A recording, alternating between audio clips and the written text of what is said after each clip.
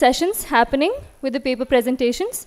Breakout session 1 is here at the auditorium.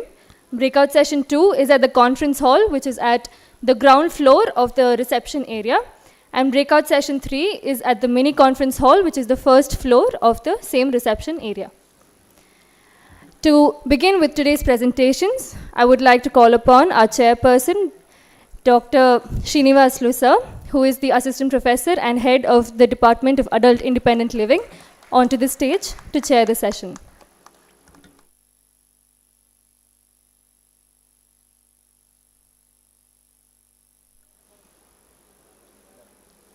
Thank you, sir.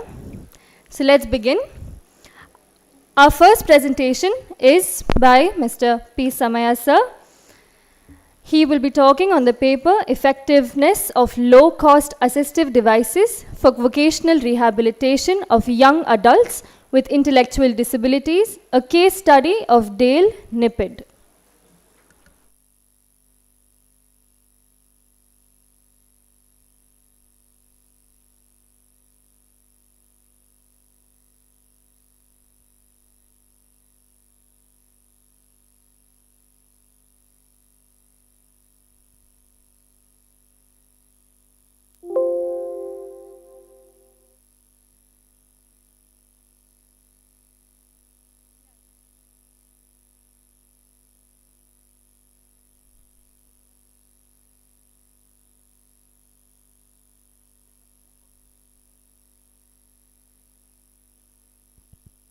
Hello everyone.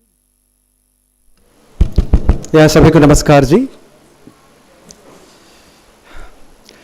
Hello everyone, very good morning to you all ji. My name is P. Samaya.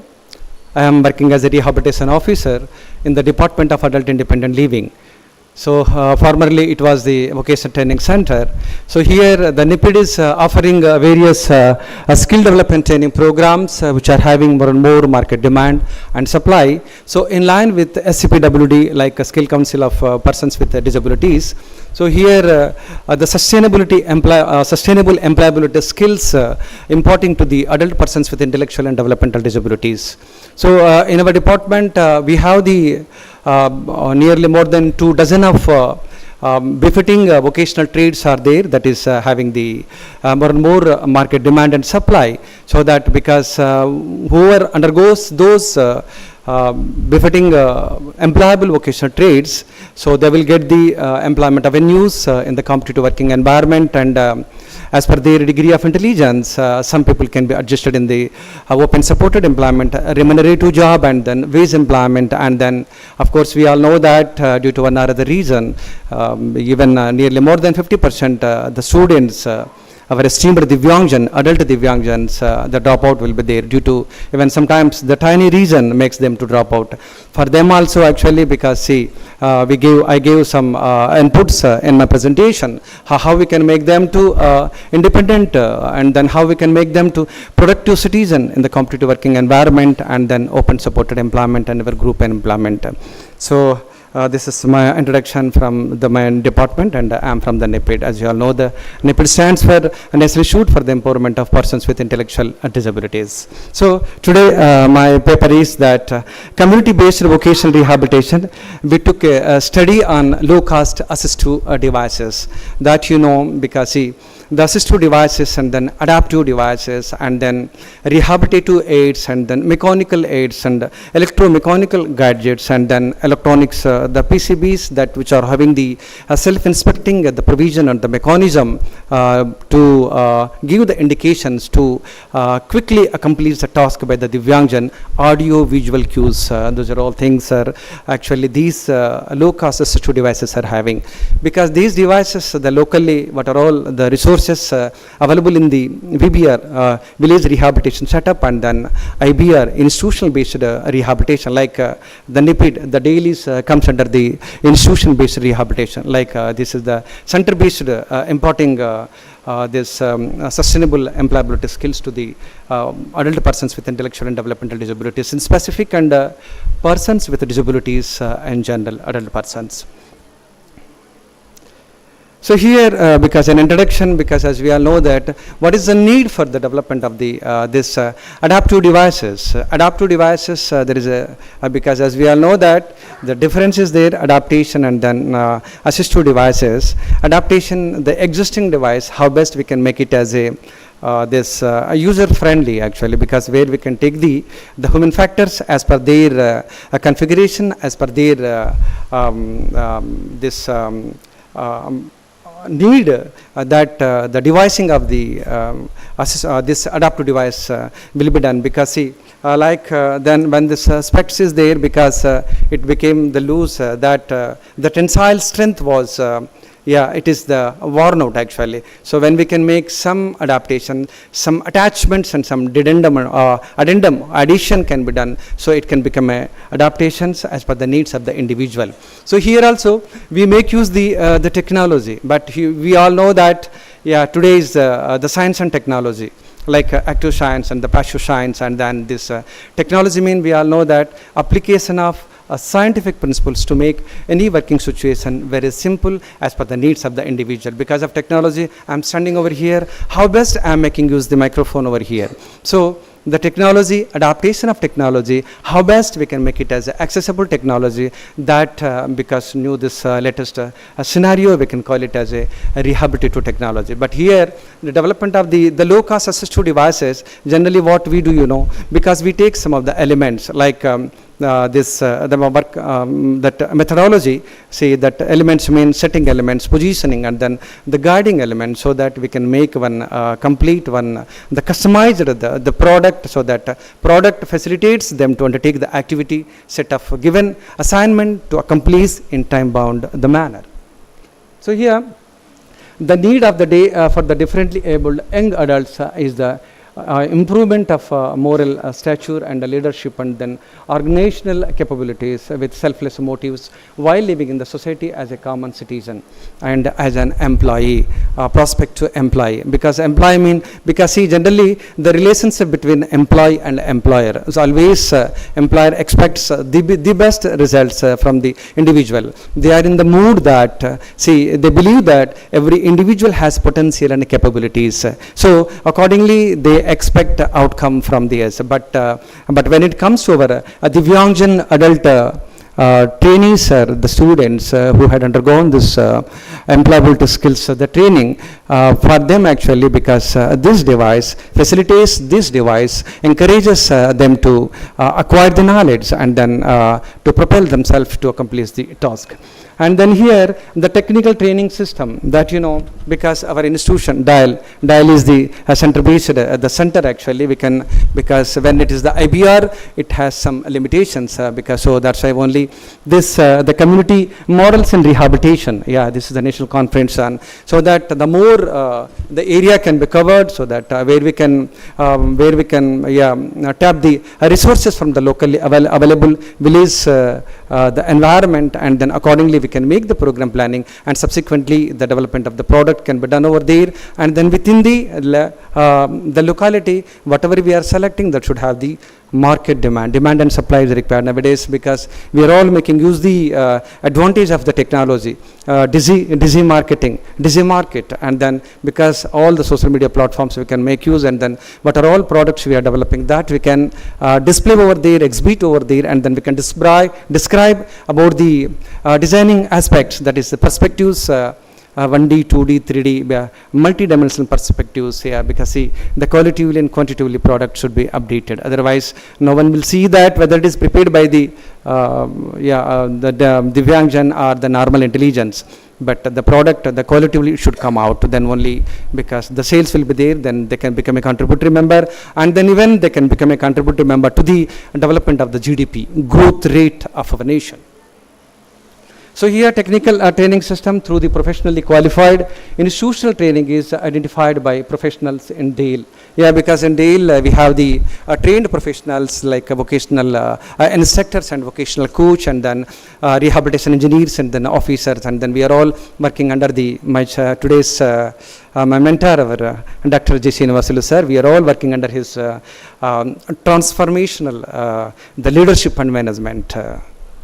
Yeah, and then these building qualities of future society of persons with different disabilities in which he, she, and his, her successor and the family members has to live with peace. Actually, here what happens, the family members, because when the clientele come to our Department of Adult Independent Living, when to undertake the realistic assessment, like we have the standardized tools that VAPS, vocational assessment and programming system, and then recently one developer tool, comprehensive tool actually, CVAT, so that different domains will be there. So even tiny aspects also we take into consideration, and then how best we can make it as a very simple and then user friendly, and then wherever it is required we create the user friendly environment, and then we take into consideration of human factors in the design and development of the suitable cubicle, suitable workstation, so that where our Divyangjan will feel very comfort, and then he can undertake the set of given assignment. So here with the support of this assistive devices, if they can, because our instructors, so in my sample, because we took the instructors also, and then parents, and then our the clientele stakeholders, persons with disabilities. So that device, what I mean to convey the message is that after using this device they feel a very comfort, and then the whole working process, the task analysis, like when we give any assignment, initially we undertake the work analysis as per the ILO pattern. See, work analysis, and then what is the need of the doer. So here the job is the combination of work analysis as well as the performer, the doer of the job. So those analysis also we take into consideration. So here assistive devices are playing the major role. With those adaptive devices, we can make them independent, and then wherever complexity is there, that came into the bigger stage. Here both the Rehabilitation Act and then AT Act, Assistive Technology Act, now in because generally in the higher education like IITs and then NEET, because they have the ET laboratory, educational technology laboratory, so that where we can develop the this teaching learning materials, the scientifically, because non-toxic materials, where we can make use the thermo and thermosetting plastics, so that even our Divyangjan, if they keep in their mouth also, nothing will happen. So that is that precautionary things they are taking into while developing the products. And then AT lab, this BVRT engineering college is there. Even they have very good AT lab actually. So how to develop the mechanical aids, and then how we can set up the jigs and the fixtures actually, because those the jig and fixture with or the holding devices, which are all having the positioning, setting elements, the guiding elements, and then those devices are having the self-inspecting the mechanism. So when the work has to be completed, so it contains 10 elements. When our Divyangjan go for the completing the one element up to the when he go for the 60%, the device itself is having the mechanism that they can go to the, after completion, automatically they can take them to the second level of the step, so that quickly, by maintaining the time factor, they can accomplish the task. Yeah, here, discipline, the punctuality, and then regularity, initiativeness, and then attentiveness, and then how we can make them to be mingle with the co-worker, and then this our their friends working in the working floor, and then the factories, and then the industries like MSME, micro, small, medium enterprises. So the factory mean, because the monotonous, the routine type of work will be undertaken. The industry mean that small scale industry, micro setup, and the small scale, medium, and the large scale industries. They have the R&D, like the research and development, prototype sections will be there, where we can develop the prototype working models and non-working models, so that those facilitates us to undertake the experiments, and then that after that it becomes application, and then it becomes the law. So here this the deal, because they are putting the stuff of the deal, the technical stuff of the deal, they are putting their conscious efforts. The conscious effort for the development of the adaptive devices, so that where they can make their parents and regular caregivers, and then all the other caretakers to feel the peace, and then so that they can put their attentiveness on their day-to-day activities. Here, the assistive device, like the rehabilitative technology, as we discussed here, we are changing the names. So that is the adaptation of technology we can call actually. So adaptation means customization as per the needs of the individual. Our department, and as per the CVAT, we have IVTP, Individualized Vocational Training Program. So where this the customization, where this the changes, incorporation, addendum, dedendum, and all those are all things we are taking taking into consideration, and then doing the very simple method, process of job simplification, the restructuring of a working environment, and then modification of the tool, and even the self-inspecting devices, so that the device itself guides them to propel them to go to the next level of operation, so that quickly they can accomplish the task.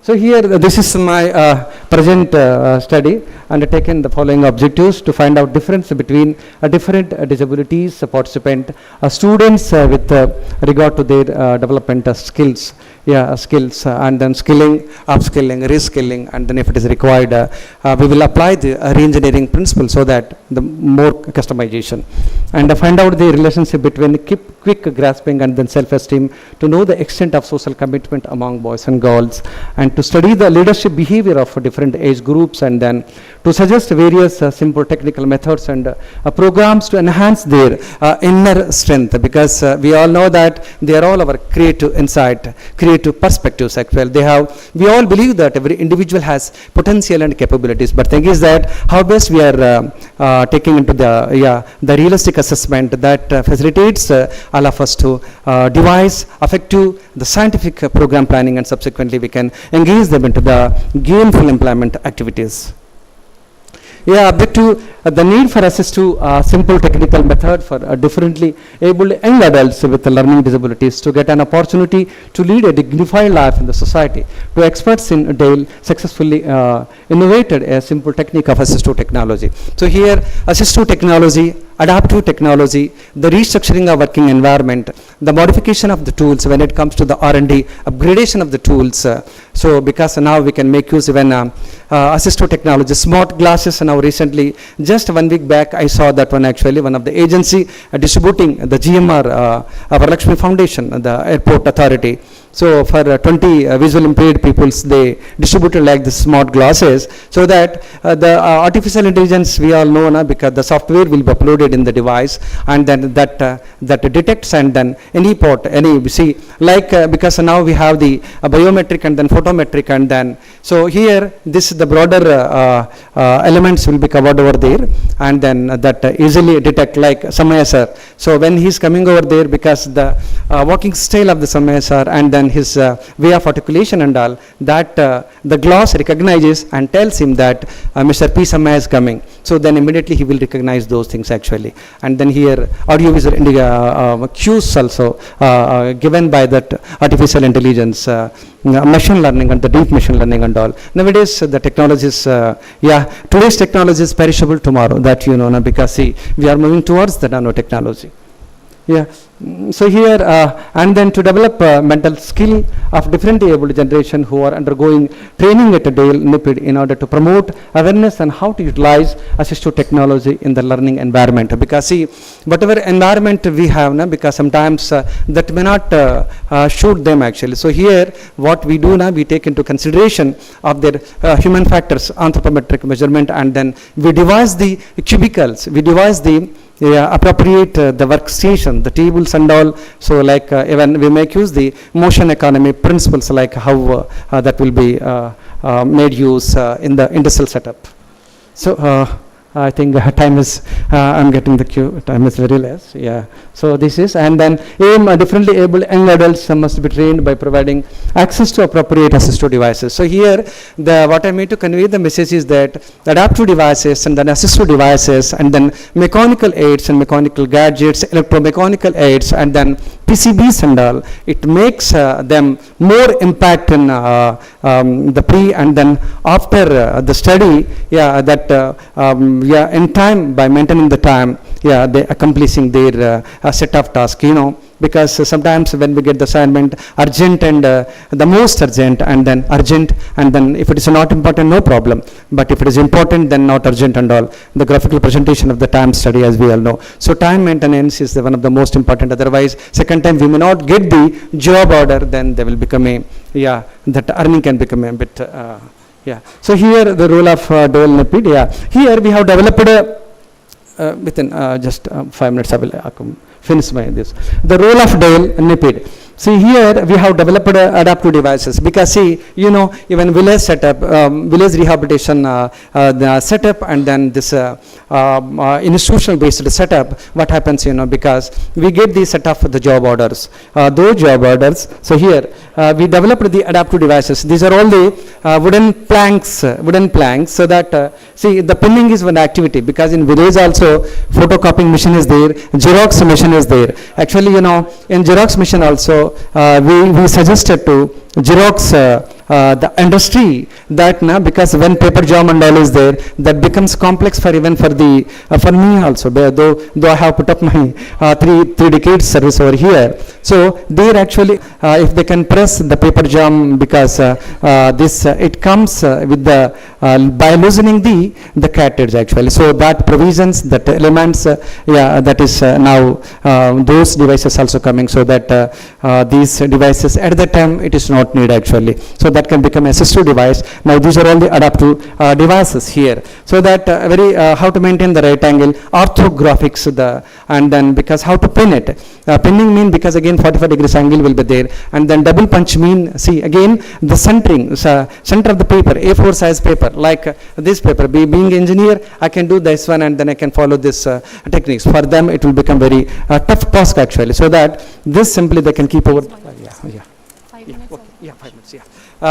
This paper we can keep over there, so that it automatically adjusted in the right angle position, and then they can press the hand stapler, yeah, and then that double punch is there, that arrow mark we kept over there, click sound comes, that makes them that motivates them that assignment is completed actually. So this is the simplified the way of undertaking the activity. So with the support of this device, this is the portable device, and then this is the low cost device. Even we can say, of course, no cost, because these materials we took it from the scrap, yeah. Yeah, because see that one small piece we cut it as per the comparators, as per the metric system, CGS, MKS and SI units we apply over there, and then we are running our diploma in vocational rehabilitation courses, so that they can come to know the application of science and technology in devising appropriate assistive devices, and then adaptive devices, and then development of the mechanical, and then the electronics, the gadgets. So another one is here, this is the perfect binding. Binding mean generally we feel that pinning will be there actually. The stapler, hand stapler, medium stapler, and then leg operated stapler. Because to buy this machine, it is available in the market, a leg operated pinning machine. In standing posture they can accomplish. So that cost of that machine is 75,000. But whereas this cost, and then this is the portable, less weight, easy to carry. In aesthetic sense also it looks because like a tab. They feel it is like a tab, and then like a notebook, and just in their handbag they can keep, and they can, wherever they go they can carry, and they can accomplish the task actually. So they can take some of the job orders on behalf of our Divyangjan adult students. The parents can take the job orders. We facilitate them as a rehabilitation professionals, and then in their homebound also they can accomplish the task. And then one example I can give you, greeting cards that we all know, because the seasonal greeting cards. So the creasing of the greeting card and putting into the envelope covers and giving it to that employer. Do you know the greeting card minimum cost is 15 rupees, 20 rupees. Yeah, less than that is not there actually. The variety of more than 1 dozen of greeting cards are there. So the higher card value is more than 100 and even 150, 200 rupees. So per card, if they do the creasing, just simple folding with the support of the devices, they can get 2 rupees, 2 rupee 50 paisa. If it is cost 100 rupees, then they will give the 5 rupees. So this device they can carry in their home with the support of their caregivers, and then their siblings, and then parents, and then they can undertake per day, एक दिन में greeting cards का kriging करके envelope में डालने के लिए even more than 2000 can do actually. They can do 2000 even 3000 also. 2000 into 5 rupees, how much?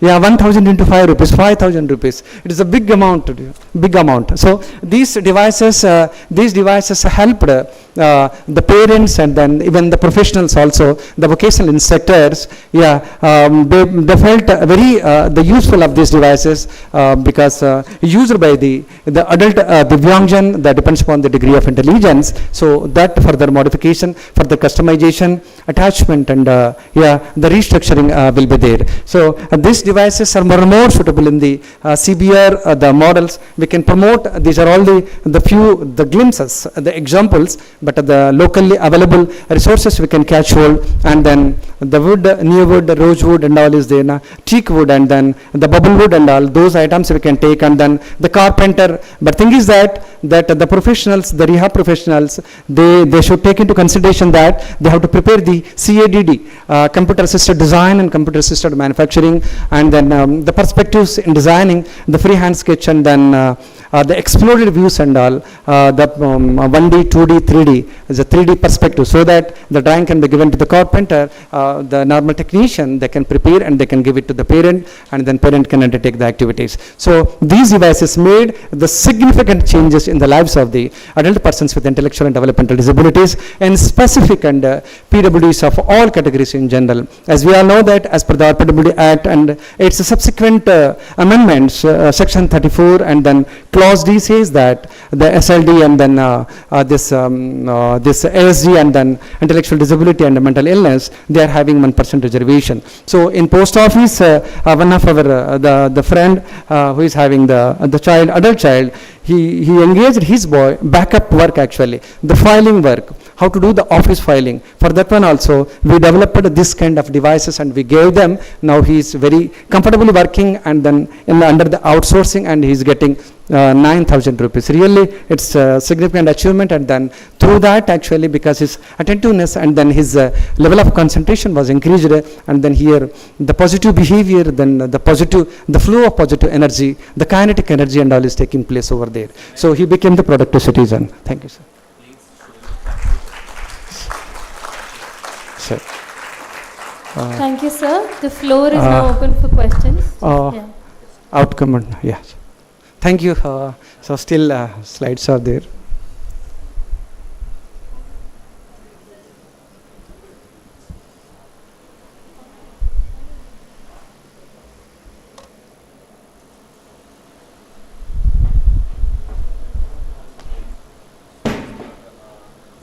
Sir. Yes, sir, you are audible, sir. Sir, can I read this conclusion, sir? Sinha, sir?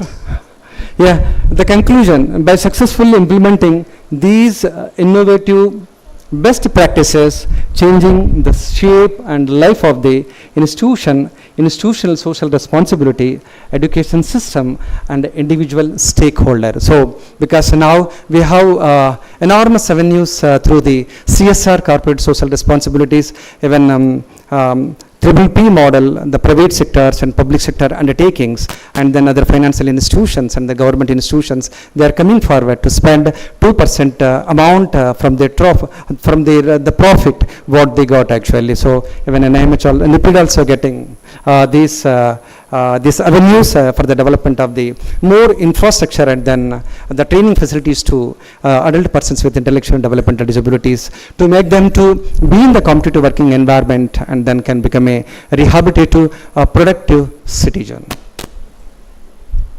Samaya sir. Thank you, sir.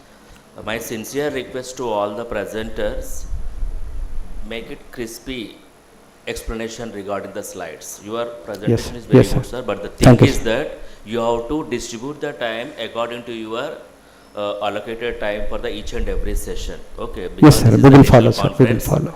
So everybody may or may not aware about the in-depth kind of technical knowledge. Sir. So what I am requesting to each and every presenters, please distribute the time according to the guidelines of the conference. Okay. Okay, sir. And Okay, one sir. more thing, whenever you are sharing the presentation slides, it has to be in a brief, in the sense 8 lines or not 8 lines.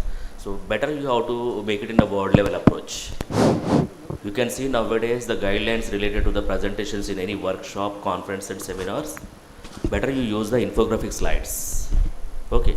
Thank you, sir. Okay, sir. Thank you, sir. Regarding Thank this you, sir. today's first session, I would like to very brief about this kind of low-cost assistive devices. The ultimate goal of the assistive devices is improve the quality of work,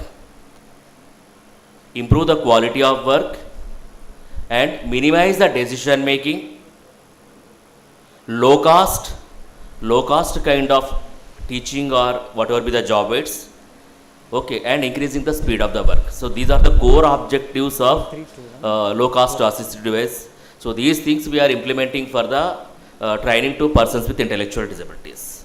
So earlier, means 2 decades before, we are using job aids, modified tools, some extent adaptive devices with the basic kind of mechanical or electronic kind of things. Now, because of the advancement in technology, we are using so many technical kind of specification with respect to the electrical, electronics, and nowadays we are observing the AI kind of thing, artificial intelligence kind of things for all this kind of training and referral for the any kind of job placement or employment of PWDs.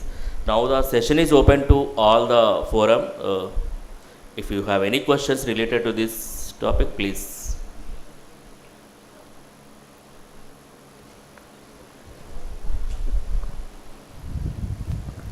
Sir, good morning, sir. I am Vinay Kumar, CRE participant. I would like to know the low-cost assistive devices, how to reach the community for the technology urban areas to rural areas. What kind of methodology are using this for the reaching the unreached areas? Yes, sir.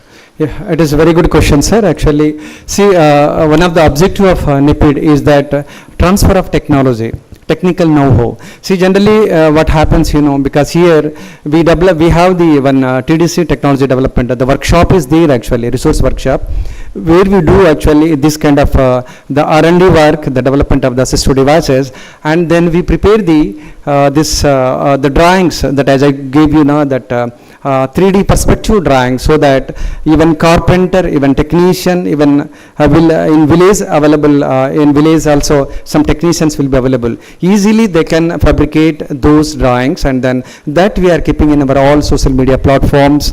And then because during our sensitization program also we are giving these are all inputs to the grassroots level workers, and then our healthcare professional, then the rehabilitation care the professionals, and other the social workers and social activists. So we are disseminating up to the extent to reach to the needy population, even those who are staying in the village setup, sir.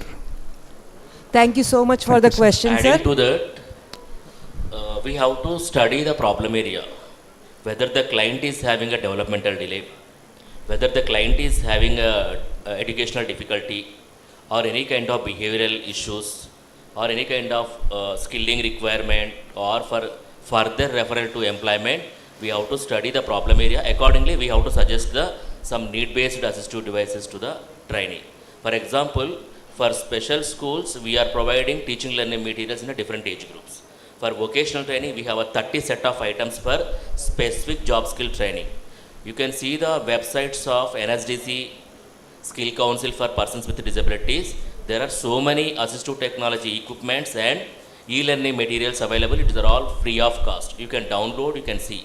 The duration of each and every video is 2 minutes to 5 minutes. So it's a free of cost available. Whenever you are comfortable for the needy population, you can see the audio video kind of content to the special needs students. Due to paucity of the time, we'll not be able to take more questions, please. So you can have during tea break or your lunch time. Sir will be here, and I understand 30 years of experience cannot be concluded in 15 minutes. Thank you so much for your input, sir. Thank you so much. Thank you one and all, and I convey my sincere thanks to our respected director, and then this program coordinator, and then Dr. Sunita ji madam over here, and then my chairperson, our Srinivasulu sir, and thank you all the audience, because you gave me the encourage to present my small brief over here. Thank you very much. Thank you one and all. Thank you, sir. We'd like to felicitate you. So Sir is a President Award winner for the National Awardee under the research and innovation of the PWDs. So, incorporation of all these kind of things, whether anxiety related to the reaching to all kind of population, we have to add, no other option. But due to scarcity of time, we have to provide all these things with respect to the guidelines of the population. Thank you so much. Thank you, sir. Thank you. And then even 1990, I and my another one colleague, we developed a 2 rupee coin, which is having the 11 corners, the geometrical constructions. That was developed, designed and developed by me in the Ministry of Finance, Government of India. And this. Thank you. Thank you, sir. We'd like to felicitate you. So I request Srinivaslu sir to please felicitate Samaya sir.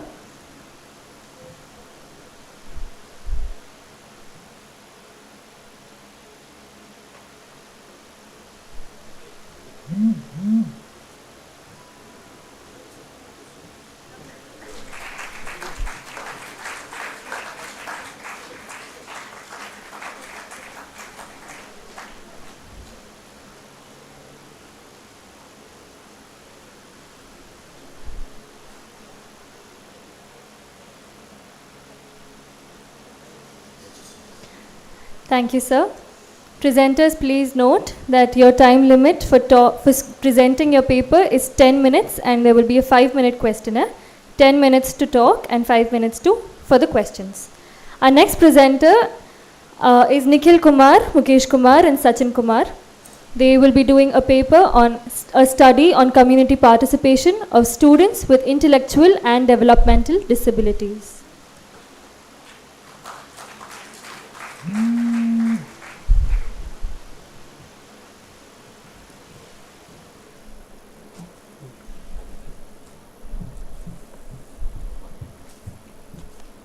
Second one, right?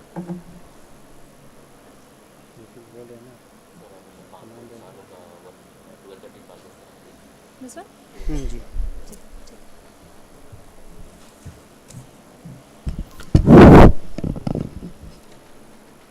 मंच में उपस्थित आदरणीय sir एवं सभी प्रतिभागियों को मेरा नमस्कार। मैं निखिल कुमार मधुर।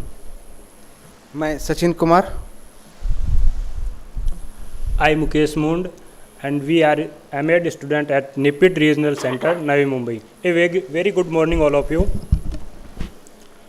We are presenting a research paper on the title of a study on community participation of students with intellectual and developmental disabilities.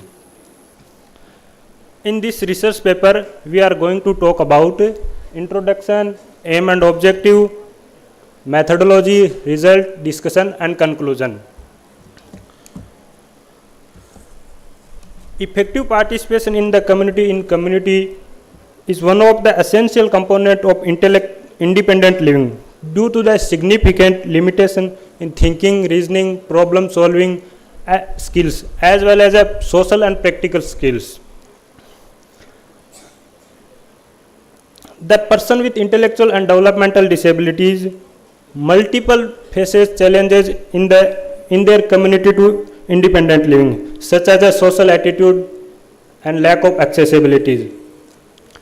Students with intellectual and developmental disabilities frequently struggle to express their needs and meet them due to limitations in functional skills.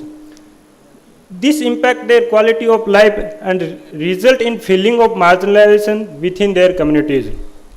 Social inclusion is a virtual factor that can improve their lives, but it necessarily dispelling the misconception and prejudice against their children in society.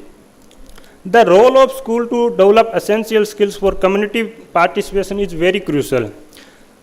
This study is attempt to find out the level of community participation provided by special education teachers for with intellectual and developmental disabilities in schools. Community participation is not only goal but also a process by which other goals are achieved. When students with intellectual and developmental disabilities are provided more opportunities to participate in community activities, they are able to connect with the community to a greater extent and also become capable of generalizing their functional skills.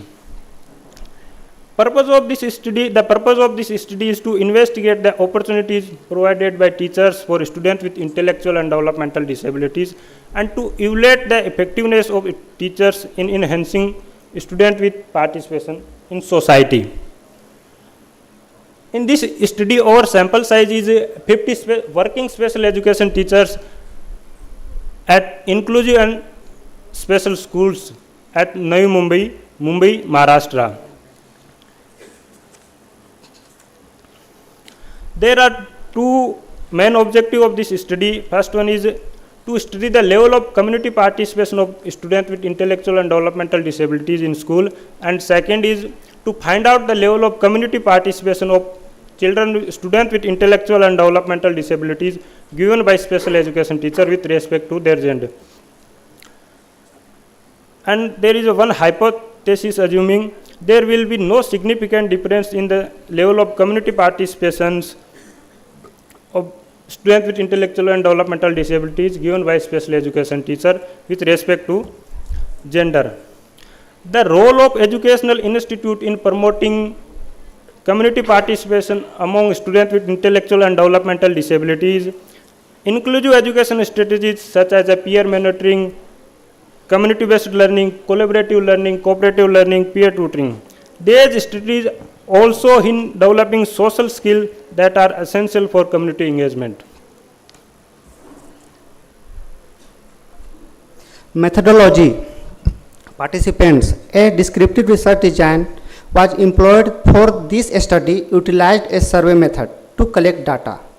A purposive sampling technique was used to select a sample of 50 special education teachers from various special and inclusive schools in Mumbai and Maharashtra. Descriptive research survey method has been used for the study. Methodology and instrument. A structured survey form was employed comparing 15 questions that probed the participant of special teachers and their experience in facilitating engagement of students with intellectual disability and developmental disabilities within the community. Result. Objective 1. To study the level of community participation of SWIDDs in schools. The items-wise analysis was done and mean score are compared to find out the level of community participation of SWIDDs. Objective 2. To find the level of community participation of SWIDDs given by SET with respect to gender. Hypothesis 1. There will be no significant difference in the level of community participation of SWIDDs given by SET with respect to gender. The data is analyzed by t-test. The findings are as mentioned below. Female participation total 21, median score 13, standard deviation 1.536. Male participation 29, median score 14, standard deviation 2.19. T value 0.60069. There is no significant difference found between male and female set for providing community exposure to SWIDDs at 0.05 level, no significance. Therefore, the null hypothesis is accepted. Discussion. The study found that both female and male special education teachers provide the sufficient community participation to SWIDDs through various activities so that they could achieve the goal of adult independent living. Conclusion. Researchers attempt to study the level of the community participation of SWIDDs in schools and compare the level of community exposure given by the male and female ACT. A sample of 50 ACT is selected through purposive sampling method for the study.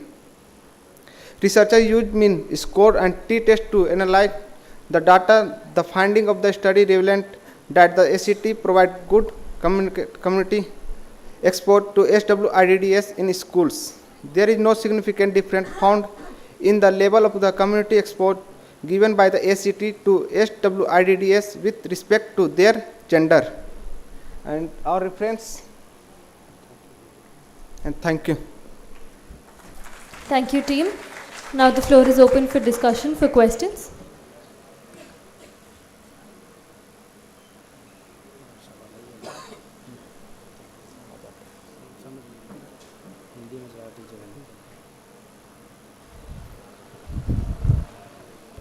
Okay, good morning, sir. Are you the MEd students or MSc students, sir? MEd. You are done a very good scientific systematic study about the community participation for the disabled children, particularly in ID. It is my suggestion that whenever you are taking a study about the community participation for the special school, there is a school development management committee. You should also take your study for the take the data. School development management committee of any school should conduct a meeting quarterly once. Are you observed in that community participation in that school development management committee? Community should also involve. Local youth associations are there, SHGs are there, and then many NSS camps will be conducted in the community. So are they aware about these special education programs, schools running by the NGOs or anything? So that you need to involve the community. Community in the sense self-help groups, school development management committee, NSS village camps, and youth clubs, youth associations. That should be involved, sir. That is one. And second thing is, whenever you are reaching the students of these special education teachers, you should take out the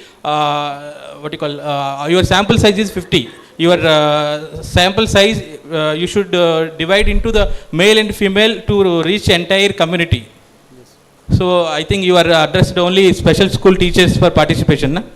Yes. Okay. My advice to study, whenever you are involving the community participation, you should involve the community social institutions like hospitals, like Anganwadi school teachers are aware about this Divyang school activities. Are they aware of this intellectual disability? What kind of range they are having? Is there any special methodology or training teaching methodology there? So your study after your presentation, I came to understand very happy that systematic, simple, scientific way you designed and you presented. I really happy, and please include this school development management committee, NSS village camps, and youth clubs, self-help groups of women, so that they can also aware and they can give the more inputs for the active participation to give the rehabilitation for this special children or teachers also to learn more. Whenever they finish their school education, if they go to any job or any voluntary organization, this community participation will help the student to reach the unreached areas. Thank you all. Thank you, sir.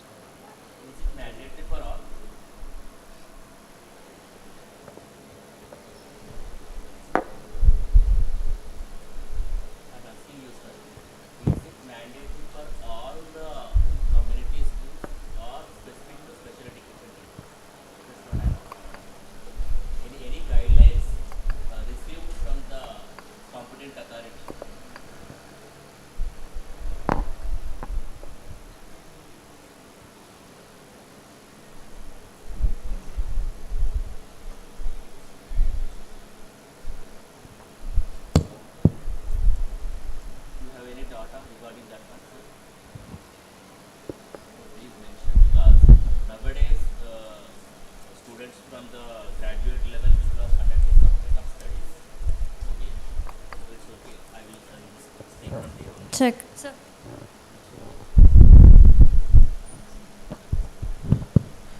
There are certain amount of guidelines for collecting the data from the whether it is the state level or the local or any kind of national level studies whenever we are conducting. So we have to follow certain amount of norms, guidelines. So actually each and every state and some universities following the ethics committee. So similarly, what I am asking, as per your consideration, is there any mandatory provisions or authenticated guidelines issued by the either state or central government regarding that one?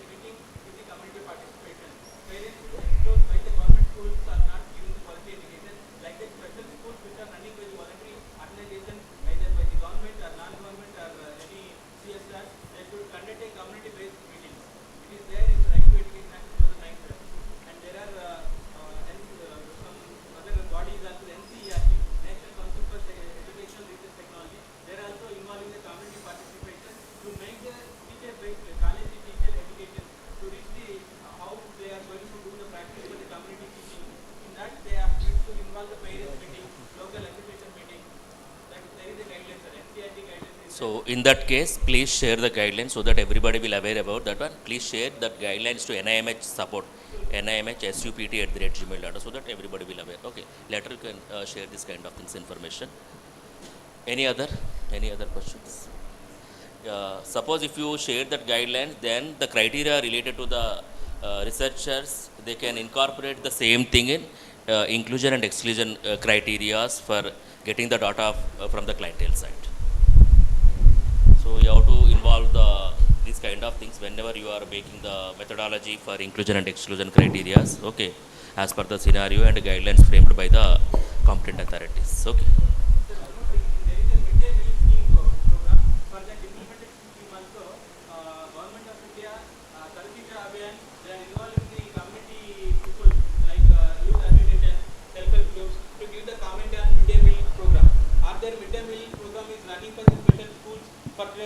Your selected area, or the teachers are involved to check the quality of the midday meal for the providing to the special children, like that if you include your questionnaire, that kind of community participation in the respect of education, quality, food, and accommodation, getting knowledge, and using of adaptive technology for the intellectual disabilities also is a study.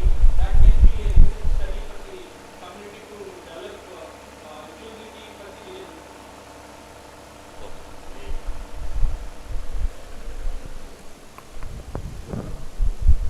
I think I must appreciate the initiative the student लोग ने जो initiative लिया है.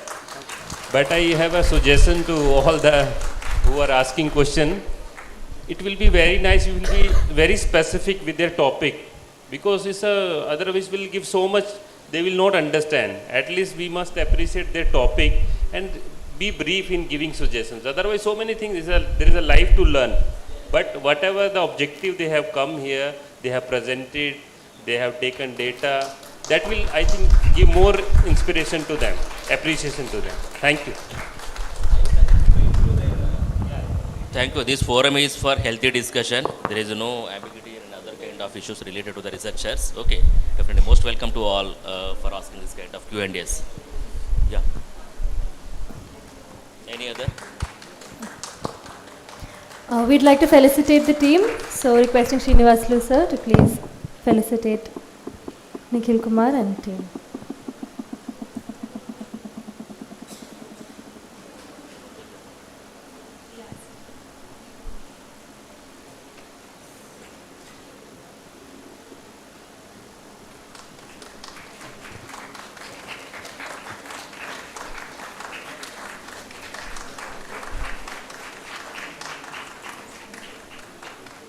Thank you, sir.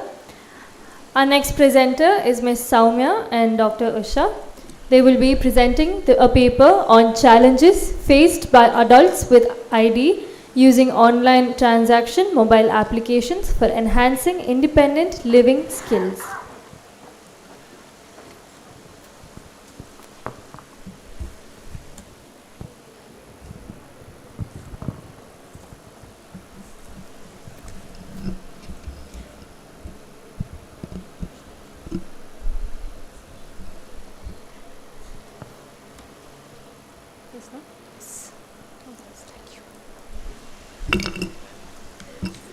Good morning, one and all present here. My name is Soumya. Am I audible to everyone?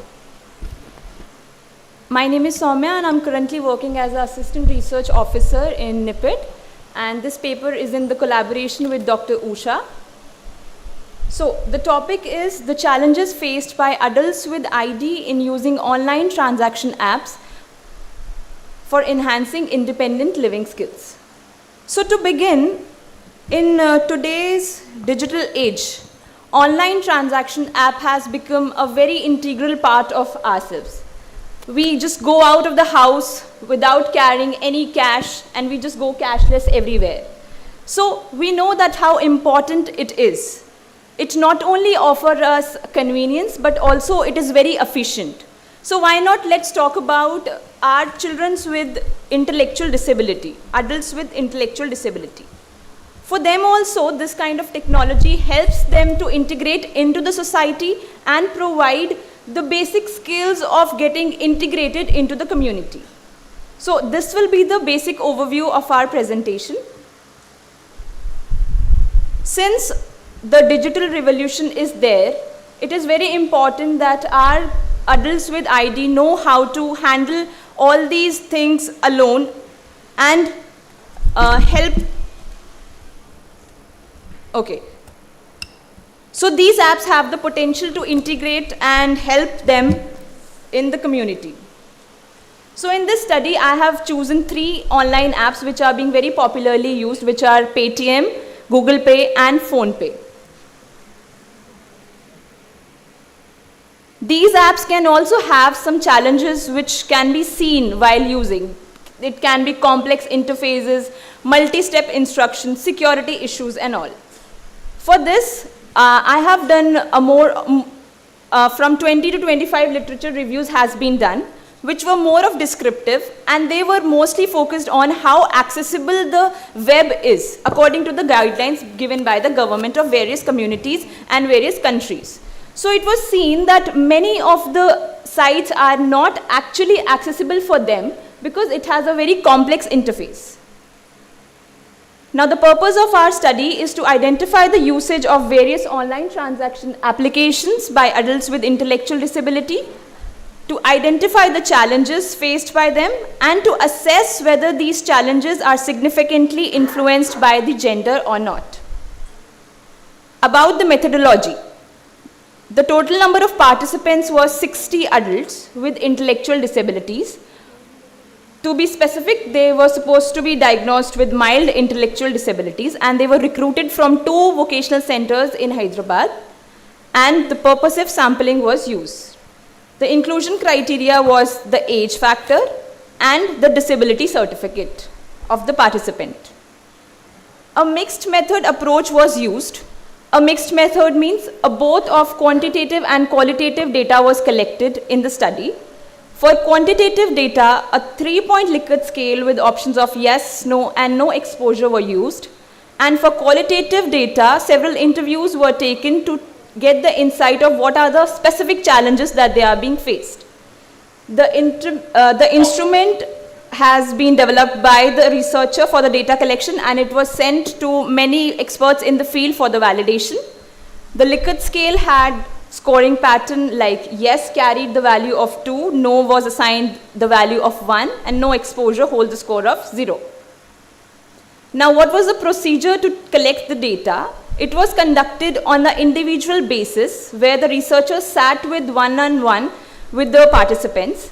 The Google form was used as the major data collection, which had incorporated many audio-visual aids to help them identify what being question is asked.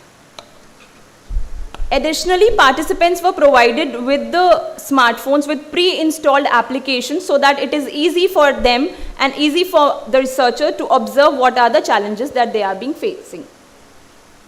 Now, the implementation of the study was in 3 phases. Phase 1 was the preparation of the instrument and participation selection. Second phase was administration of the instrument. Phase 3 was the analysis of the data, which was quantitative and both qualitative. Now about the results. The first objective was to check the usage of various online transaction apps. It was found that out of 60 participants, 34.4% were aware of the usage of Google Pay, which is most of the other apps which are being currently used. 19.4% participants were aware of the usage of Paytm, and 24.7% of the population was aware about the usage of PhonePe application. On the contrary, 21.5% participants had no exposure about the awareness of the usage of any of these apps. So what were the specific challenges that were faced by them? First was the digital vocabulary. They were not very well aware about the digital vocabulary that is being used in these particular apps. For example, self-transfer, bank transfer, scan any QR code. But it was made easy when an icon was shown in presence of that word. Next was the user interface complexity. There was a difficulty in navigating multi-step processes. And here what do we mean by multi-step processes? For example, if I want to send money to someone and if it is by UPI ID, then I have to go and select pay through UPI, and there I have to go and write the UPI ID, and after that I have to write the amount, and then I have to write the PIN, and then it will show me confirmation. For some phones or some banks, they also provide the OTP system. So the bank will share the OTP first, and only then your money will be debited. So it was a very multi-step process which was very difficult for them to cater and handle. Next was lack of accessibility. Since these are financial apps, definitely they have lot of security system. Because of that, there was no voice assistance were there, and very small icons were seen inside the apps. For example, if you see the front page of Paytm, it is very noisy with lot of icons in there. So which made them very difficult to assess what the thing they want to use. Next was security features. We know that for adults with ID, memory can be an issue. So for them, remembering the password to open any app and the PIN to transfer the money, and then again our ATM PIN and CVV code, etc. So this was again a problem for them, which was very intimidating due to the frequent authentic prompts.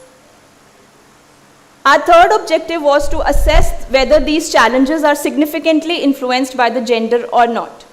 On a surprise, it was seen that there was no significant difference in the challenges faced by males and females participants, suggesting that gender do not play any role in the difficulties that they have encountered.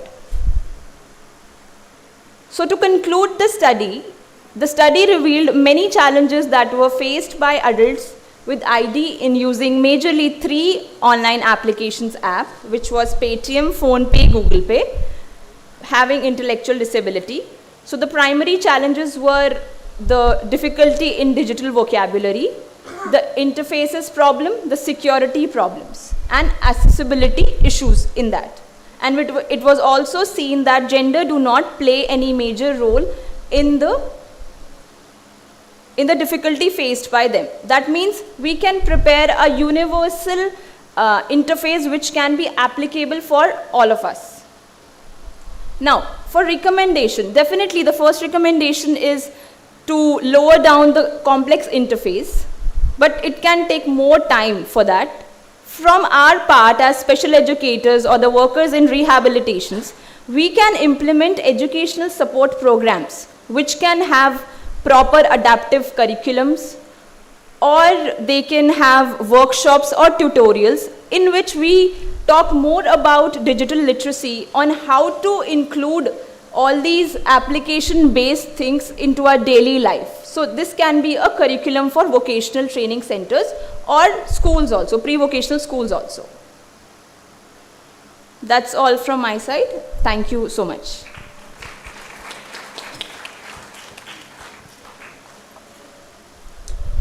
Before we begin the questionnaire, I request Shravan Reddy sir to come on the stage.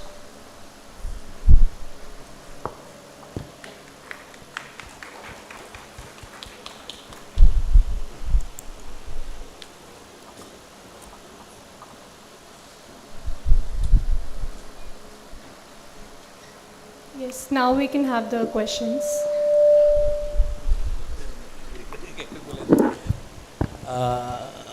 Okay, good morning, madam. You have done a very good presentation. My observation and my question is, when you are dealing with facing challenges for the intellectual adult while doing their online transactions, if there are several frauds, cyber frauds, even we do get a messages getting that you open a link and you will get a prize, or your KYC is due and you update. In that case, what kind of a self-supporting system for the disabilities who are having an intellectuality for controlling this digital frauds and cyber frauds, madam? So is your study is helping to come out from that frauds? Sir, our major objective is to start the basic literacy for the online apps. The fraud thing, I understand that is very important, and for us also, we get so easily fooled by any kind of these messages. So, but this consideration will come once we start such programs on an effective manner, and once they have the idea how to deal and what to deal, only after that we'll be able to help them to identify the frauds. What is your sample size, madam? Total sample size was 60, sir. 60 out of 60, what is the gender statistics? Females were 15, rest were males. Females were 15. 15, 1 5. How can you justify that there is no significant difference between the gender? And there is a because many of the online transactions are faced fever by the female. So this was a drawback when we. And I oppose that your hypothesis, what you are concluded, that there is no gender differences. Actually, if your sample size is equally proportional to male and female, then you will come to understand that there is no single gender differences. When you are talking to the online transactions, particularly with the disability woman, especially in ID, they are facing the problems while submitting the online, while doing the online transactions, whether it is UPI, QR code or net banking or ATM transactions. Even we are facing difficulty after approval of our national conference acceptance, paying the registration fees for the bank. So that gender, there is a difference is there. I think you need to study, or you need to take the more female study, female sample in your research study. It can be helpful to reach the female who are doing the online transaction, particularly with the disability. So I think that the gender disability, particularly female, is facing the problem and fear this cyber problems and transactions. For that, if your research study address means, it will be helpful for the community based to do the online banking transactions. So the major drawback we faced during the study was when we started going through the vocational centers, the dominance of males were more into the computer-based things and the phone-based things, right? I completely understand your point that we should have been taken the equal amount of males and females, but that was the drawback from the vocational centers that I don't know why, because but most of the females were into sewing and Xerox and other kind of simple works that we think it is for them. So it is another kind of gender bias which is going on, but that was not majorly considered in the study. So whatever participants we got, according to that, the result was this. And I'm so sorry, sir, you cannot say that this was not insignificant, but because this has been done on numbers, okay, so you, I mean, I don't think... Micro level it is okay, I can accept it for this research study for your academic purpose or the research institutes, but if you go into the macro level to reach the entire nation from north to south, east to west, there are many complications having the faced by the female, particularly disabilities, while doing their online transactions, because they have been given plenty of offers and plenty of fake messages. We need to minimize the cyber frauds and all. And really, I am very much happy, and I understand that you have done a systematic scientific study in a proper way, from title to reference. In systematic way, step by step, you came and presented very well. It makes me to correct myself how to make a presentation of slides and all. Really is good, and my opinion is, suggestion is, kindly include the population size equally for the both male and female, so that you can come to understand the conclusion with there is no gender based difference while doing the online transactions, particularly for this disabilities adult. Thank you. Okay, sir, for your question I can answer. Okay. See, what happens is, every study is not 100%, okay, no? For each study there will be a certain kind of limitations, okay, no? And you take the prevalence of intellectual disability also, it is 3 times more common in males when compared with the females. So she can justify with that also. And also the getting sample is very, very difficult, okay, no? So that's the reason she is telling, in our study she was telling, okay, no, she is not making any generalized statement, okay, no, like entire country or something. So she is telling in her 60 sample, there is no significant gender differences on the usage of online. So every study is not 100%. There are certain drawbacks and limitations. Okay. Now even we are doing an international study. Okay. Throughout the country we are doing, me and Dr. Srinivasulu, like exact causes for ID. Even that study is having limitations, though we are covering the entire country.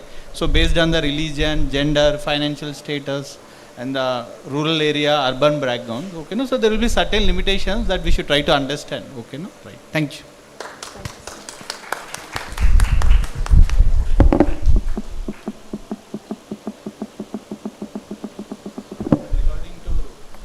Regarding to your study, Soumya, okay, no?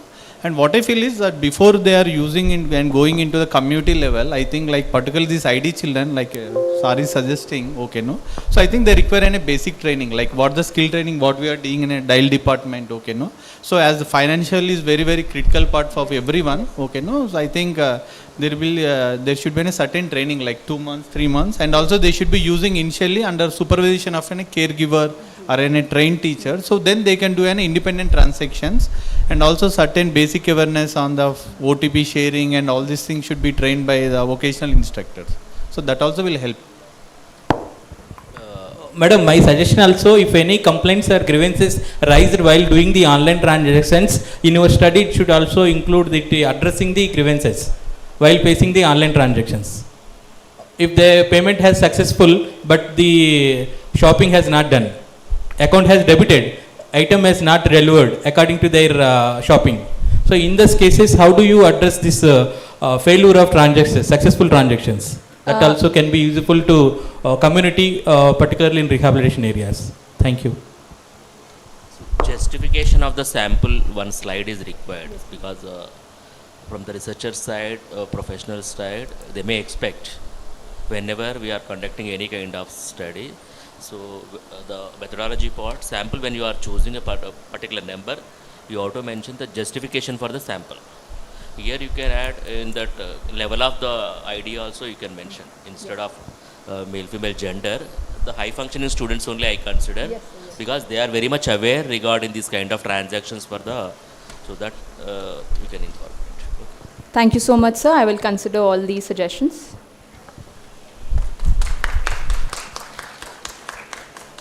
That was a wonderful presentation by Soumya and Dr. Usha. Now I will request sir to felicitate her with memento. Shravan sir.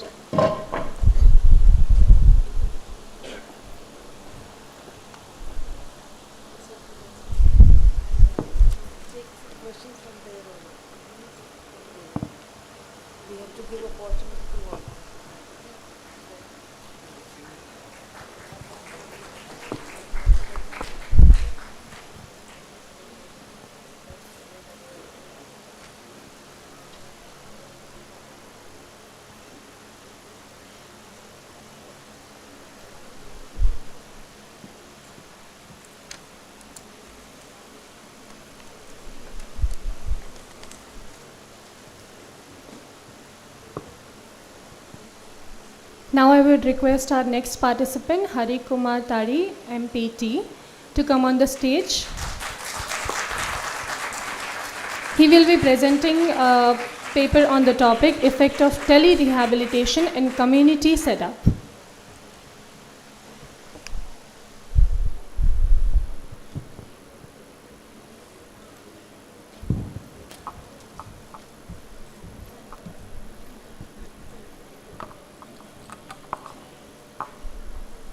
Yeah, good morning one and all. Good morning, sir. Today my topic for presentation was effect of tele-rehabilitation in community setup. So we know everybody like what kind of technical difficulties we faced during COVID pandemic and how this tele-rehabilitation has helped us in reaching, and because in the community level there are so many disturbances during COVID and so many health facilities like the like health elements where there is so much disturbance like with the consultations, cross consultations, and when it comes to safety of the patients, because like we have to control the infection, spread of infection and safety, and we have to follow so many safety measures. So during that time like it was very significant, and it shows how much importance the tele-rehabilitation has come into existence and how it helped to overcome the hurdles during the pandemic. So in my presentation today I would like to just give what are the methods of tele-rehabilitation, how it should be, like what are the principles on which this tele-rehabilitation works on, and what are the advantages, disadvantages and barriers of tele-rehabilitation. So if you see, the main purpose of tele-rehabilitation is mainly to provide quality service, rehabilitation services to the community where there is like lack, because there are so many remote areas and underdeveloped areas in India, and there are so many communities where lack of resources are there, and where still people are struggling, and it's very difficult to identify in the communities with people with disabilities. In the grassroots level, there is so much deficit, and there is so much research to be carried forward about this telerehabilitation. So mainly this telerehabilitation focus on evaluating, diagnosing and treating through the digital means. Okay, telerehabilitation is a part of telemedicine. It's used for information and communication technology to provide medical rehabilitation at distance through remote and online services. And the main aim is to provide quality rehabilitation services at low cost for people who are physically, economically and geographically disadvantaged. So during this COVID-19 crisis, we have made telerehabilitation a standard way of working and simplifying the tasks so that the rehabilitation facilities and medical facilities are provided to the needy. So this is how, with different sensors and the gadgets which are connected to the app, and that can be monitored by the clinicians to identify their problem, and that can be suggestions can be given and rectified at multiple levels. So next, coming to what are the components of telerehabilitation. If you see the components of telerehabilitation, first one is virtual consultation and remote monitoring using wearable devices and mobile apps. Next, digital therapeutics by using social media platforms. Next, telecoaching, because proper coaching is required for the officials or for the clinicians as well as the community level, so that they will be aware of how to use the gadgets, how to report, and so that accurate monitoring of services and accurate delivery of services can be achieved. Next, virtual reality and use of artificial intelligence. These are the components of telerehabilitation.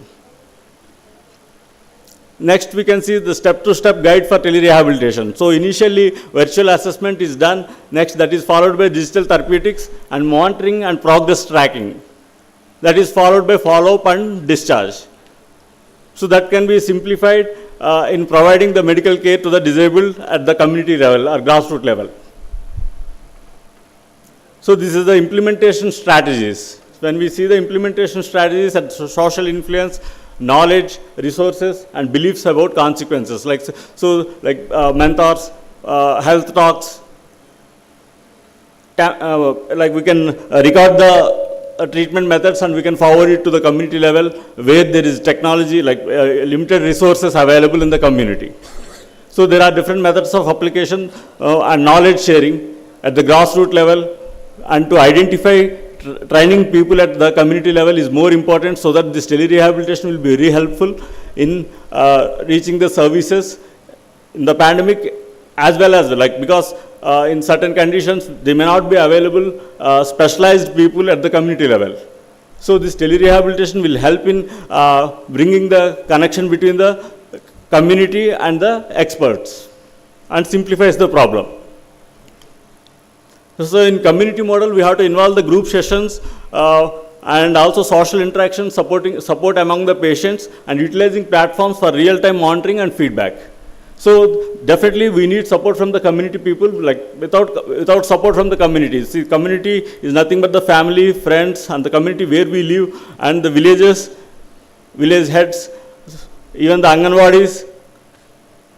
And in most of the villages, there are no digitalization, and limited resources are available. So just identifying the resources and making full-fledged utilization of the resources, that plays a major impact in reaching this telerehabilitation to the community level. Next, this is how how this can be how this telerehabilitation can be monitored at different levels. So the professionals or the clinicians, what they do, they just estimate the recovery progress. They identify the problem, what is the disability, they identify and they plan interventions and the change of exercise regimen. It's not only identifying, estimating the recovery process, planning interventions and changing exercise regimen. It is important to make sure that the disabled person receiving and it is followed thoroughly, so that accurate results can be achieved. So, and it is easy, it's low maintenance, just with a mobile it can be utilized. But when we go for the advanced things, the disabled person or the family should be aware of how to use the gadgets so that the accuracy and proper results can be achieved. Next, coming to the principles of telerehabilitation. So there are like 3 principles: clinical principles, technical principles, and ethical principles. So mainly these telerehabilitation principles are primarily based on American Telemedicine Association core standards. So next, let us see what are the clinical principles. So based on the specialization and professional organizations, these clinical principles were designed. So according to American Speech Language Hearing Association and American Physical Therapy Association and American Occupational Therapy Association, these are the they have given, these organizations have set up some standard guidelines and for implementation of telerehabilitation. So, and this telerehabilitation is based primarily on clinical judgment, client-informed choice, evidence-based protocols, and professional standards of care. Because if you don't follow professional standards and proper protocols, then it can lead to, it can mislead, or it may not provide the proper rehabilitation services to the community at the grassroots level. And for this, the professionals have to, we should, as the professionals or the clinicians, must have appropriate knowledge, education, then training, orientation is required for the clinicians or the service providers or the healthcare providers, so that then a quality service can be provided.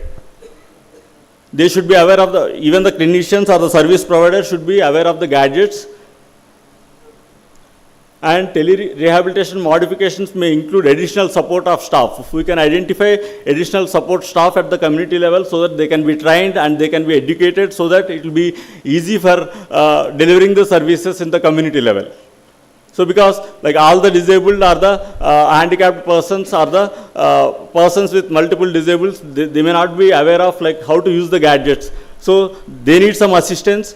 With the help of assistants or with proper thoroughly educated person, like either parents or within the community, so how to use the gadgets and proper accurate results can be achieved by proper additional support staff at the community level. Next, coming to the technical principles, see there are basic and advanced telehealth equipments. So one should be aware of how these telehealth equipments are operated. We should have some basic knowledge so that can be like, suppose any problem arises with the equipment, then how to handle, if there is any troubleshooting, how to rectify the problem. There can be like any interruption with the services, equipment operation. So the person who is providing these services must be aware of these equipments. Then that makes the job simplified. And they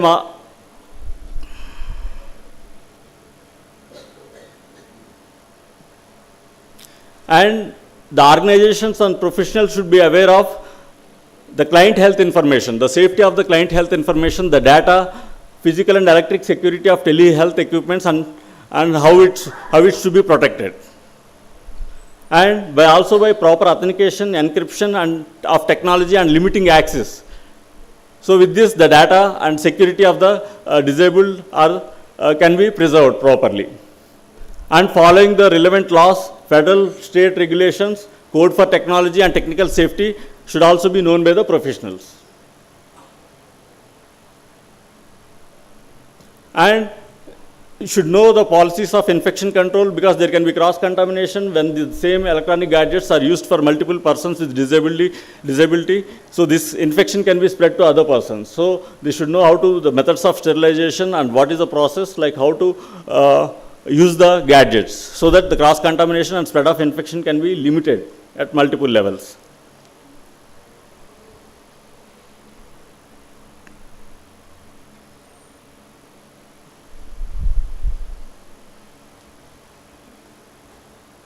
Next, coming to the ethical principles, so one should be like, these ethical principles plays a major role, because the client should be aware of what are his rights and responsibilities, and he has the right to refuse the treatment, and like incorporation of organization values and ethics, that's more important, and resolving the ethical issues and policies.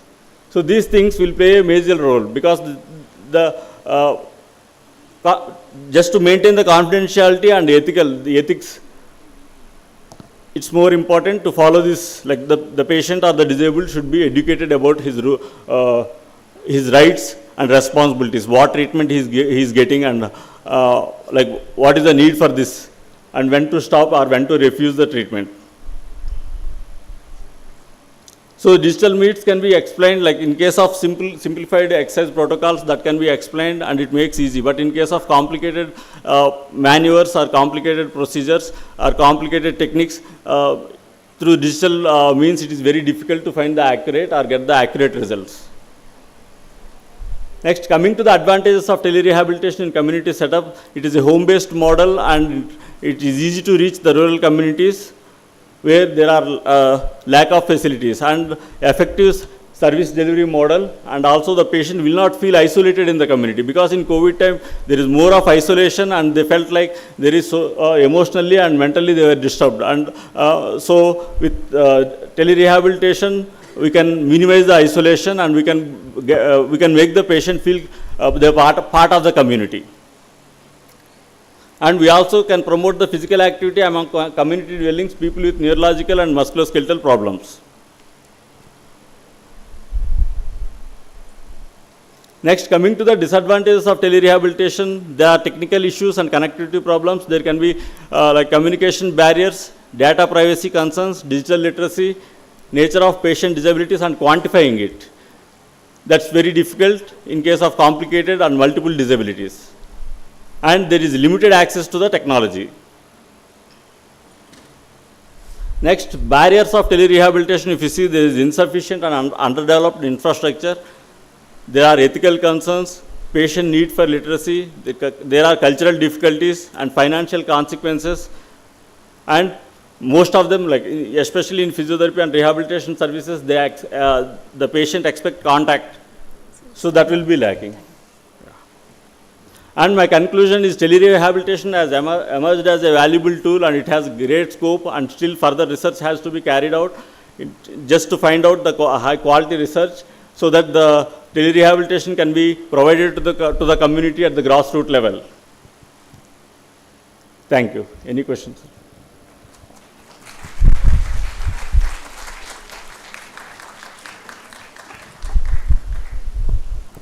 Not any question. Okay. It was a wonderful presentation and you explained how the telerehabilitation works, particularly in the remote areas. And there are certain limitations, what I feel. Is it equally as efficient as face-to-face person therapy? No, sir. No. No, sir. Okay, right. So basically when you are using in the like remote areas or using the telerehabilitation, I think they require certain supervision. Yes, sir. Okay. And also I think like certain, I think, see, physiotherapy you are having a lot of conditions where we use the like tele-consultations or tele-rehabilitations. Like particularly what I feel like musculoskeletal you can use. Yes, but sir. How the patient is using, okay, how the movement they are doing, that is also very, very important. Yes, particularly like in fractures or musculoskeletal disorders, what I feel.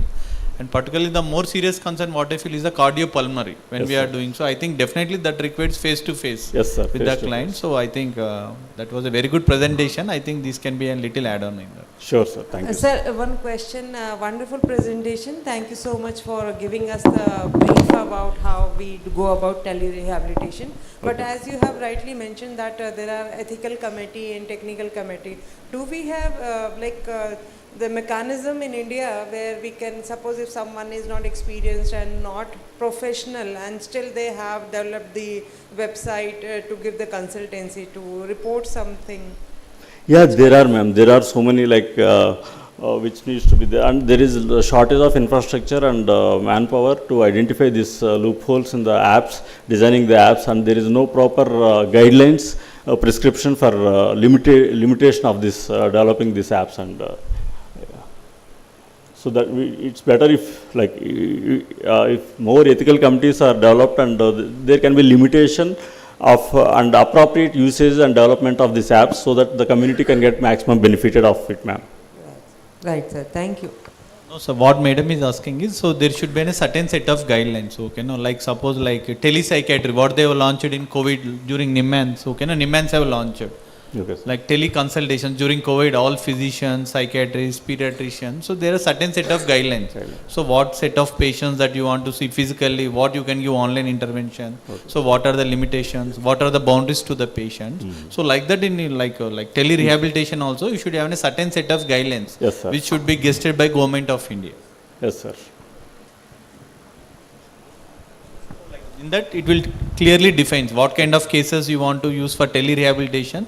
So what are the cases where you cannot see under tele-rehabilitation? Yes, and we can justify the patients Justify, also. and that should be from a government guidelines. That will be more better. Yes, the patient will get maximum benefit. Okay, Dr. Harikumar sir, I am Vinay, CRE participant sir. I am impressed about your model of tele-rehabilitation for the unreached areas, those who are unable to reach to meet the physiotherapists sir for the rehabilitation purpose. This telemedicine is useful for the people, those who are unable to come out from the homes or hospitals or residences. So this is very good model. My observation and my input and suggestion to you is there are certain kind of tele services for the medical or health purposes, like telemanasa, as sir is discussing about telemanasa 14416 for the psychological counseling support and career guidance NCSC support. Like that, digital helpline service 14456 is there. If you integrated or if you converge your tele rehabilitation service, this kind of existing tele services, so that those who were required tele services then directly reach to you, sir. That is one. And another thing is National Rural Health Mission is also conducting 104 health awareness for the over telephone. Like any cough, cold, fever, pains and all will be treated by the telemedicine. I request you, this kind of tele-rehabilitation also can be included into National Rural Health Mission, where the major rural areas are not aware about the rehabilitation, particularly physiotherapy can also be done in telephone. So this should be publicized in various areas, so it can be reached to the rural areas. Number 2, sir. 3 is for developing this kind of rehabilitation services, Wikispedia, CDAC and NILETS is there, sir. In that, if you have a systematic like approaching those, if you are receiving many calls from particular area, you can also develop a workshop or some awareness camp about the rehabilitation. Because in several areas of the villages, due to natural calamities, they have fall into muscular pain or body pains and all. So that if you are receiving many calls, by addressing the telephone rehabilitation, you can also conduct the what you call awareness camp for the rehabilitation after receiving the many calls from particular geographical area. So this is what my suggestion. It's a very good presentation and model for the community to reach the unreached rehabilitation service over the telephone. Dr. Harikumar sir is good, sir. Nice. Thank you so much, sir. sir. Definitely will consider your suggestions and feedback, sir. As we are running short of time, we are running behind. There are 3 more presentations which we have to have for this session. I would request everyone to quickly go and take a tea break for 5 minutes. And before that, we would like to felicitate Dr. Harikumar sir. Thank you for being here. I would request Dr. Shravan Reddy sir and Srinivaslu sir to felicitate. Thank you, sir, for making such a wonderful presentation. And there is one more request, poster presentation. People who are having poster presentation, they have kept the posters, but they are not there. So I would request everyone, whoever is having the poster presentation, please be there and explain to the experts what all you have done. So poster presentation people, please be there with your posters. Judges will come and evaluate your posters right now. And tea break is only for 5 minutes. Come back quickly and we'll resume this session with the paper presentation. Thank you.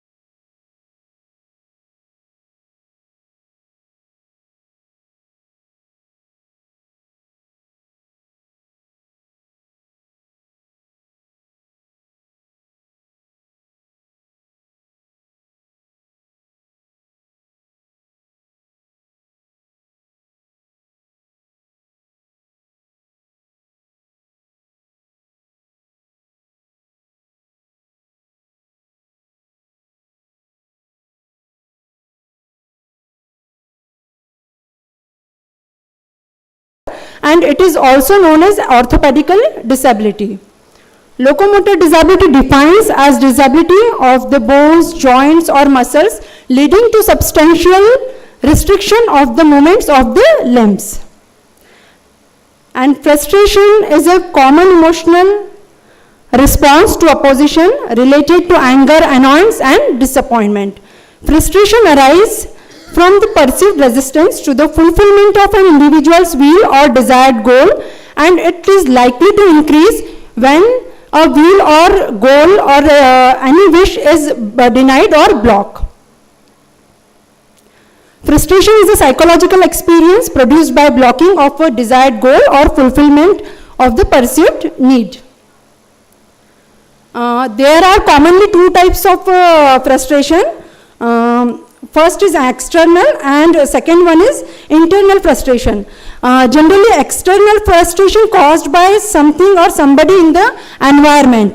It involves condition outside of an individual's control. Example, physical roadblocks or any difficult task.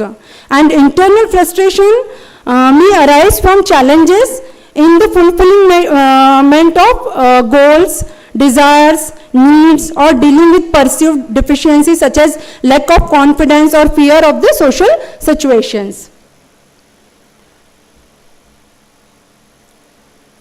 Rational for the present study is adulthood is a period of human lifespan in which full physical and intellectual maturity is attained, which includes developing relationships, career decisions, and issues related to sexuality. Persons with disability also have emotional reactions like any other human being, but in most of the situations, the emotional reactions of the person with disability are suppressed. Parents, guardians, and even professionals are also not able to understand, which often lead to frustration and exhibiting violent behavior. This study attempts to explore the reaction to frustration of a person with locomotor disability so that their emotional and personality functioning can be better understood. Considering their reaction and expression to the outside world in context of aggression and appropriately intervening them will play a greater role in successful adaptation to their environment. Purpose of the study was to investigate reaction to frustration amongst a person with locomotor disability. The total sample size was 100 adults, 50 male and 50 female. Their age range was 18 to 45 years and mean age was 32 years, 6 months. And the data was collected from Nagpur district. And the tool was used in the study, Rosenvik picture frustration study. Indian adaptation of PF study. PF study consists of 24 pictures with cartoon drawings. These drawings have frustrating situation. Each picture have 2 characters with speech balloons. The subject is required to say or write what the other person will say in the given situation. The responses are scored based on 3 dimensions in the Rosenvik picture frustration study: extra-aggression, intra-aggression and immigration. And type of aggression, obstacle dominance, ego defense and need persistence in relation to number of psychological defense mechanisms mentioned in the PF study. I included adult with locomotor disability, both from the rural and urban areas, educated and uneducated adults, employed and unemployed, married and unmarried. And I excluded locomotor disability associated with any other disability like intellectual disability, visual impairment, hearing impairment, and having any psychiatric disorder in the group. During the data collection, I did not consider their socio-economic status. To investigate the difference between male and female on reaction to frustration, the mean and standard deviation were calculated and finally t-tests were computed. This is the table on direction of aggression. We can see here that extra aggression is high among, if we will compare with mean, extra aggression is high among both the male and female is compared to introgression and ingression. Extra aggression is aggression outside of the world or somebody. So this is relatively high on adults with locomotor disability.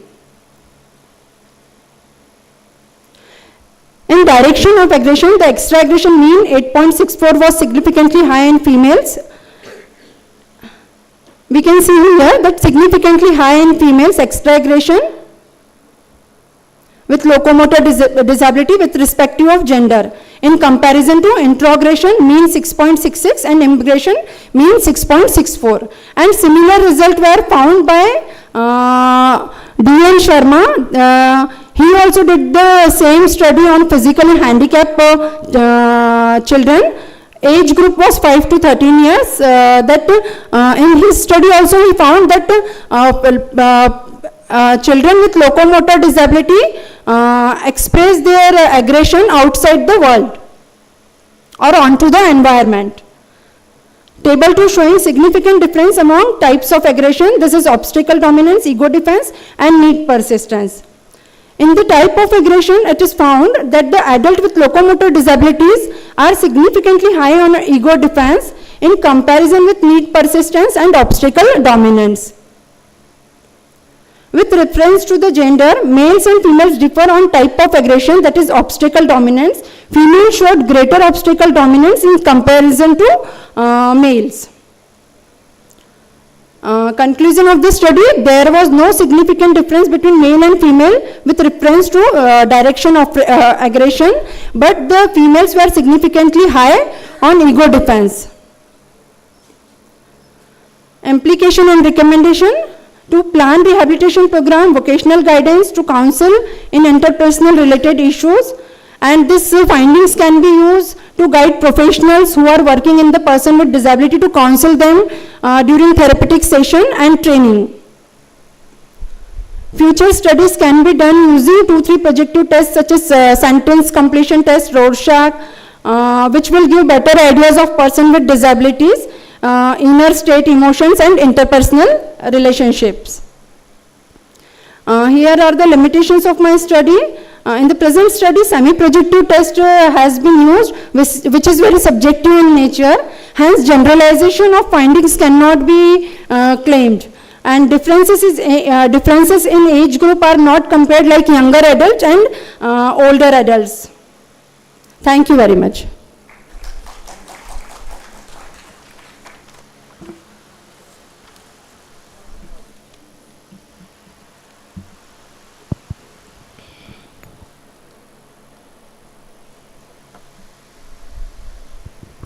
Ma'am, I just want to ask you, like, how can we, come to the conclusions without having the p-values and Cohen's d in the table? You just mentioned the t-value, right? Whether it was significant or not has not been mentioned there.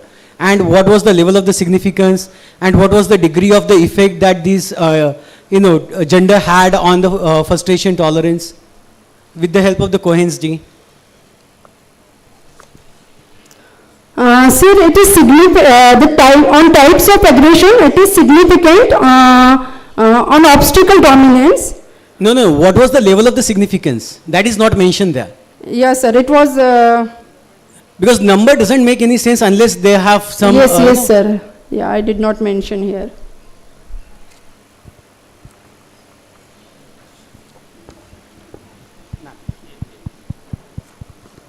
Okay, Dr. Kiran Madam, I have one more question. Yes, and sir. You are having a title called Reaction and Frustrations on Locomotor Disabilities.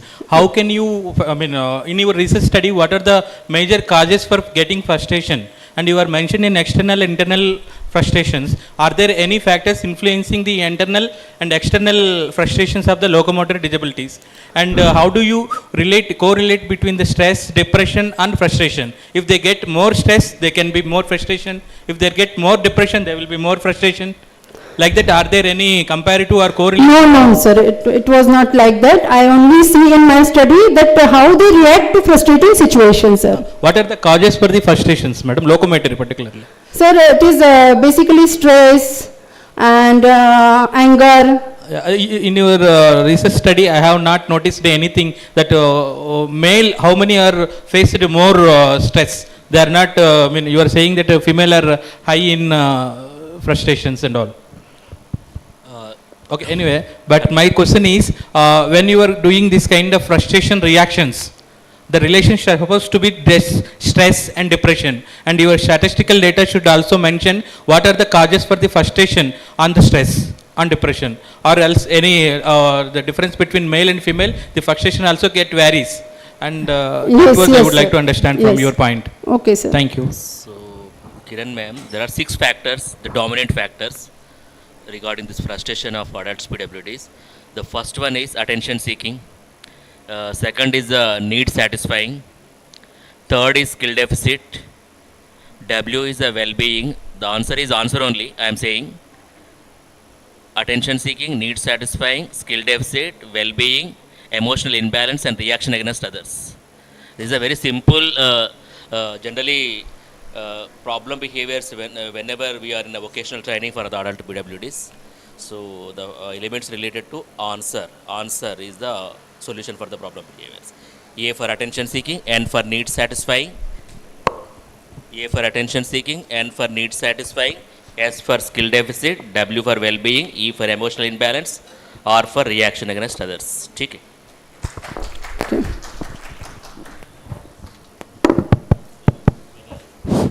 Hello.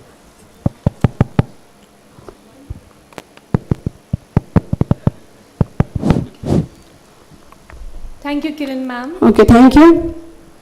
Now I would request Shiva. Request Srinivaslu sir to felicitate Dr. Kiran for her presentation. I would request the next presenter be on the stage. Miss Anjali. Dr. Anjali.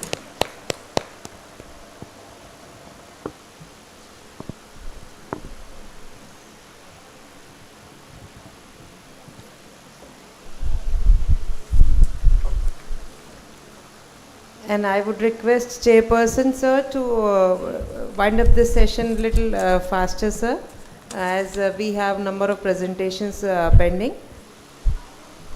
And Dr. Anjali, you have 7 minutes for presentation and then wind up session. Thank you so much.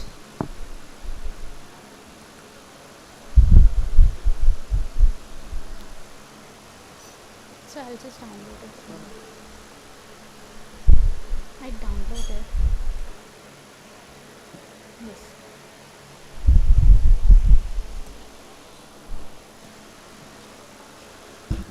Good morning, everyone. My name is Dr. Anjali Karwalo. I am a second year master's student of community physiotherapy, and the title of my presentation is Effects of Work-Related Neck and Upper Extremity Dysfunction Causing Hand Function Disability Among Industrial Workers, a Cross-Sectional Study.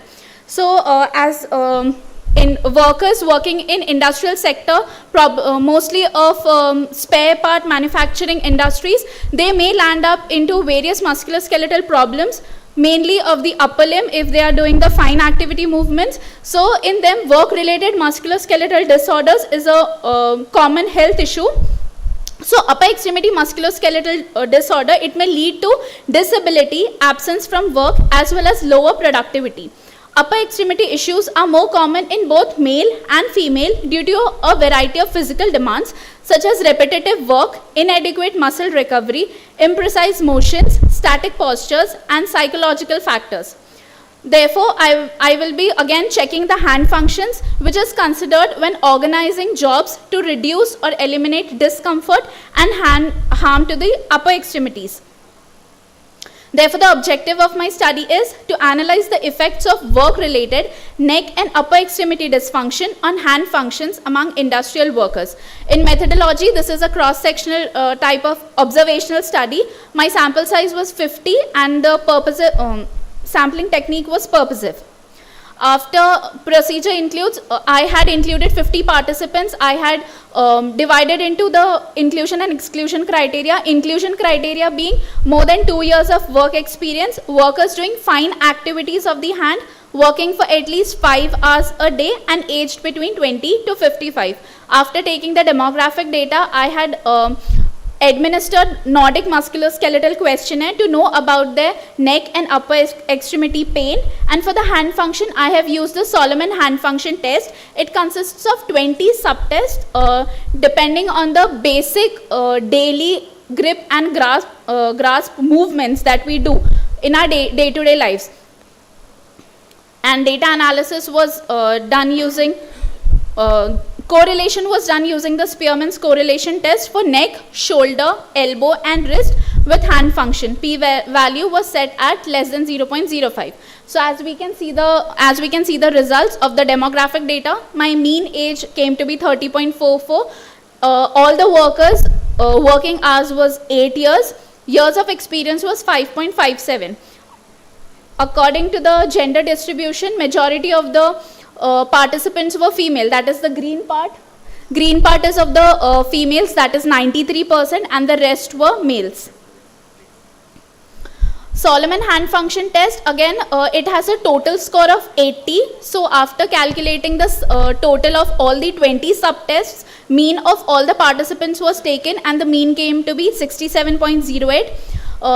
With the Nordic musculoskeletal questionnaire, when I assessed the pain areas, so the maximum affected domain was shoulder, that is major of the participants had shoulder pain, followed by wrist pain, neck and then elbow. So these are the 20 subtests of Solomon hand function test. So as we can see, the yellow part that is highlighted, those are the tests which were done very easily. So the scoring of the Solomon hand function test depends on the time.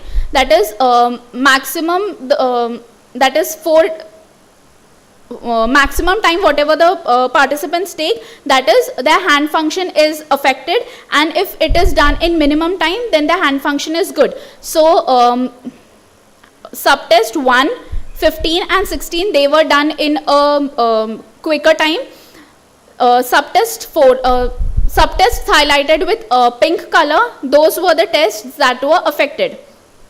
Then the correlation was done using the Spearman correlation test. So in that, as we can see, there are 4 affected areas, that is neck, shoulder, elbow and wrist, and the most affected area is neck, that is with the value of 0.7, that is it is strongly correlated, followed by elbow 0.65, again strongly correlated, and then 0.47 and 0.45 of wrist and shoulder respectively with a high correlation.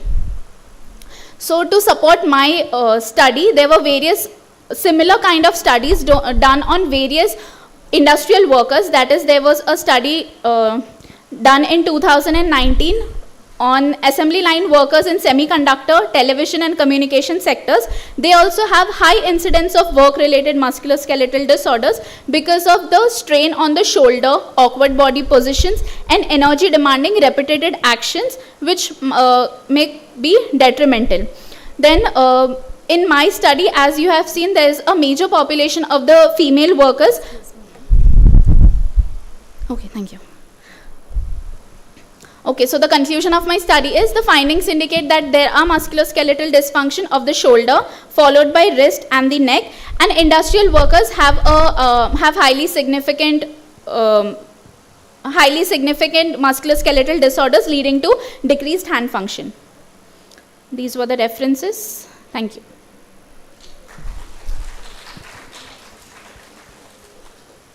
Thank you, Dr. Anjali, for such a crisp presentation. I would request Chairperson Sir to conclude the session. If anyone having only one question, we can take. Otherwise, Dr. Anjali will be available during lunchtime, and anyone giving any suggestions, they will give in between the break.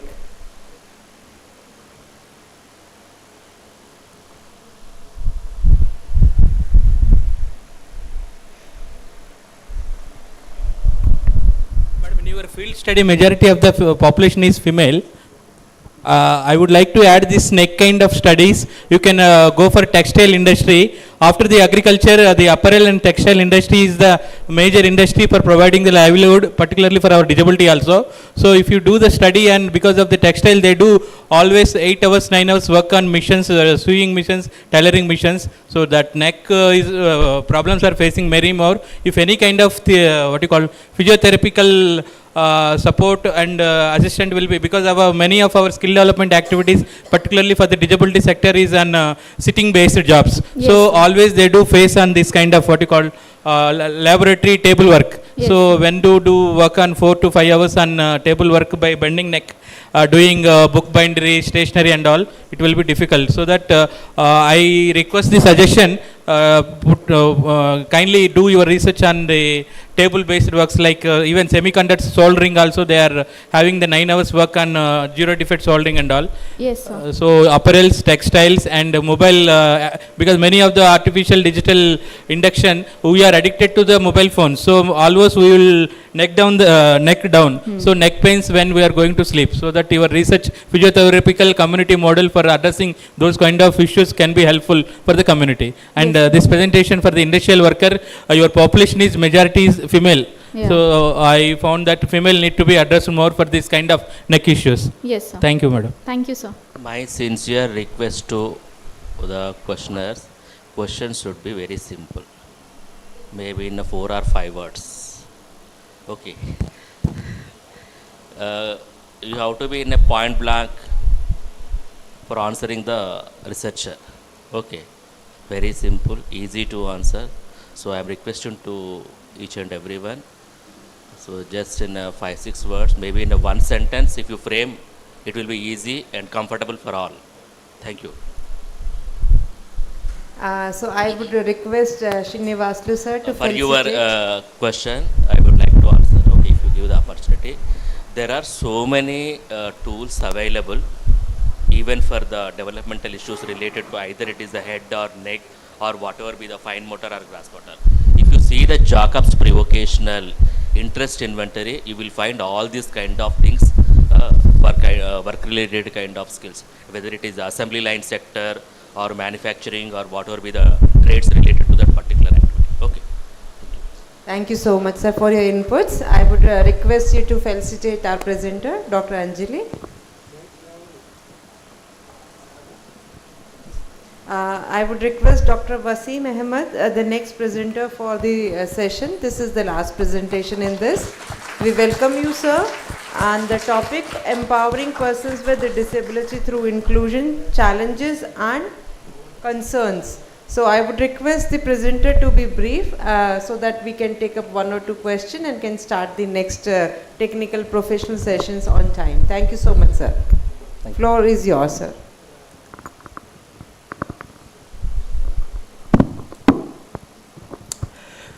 Respected chairperson of this technical session, esteemed participants, very good morning. Please bear with my bad throat. I sincerely apologize for this. It is not in my hand. I think I am audible.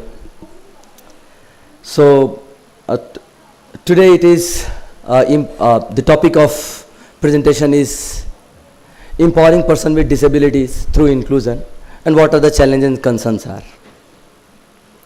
So when we look at the inclusion in the last 2 decades, tremendous changes have taken place in the field of disability rehabilitation. Though enough have been done to achieve inclusion, there are still miles to go to realize the real sense of inclusion, particularly country like India, where we have a lot of diversity. The NAP 2020 is a ray of hope for the inclusive education, as it discusses about the multi-category special educators, disability accommodations, ensure full participation, language appropriate TLM such as textbook, large print braille, sign language, assisted devices, etc. So this is a review article, and databases such as PubMed, Google Scholar, Sage Journal, Willy Online, ResearchGate and other sources were searched with relevant items such as, these were the key terms of the title and they were searched through. All published literature till July 2024 were studied, and study which met the inclusion criteria were included. The resources could include original research articles, review articles, book chapters, and web pages addressing the purpose of the paper. The resources were subject to the following inclusion criteria. It must be published in English. It must include content on disability research, beginning of research on inclusion in India and around the world, challenges for the family and legal provisions for education and employment of persons with disabilities in Indian context. During this research, 57 such studies were found which met the inclusion criteria and they were included. So when we look at the challenges, students in schools still faces separation and discrimination based on social status, ethnicity, cultural background, gender, sexual orientation and other personal characteristics of the disabilities or abilities. India is known for its diversity of culture and plurality of languages, ethnicity and religion. There are 22 official languages that have been stated by the Constitution of India. People Linguistic Survey of India has identified 780 different languages. Thus, language become the first barrier in the process of inclusive education, which is given by Press Information Bureau, Government of India. It is given in the year 2017. The funds dedicated to education in India is very low. Even in NEP also, the NEP 2020 says 6% of GDP, which is promised by 2030, suggesting that inclusive education would be more effective if the finances were provided. So before 2020, we did not have 6% of total GDP for education. The division between rural and urban is a major challenge for persons with disability and are found often among the poorest of the poor. So these are the actually major challenges for inclusion of people with disabilities. They are cited later in the later slides, but here I put it all together. So time and skills are the major challenge for teaching children with special needs in the inclusive classrooms. Physical environment, that includes the inaccessibility of the environment, that is another challenge. Attitudinal barrier, so much of work has been done, but still the attitude is still, it still needs to be improved, particularly towards people with disabilities. Curricular barrier, so one curriculum is there and that curriculum is expected to be reached to all. So it becomes another problem. Language and communication barrier, that is another, it could be viewed as a barrier. Social stigma. So even the family who are having people with disability or children with disability, they are stigmatized. They are not open that they can come up and they can approach the doctors or the community center or rehab centers. So social stigma is very much related with disability. Trained and skilled manpower. So there is a difference between trained and there is a difference between skilled. So we train so many teachers, but we don't skill all the teachers. So that is another problem. We have trained teachers, so much of trained teachers, but we don't have enough skilled teachers to teach children with special need, particularly in the inclusive classrooms. Committed professionals. So you see, there are many teachers who get through B.Ed special education. They are registered with RCI. The database says that they are registered with RCI and number of professionals shows high, but later they leave the field and they work somewhere else.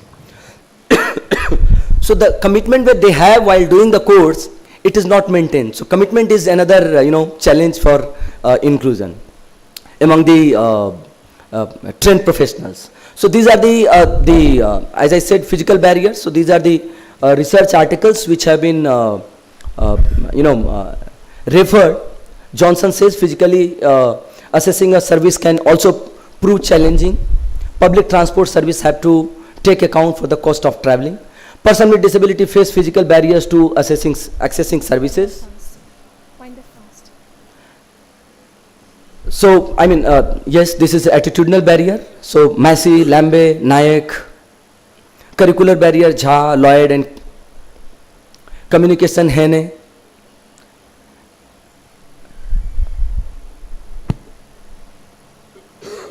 So even the NCT document which was published in 2003, it says that more than 80% of persons with disabilities in India lives in rural area. Thus, a geographical barrier becomes the largest hurdle in the way of inclusive education.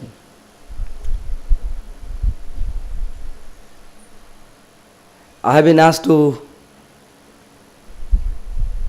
Yes, so I'm coming to the approaches which can empower people with disability to achieve a real sense of inclusion. So there is another one model, Harlan-Hans model. It is an approach which says that, this statement might invite controversy, but I feel it is very much contemporary and it is very much relevant. It says that problems of persons with disabilities are not caused by the prejudice and discrimination, and not by caused by social prejudice and discrimination, and not by their functional abilities. So this is given by Menon in 2022. Even the Union Minister for Electronic Information Technology, Sri Ravi Shankar Prasad, also stated that language of the internet cannot be in English alone, so all local languages should be connected to the internet and local means. So this slide I'm skipping. Yes, so when we look at the policy and programs and acts in India, particularly I believe that the distinguished colleagues will agree with this statement, that probably India is the only country having largest number of acts and policies for the welfare of people with disability. Look at it, start right from the pre-independence Indian Lunacy Act, which was passed in the year 1912, and today we have 2020 National Education Policy. So these many acts, these many policies, these many programs, these many projects were launched to include people with disability, but still the position is not on much higher side. So I think we need to we need to work hard to include people with disability, so that they will also have a experience of inclusive education.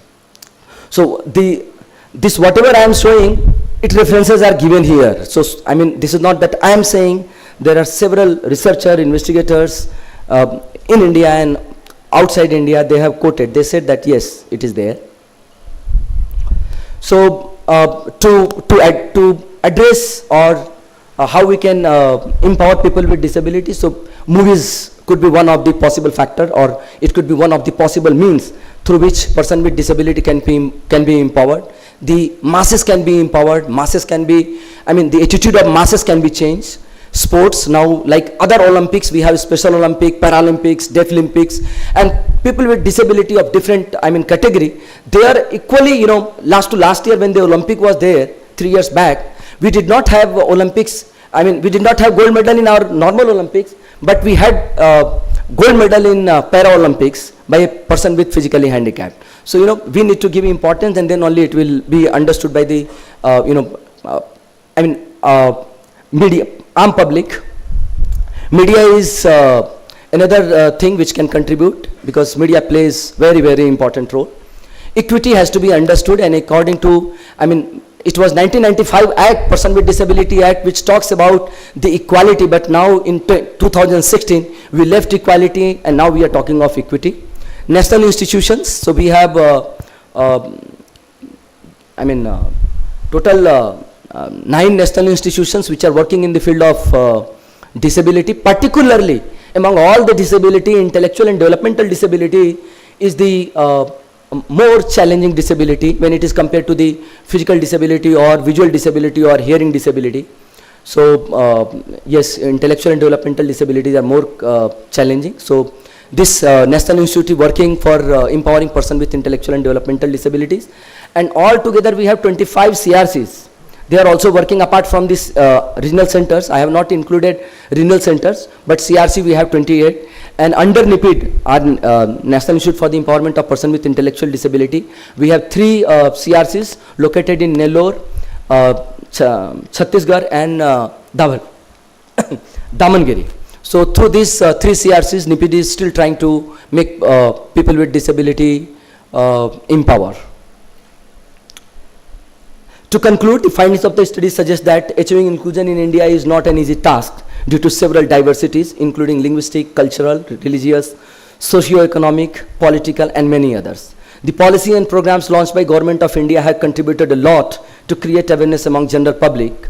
the media, films, sports and other activities carried out in different sectors have also contributed meaningfully towards inclusion. However, there is a huge gap between the theory and the practice. In developing countries like India, where we find vast diversity across culture, languages, custom and habitation, there is a dire need to make an educational system based on the philosophy of inclusion. It is believed that every child is unique and has a fundamental right to equal opportunity and the right to get an education in the mainstream classroom, irrespective of disability or diversity. In concluding points, author wish to appreciate the remarkable effort made by the government, school, parents, teacher, and one who concerned in making the inclusion happen. Thank you very much. These are some of the references. Thank you. Any questions? Sir. We'll not take any questions. I'm really sorry. We are running 45 minutes delay for the, sir, I would request chairperson for the session to conclude the session. He'll conclude the session. Conclusive remarks, sir.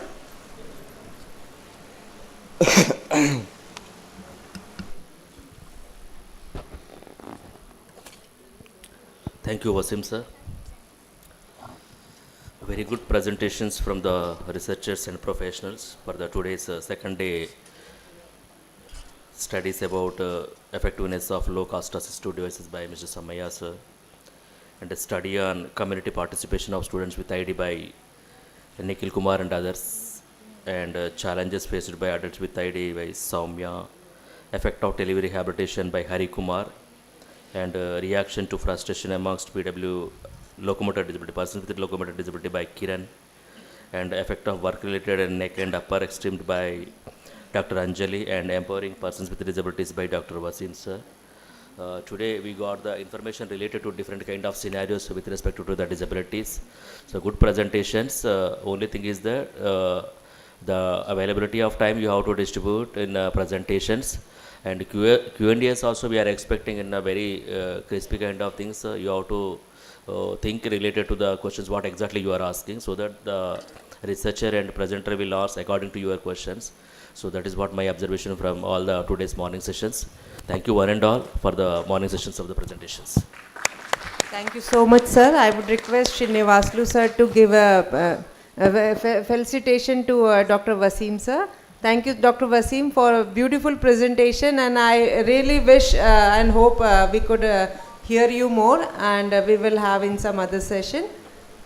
Thank you very so much for being so brief and help us out in a round of applause, please.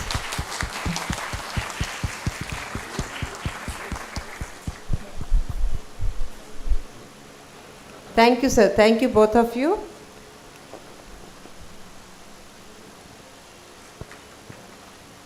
Thank you so much, sir. Now, with the next program for the day is professional sessions. We have our experts available with us here. I would request Dr. Amrita Sahai. She is an assistant professor in clinical psychology, a senior faculty in Center of Excellence, IBHAS, Delhi. We have Dr. Rudrani Chatterjee. She is also assistant professor in clinical psychology, Center of Excellence, IBHAS, Delhi. We have Dr. Shatabdi Chakraborty, madam. She is additional professor in psychiatric social work. I would request all of you to join on the stage. Now, this professional session will be chaired by Shri Dashrath Chaudhary, HOD Department of Rehabilitation Psychology, NIPID. We request you, sir, to grace the occasion.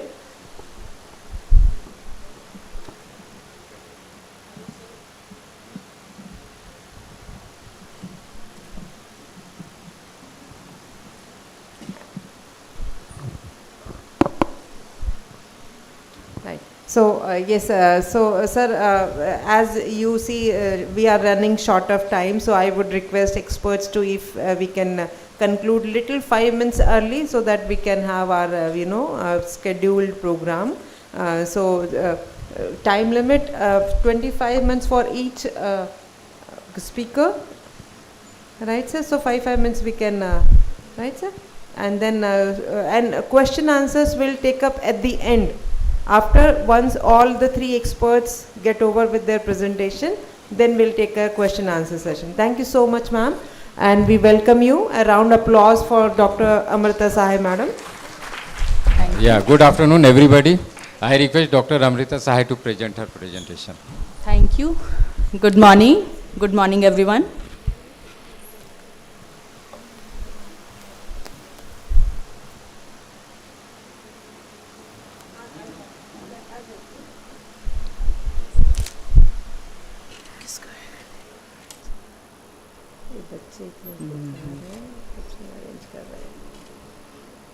Theme 1.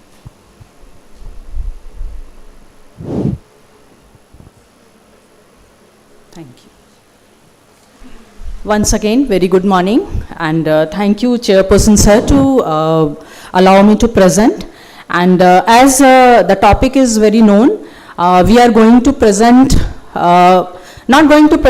we need to discuss about specific learning disability, and we need to exploration of assessment pathways. So this whole symposium is divided into 3 themes. I will cover assessment of SLD, and the second theme is challenges in certification, and the third is social and educational context. So as we are very much aware that what is specific learning disability, so I would like to cover this topic, this theme under following heads: that introduction, historical perspective of SLD, common areas of difficulty, which is one of the important area which we need to discuss, steps for assessment, because many of us, we are facing lot of difficulty that the child is being referred for the SLD assessment. So what test should be done first, and what test applicable in India, and what are the tests which is commonly used in our setup. What are the indicators of certain testings, because we as a mental health professional, we as a clinical psychologist, we need to find out the particular assets and limitations of the child. And very important, many of the teachers are available here participating this program. So role of the teacher is very crucial. So we will go one by one. So I will not take much time for the SLD definition and all. So but in brief, as we know that what is specific learning disability, and now these days it is not very uncommon for the mental health professionals. UNESCO says that out of 13 to 15%, almost 50% children with special need diagnosed under specific learning disability, 8%. So recently in India, children are being referred for IQ and SLD assessment. So many of you must be experienced that many of the children are only referred for the IQ and SLD assessment, and because of the poor scholastic performance. As we know, and Dr. Washim is also included, that we are facing lot of challenges, because we are dealing with the neurodevelopmental disorder, that is as per the RPW Act, 3 categories are there: ID, ASD and specific learning disability. As it is a hidden disability, we can't diagnose just seeing, or just go with the machine test and something else. So it is a hidden disability, and it is one of the challenging for the behavioral specialist and clinical psychologist, and of course for the teachers also. So mostly children referred by the school authorities. Now these days, this is a common scenario in everywhere, that they are the teachers or the school authorities referring to the children with special need, or especially for the SLD, for the SLD certification, to making UDID, and very important, that change of the subject in 10th standard. And unfortunately, they have not seen before that 8th standard or 9th standard and 10th standard. So they have been characterized, or their characteristics of the symptoms are seen after 8th standard. So this is very unfortunate. So come to the historical perspective. Don't misinterpret that in India we are talking about SLD after RPWD Act. No. This history is very long. The first time in 1870, so you can imagine it, 1870, the term used dyslexia in 1870 in a medical journal, that is Lancet, and the involvement of organicity with SLD was introduced in 1930. So more than 90 years. So in US before 1940, the children were characterized for the category for the assessment is three. Only three. First is assessment for the mental retardation. Now we use the term intellectual disability. And the emotional and behavioral disorder like childhood autism, childhood schizophrenia, the other disorder like conduct disorder, oppositional defiant disorder, and many other disorder, children usually refer for that. And the socially and culturally disadvantaged, the children usually refer to the mental health professional for the children who were disadvantaged group, particularly in the socially and the culturally. So it is not new, it is not just 10 years or 15 years, it is more than 100 years. So after 1950 to 60, if you will go with the research, if you will see the research of the Dr. Luria, Dr. Bender, so you will find that they were the pioneer of many of the neuropsychological assessment, and they found that children who have difficulty in faulty writing skills and they have faulty neural functions, and it was considered as a minimal brain damage. So later, with the help of some conference and other thing, they found that conclusion. They conclude that children usually show three type of difficulty. First is different way of functioning of nervous system. The second is difficulty in attention and hyperactivity. Usually we consider still. So because if the child is having SLD, diagnosis of SLD, we go for the attentional assessment and the behavioral assessment. So this was recognized at that time. And problem in emotion, social and family. Family issues are also one of the important aspect which will be taken care by the other my colleague. So this is very important. Common area of difficulty, brain and behavior. Why it is important? Because SLD is considered as a neurodevelopmental disorder.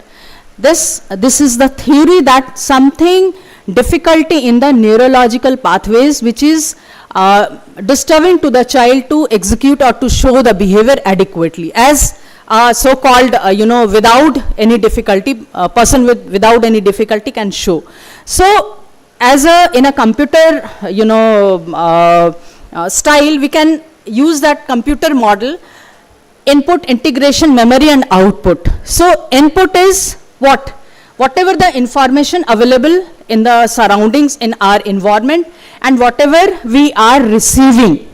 So for the learning, two perceptions are very, very important. First is auditory, second is visual. It is not to learn something, two modalities are very important. The second is integration. So why integration? For example, if the fan is moving, so why it is coming to my mind and why we need to integrate myself? Of course, I have to integrate that some air is coming here and maybe my paper will be go somewhere else. So I have to integrate that how to put my paper so that that air cannot disturb my work. So that kind of integration is not only applicable for the learning, but it impacts our life. But unfortunately, we are not able to understand. So for the integration, especially in the integration, 5 senses are very important for everyone. But for integration and especially in the learning, acquisition of the learning skills, the tactile, proprioceptive and vestibular perception is very important. So the tactile is deep, light and pressure touch.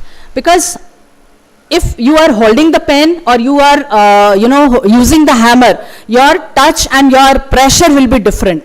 Proprioceptive, muscles and joint. Nerves are ending on muscles, particular muscles and the joints. So the child is, or the person, or even we and you are able to coordinate with this, proprioceptive muscles and joint integration. Vestibular, our ear functions and especially inner function is involved for the movement and the coordination.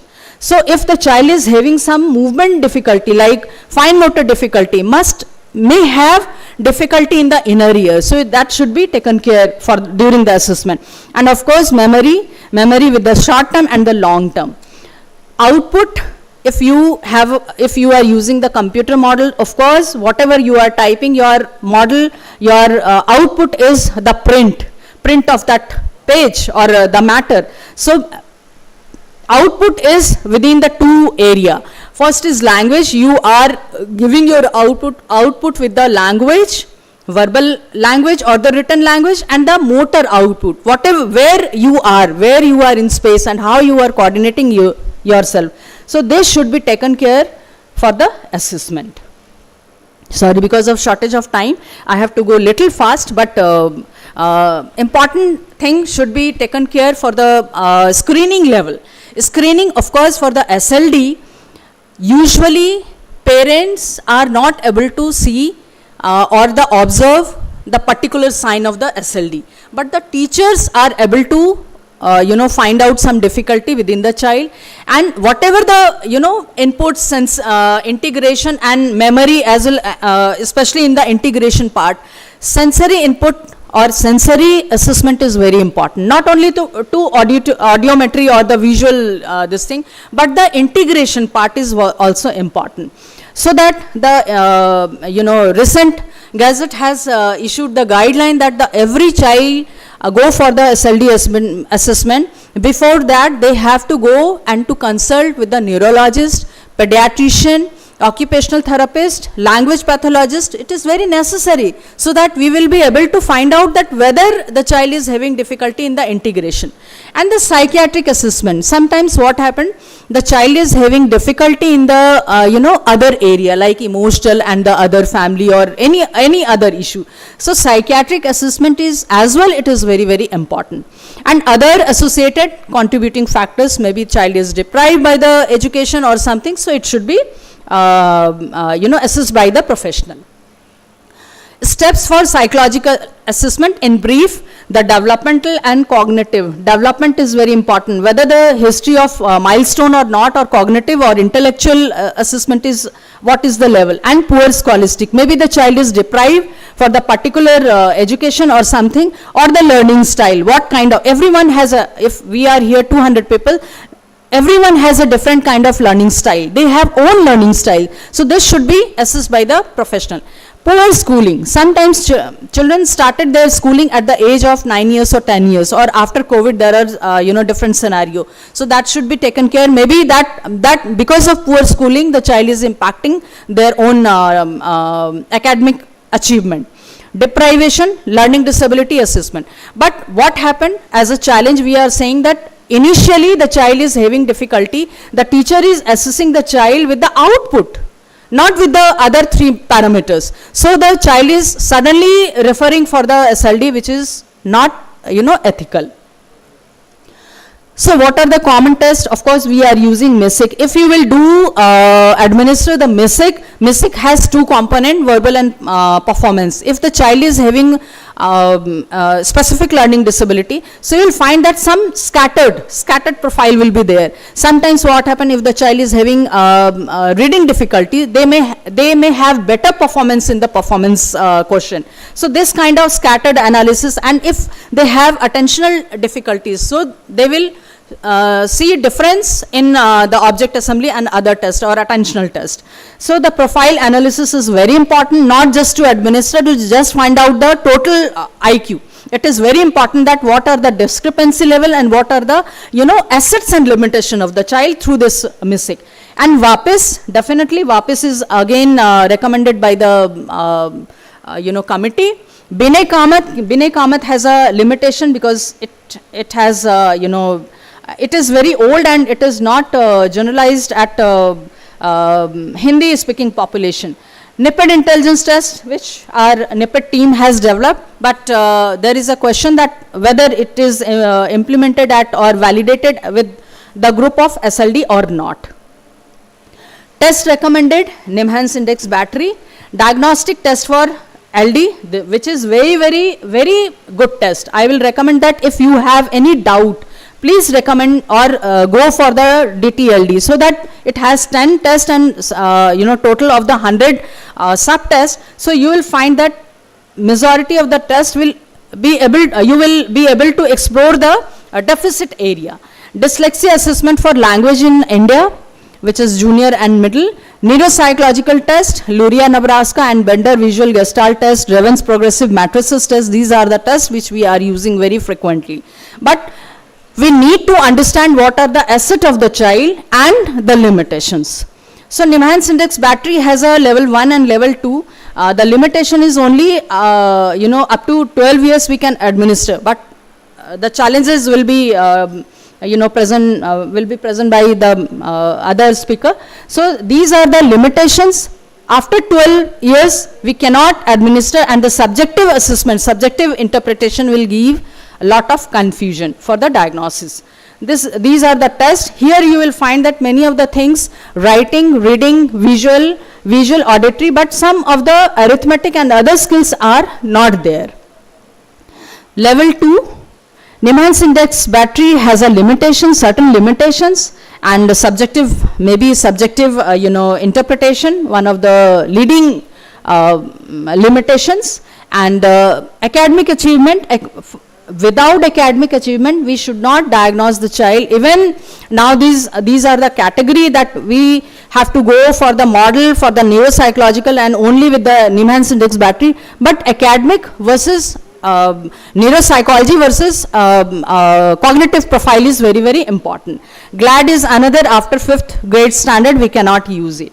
So these are the thing. Wide range achievement test, which is one of the important, where you can use it for the children who is going to public school. So PQ versus VQ discrepancy, attentional skills should be distributed, visual reasoning may be scattered through MISIC, and visual special functions may reflect dyscalculia as per the parietal lobe dysfunction or engagement.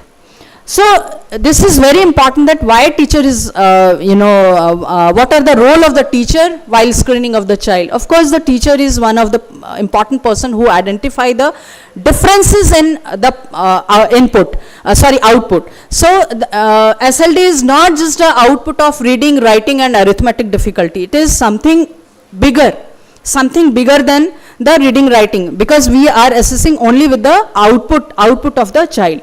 So non-academic performance is also important, how the child is reacting with the other situation, or sports performances, how the child is perform in other co-curricular activity. And focus should be on recovery with the compensatory strategy. So if I have a limitation, definitely as a teacher this is my responsibility to develop that compensatory strategy and response to intervention. That is very important. So that record should be properly maintained by the teacher or the professional. Now what are the limitation which is very important to address, that now the teacher are using NCERT developed processed screening checklist, but it is very basic. Mostly the teachers are not very trained to screen the child with the special need. So this is the one of the important factor. Without knowing the background of the process and without knowing the background of the disability, they are just referring to the child for the SLD assessment. That is not good, and actually it is very unethical. And limitations like teachers are not trained, the remedial is helpful but it is not given properly, and the other academic support may improve the self-confidence of the child. So that should be given priority for the therapy. And in last conclusion, of course, now the time to conclude.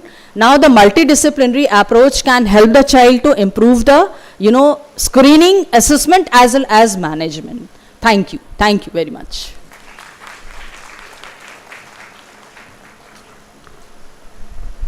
Thank you, Dr. Amrita. Now I invite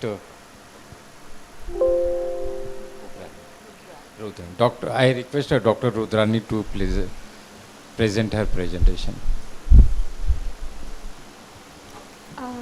I would request all other participants to please take a note of the time limit, as we have to proceed for lunch also. So please, you have the time limit for 25 minutes.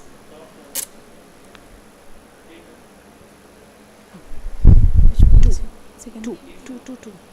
Theme two. Yeah.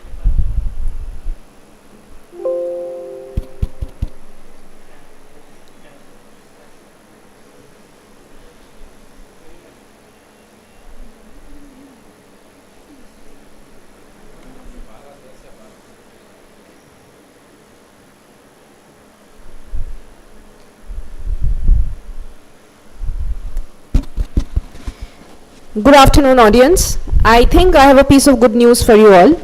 Mine isn't a scientific presentation at all. You know, what I present before you right now is more of an argument, or you might even say that this is an appeal. So I would ask you to sit up and listen to me and ask questions, if not to me, to yourself, because we have some very serious considerations at hand. Now, before we proceed, let's have a show of hands as to how many of you are aware that there are serious certification issues in the field of specific learning disability. Thank you. How many of you are aware that NIMHANS battery for specific learning disability is only up till age 14 as of the 4th edition 2020? Thank you. And to add to this, let me say why we arrive at this juncture and we talk about certification is because this has now become what is known as the elephant in the room. We all know that this is a very controversial topic, and this is exactly why we tend to avoid it. But unfortunately, some of us are the people who have to sit on the certification board and actually issue those certificates. So our heads are the ones which we feel are on the line, and that is why we feel that the relevant audience, the students of psychology, the students of special education, the faculty, all the people who are associated with it, it would be great if you shared our dilemma. I begin with snippets of some of the issues which has been raised. As you can see that there are four snippets here. The first one is what, out of sheer vexation, the letter to the editor that we wrote to the editor of Indian Journal of Psychiatry, very recently Dr. Sahai and myself wrote a letter to the editor stating that the guidelines which has been given by the Gazette of India has standard recommendations for how to certify SLD, but these are the issues that we are facing, coming to them. And I have used two other snippets where the assessment challenges in SLD has been written about by the additional professor of psychology of NIMHANS, Dr. B. N. Rupesh, and retired professor of clinical psychology, Dr. Manju Mehta, use and abuse of specific learning disability certificate. I know it sounds scandalous, but sometimes that is exactly where it is headed. And this is the reference for your paper. This is just what I'll briefly touch upon. Believe me, my presentation, you'll just blink and miss it. I just thought that, to get you to the feel of the situation, just look at the Gazette of the India Extraordinary. This is part 2, section 3, subsection 2. And when we are talking about specific learning disability is section B, part 4, section B, specific learning disability. Section A is intellectual disability, and section B is this. This is everything that ma'am has already spoken about, so I'm not going to repeat all that again. So you can see that how detailed the screening has been, detailed screening has been arranged so that assessment can take place at various levels. First, the child goes to the pediatrician, then the child goes to a psychiatrist, then the child is referred for assessment, and even then, not an assessment of learning disability, but an assessment of intellectual functioning. In that assessment, if the child qualifies let's say grade gets above 85 in the IQ score, only then further assessment is proceeded to. And you can see a line that I have highlighted, that there are no assessment tools which are there for adults to be diagnosed with SLD, and we have to proceed with whatever we have till there is a tool for that, which we, given our knowledge, we know that there is a tool under development. But as of now, there is nothing. And as of now, for a child, let's say who is aged 16 or 18, we have to assess the person on a battery which is an age range only 14, and ascertain that if he or she falls below 3 standard deviations of the current grade level. So you see the dilemma right there. So what do you do when a boy who has passed class 12 is about to get college admission, comes to you asking for an SLD certificate, has not been issued a certificate before? How do you assess? The Gazette clearly says that you have to make do with whatever you have. So with what markers do we say that the individual has benchmark disability? How do we say that the individual in question does not have benchmark disability? Let us say the person has already been compensated by the CBSE board in his examinations, either by extra time or by a scribe or through some other means. But right now in the assessment through Niemann's battery, we do not see any difficulty, leave alone at the 3 grade levels below difficulty, not even at the current grade level difficulty, current as in the 10th grade level difficulty. Then what do we do? Is it that simple? Do we say that no, because it is not 3 grade levels below, there is no benchmark disability? Or do we say there is benchmark disability when there is nothing? What do we do? And more than that, by how much is the disability present? If you have taken a look at the last updated Niemann's battery of 2020, the 4th edition, you will see that now there are gradations as to the level of disability, level 1 or level 2. I mean, the severity level is trying to be ascertained as of today. But even then, severity level can be ascertained for a child who falls within the age range. What about an adult? What do we do for an adult? Right, let's say if documentation for previously given a diagnosis of SLD is already present, should we go by the diagnosis? From one point of reasoning, we should, because SLD is a hidden disability. It's a neurodevelopmental disorder, so it can't be cured. Surely it can't be cured. But let's say that individual has received years of special training, has been well compensated for, and now do not show the deficits that he previously did. So does he not remain an SLD? Has this now become learning difficulty? Or let's say he is SLD but does not qualify for benchmark disability. So just saying SLD makes him qualify for benchmark disability. Should be given a certificate for not just for higher education, also for employment later on. So we are shouldering a huge responsibility without the resources to shoulder that responsibility at this stage. I am not saying that I have answers to all the questions. My part here is just to raise question. So here's just taking a look at whatever is available worldwide. By worldwide here, I restricted myself just to UK. Sorry for that. But I'm not even looking at dyscalculia, dysgraphia. We're just looking at dyslexia.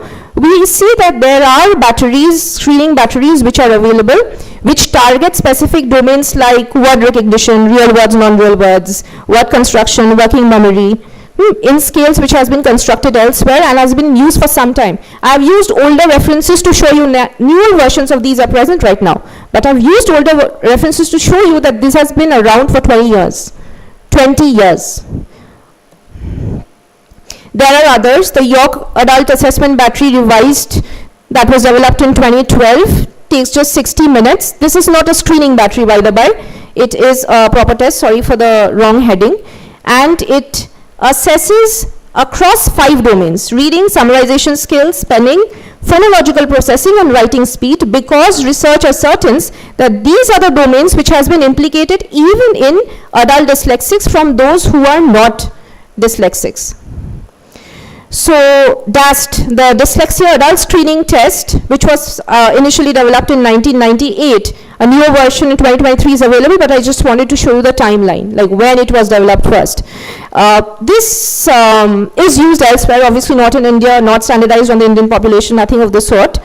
But some of the parameters have been assessed as to what can be effective discriminators between dyslexia and non-dyslexia and what are not so effective.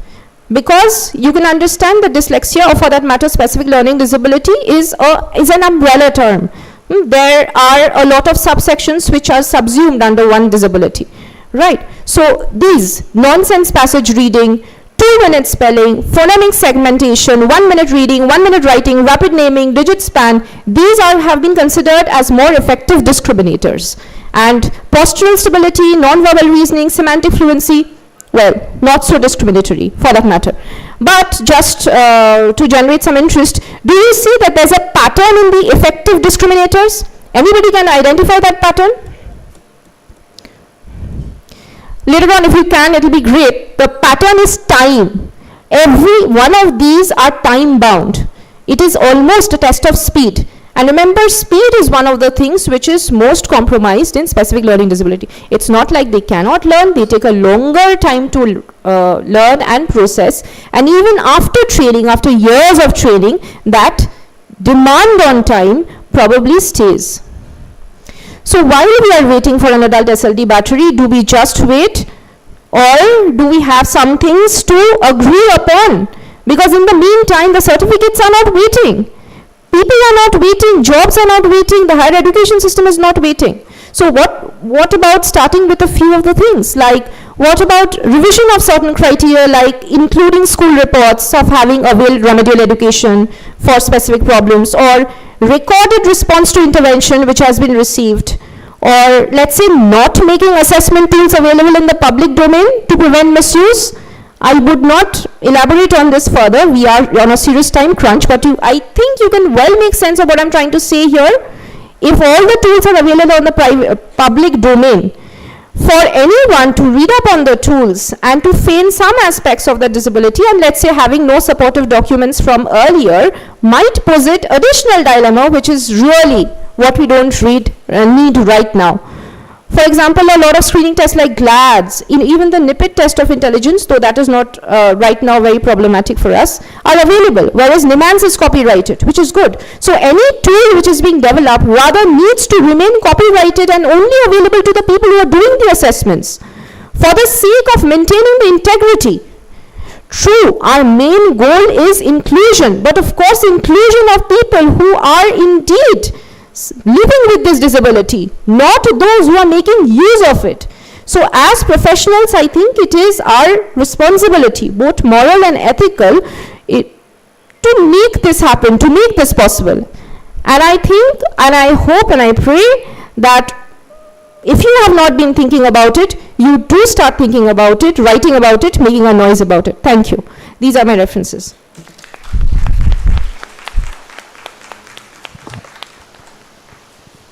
Yeah, thank you, Dr. Rudrani. Now I request Sadabdi, Dr. Sadabdi to present her presentation.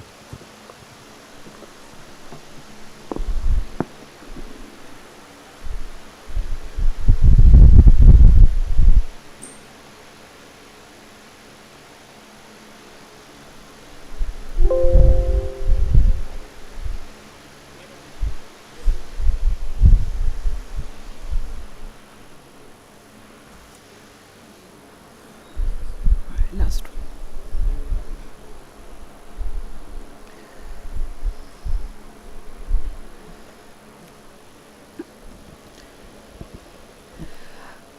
A very good afternoon to all of you, respected chair and audience. By this time you have idea what is SLD, what is the assessment procedure.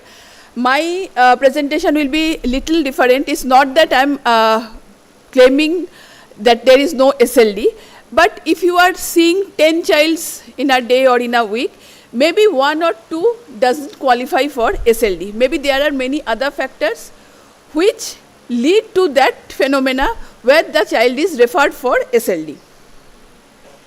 So in a developing country like India, this is relatively a new concept. Even if you can recall after 20, 30 years back, we are not that much aware how we are now. But we have a history of studying in SLD. in research studies in SLD. So there are, but in SLD have a unique characteristics, especially in India, because we have a multilingual system. If you compare with the Western countries, the features of SLD here vary from the Western studies. Before going to the assessment of SLD, there are a number of environmental factors which may be or may not be linked to SLD. That may be the parental literacy, may be poverty, lack of literacy resources at home, lack of access to preschool teaching. If the child never went to preschool, if the child never learned the basics of alphabets and suddenly started the formal schooling, maybe he or she may have some problems. Then the instruction, way of instructions the teacher of giving, may the child is not able to adapt with those instructions. So there are many psychological studies which have shown that poverty is a significant risk factor for low cognitive and academic performance as well as poor developmental outcome. So children who are especially living in cities of India, they learn through English medium schools, but their medium of medium of education is English in the schools, but medium of all communication in home, in peer group, in neighborhood are with their mother tongue. So here comes the big discrepancies. So they are not able to master in their mother tongue also, they are not able to master in a foreign language also. So bilingualism of the Indian education system is also aggravated the problem of dyslexia. And a subgroup of dyslexia in the country are faced with the dual problems. One is dealing with the perceptual problem and the other is dealing with the language aspect. The few facts which are the evidence-based fact, that research suggested that main cause of scholastic backwardness was found to be faulty parental attitude and poor or motivation at the studies. And besides psychological stress due to fear of school activities and teacher, isolation among friends, rejection by teacher, so these may cause the difficulties in studying. Maybe student is facing bullying in school, maybe students having the fear of teacher, maybe student is not able to understand the instruction of how the teacher is instructing, the language student is not able to understand. All this may lead to a decline in academic performance, which we can misly consider as SLD. The reality is that how many of the primary school teachers have the real concept of SLD, how to screen SLD. So we should include the basic screening procedure at the primary school level. Teaching method and styles adopted by the teacher differ from school to school and also from regional basis.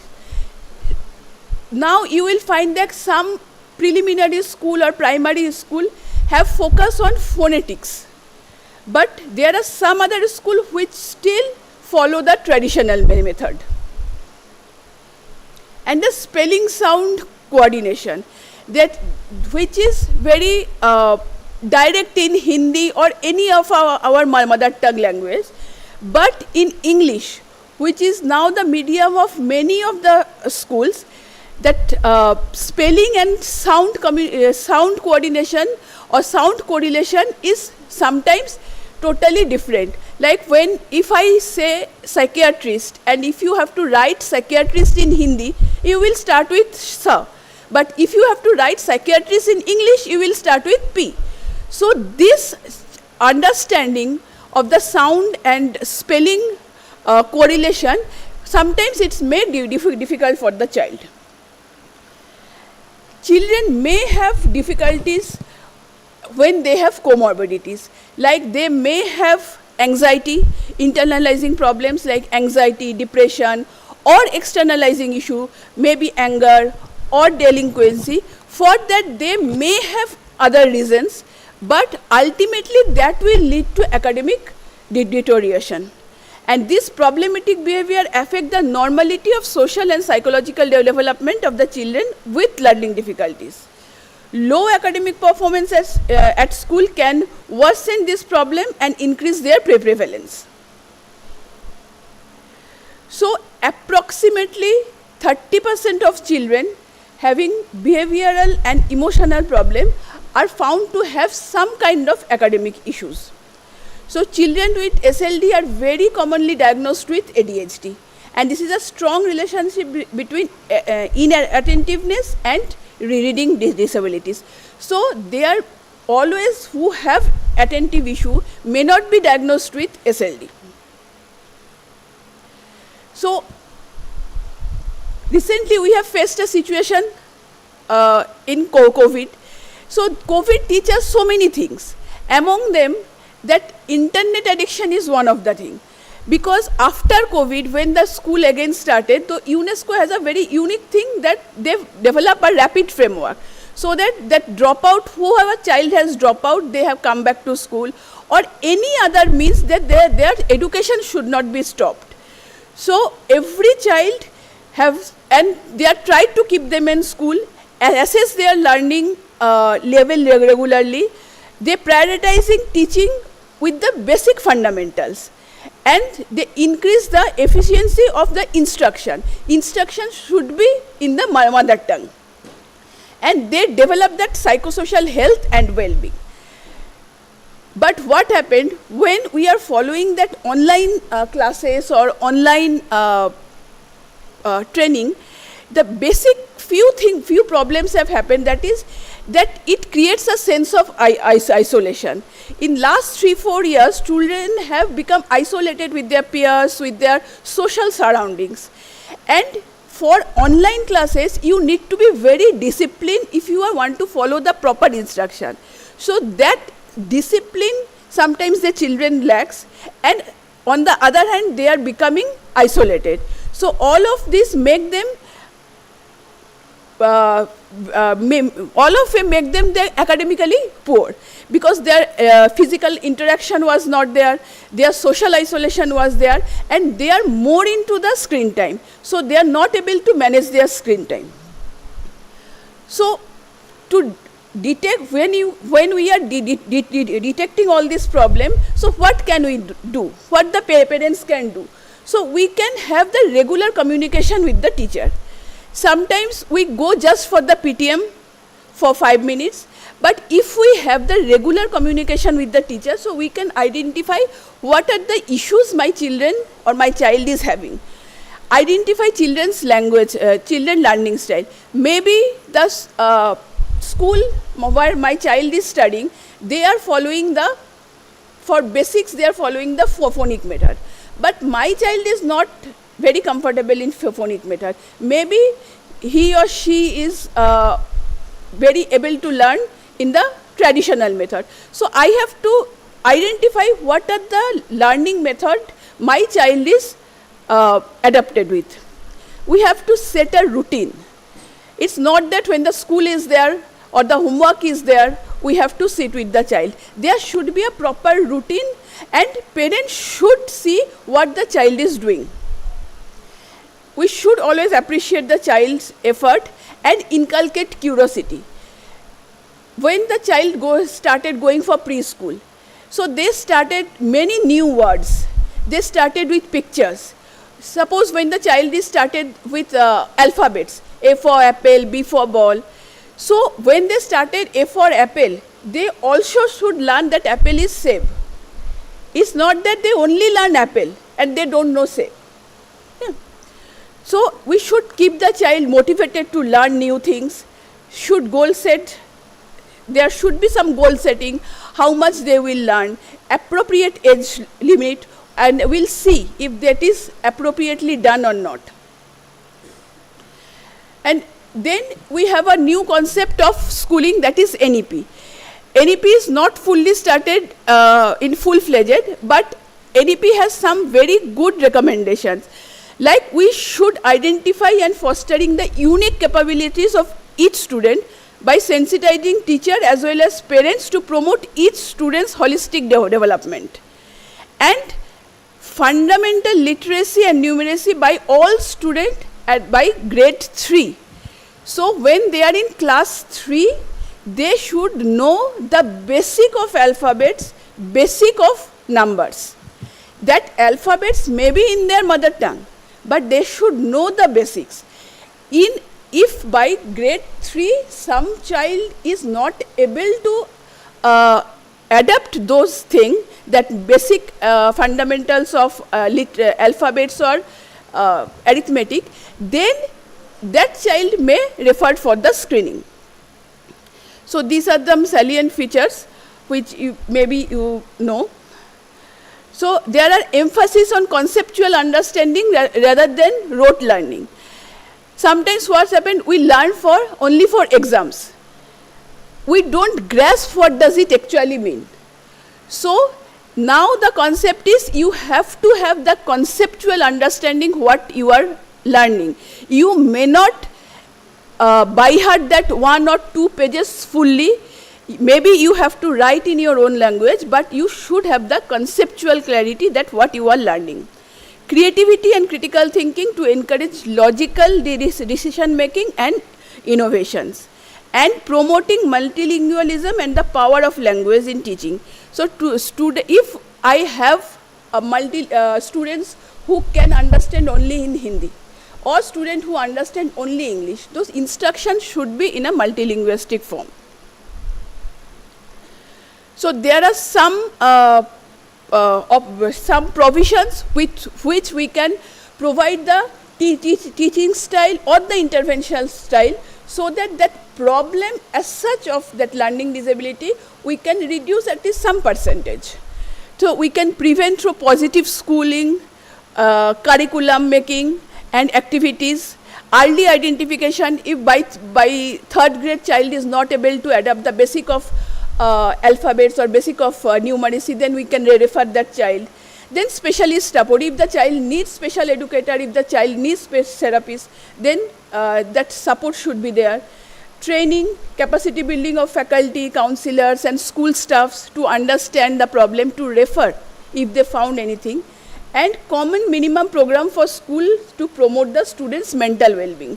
Because mental health is a major thrust area, because if you don't have a healthy mental health of the, we can't promote the healthy mental health of a child, then there will be lots of issues. So accommodate diversity of students having disability, both cognitive and non-cognitive. We should focus on the life skill. That child may be very good at studies, but we should promote their life skills to have a healthy physical and mental health. Positive parenting, teachers should encourage a positive parenting approach. The parent and child should have a clear communication. If the child is having any issue, he or she can communicate with the parents, because ultimately in school any issue like bullying or isolation from parents, anything can lead to academic deterioration. So if the child has a proper communication with the parents, so they can identify the issue much earlier rather than when it is in a diagnosable stage. And holistic report card, this is a very appreciable concept of NEP, that the overall intervention required to support the learning as well as mental and physical well-being of the child. Maybe your child very good at studies, but you should focus on the mental and physical well-being of your child to get a holistic development of a child. Ultimately, which all we need, that our child or children of our school should develop holistically, not only a very good academician, but their development should be in a holistic manner. Thank you.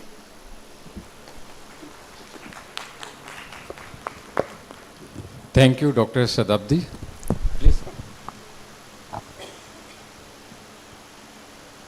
Now, today's session theme was the SLD, and SLD is now major cause of concern of the parents as well as for the teachers. And like I can give my experience that at our OPD, Earlier, 2 years back, we were not having any SLD cases. Sometimes 1, 2, sometimes they were coming. But now, every fourth client is coming with the complaint of SLD, and every fifth client is diagnosed with the SLD. And the major cause also that we don't have the any other battery other than the Nimhan's battery for the younger children. For adult, we don't have anything. So that is also one of the major cause. Dr. Amrita has presented her paper in the intelligent test and other options of the SLD, and it was well presented, and all the doubts and the other issue has been solved by the Dr. Amrita. So thank you very much, Dr. Amrita. The second presenter, Dr. Rudradni from the Amethi, and she has also talked about the SLD test, what are the various tests are available in the world, but only Nimhan's we are using. Nimhan's is available, and the other test which Madam has mentioned, that the Indian norms are not available. So it is very restrictive environment for us to use. Thank you, Dr. Rudrani. Dr. Sadabdi from the IBHAS has mentioned all the socio-culture aspect of the SLD clients, and it is well presented, well mentioned, well documented. That other factor also must be checked when we are talking about the SLD. Thank you very much, Dr. Sadabdi. Please, over to Dr. Sunita. Any questions? I will add in this one point here, ma'am. Thank you for showing us, how well crisp presentation in a short time. So this is for everyone's learning. And another important point that NIPID is taken initiative. We are having the project coming up with adult screening tool for specific learning disability. So by next year, 2025, we'll be ready with the adult screening tool. Another important is, as ma'am was sharing, that GLAD is up to 5th grade. Now we are revising it and making it up to grade 12th class. So these are the two major projects which we are having. And another is, as you must be knowing and you must have seen when Dr. Rudrani was showing the certification, NIPID has also come out with the first indigenous test of intelligence which we can use for the assessment, NIPID Indian Test of Intelligence. And another important project which we are coming out is we are also bringing our own adaptive behavior, because till now we are using the VSMS. So NIPID is taking leaps and bounds in the area of research, and especially with the SLD when we have lots of difficulties and all. And I think we need a round applause. So your question and queries, anyone? As we have wonderful experts, they limited the time and they could finish it. So we can have number of questions. Yes, Jarin.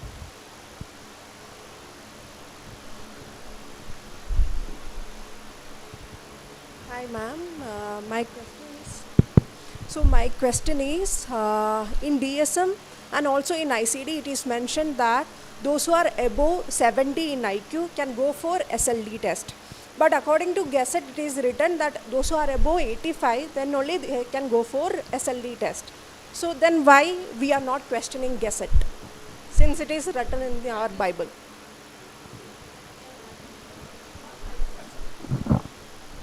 That is why we are in the platform of NIPID. So we should raise our voice. And of course, there are certain limitations, because SLD is not just a output of reading, writing, and arithmetic, right? It's a very clear-cut diagnosis as per the DSM, as per the ICD-10.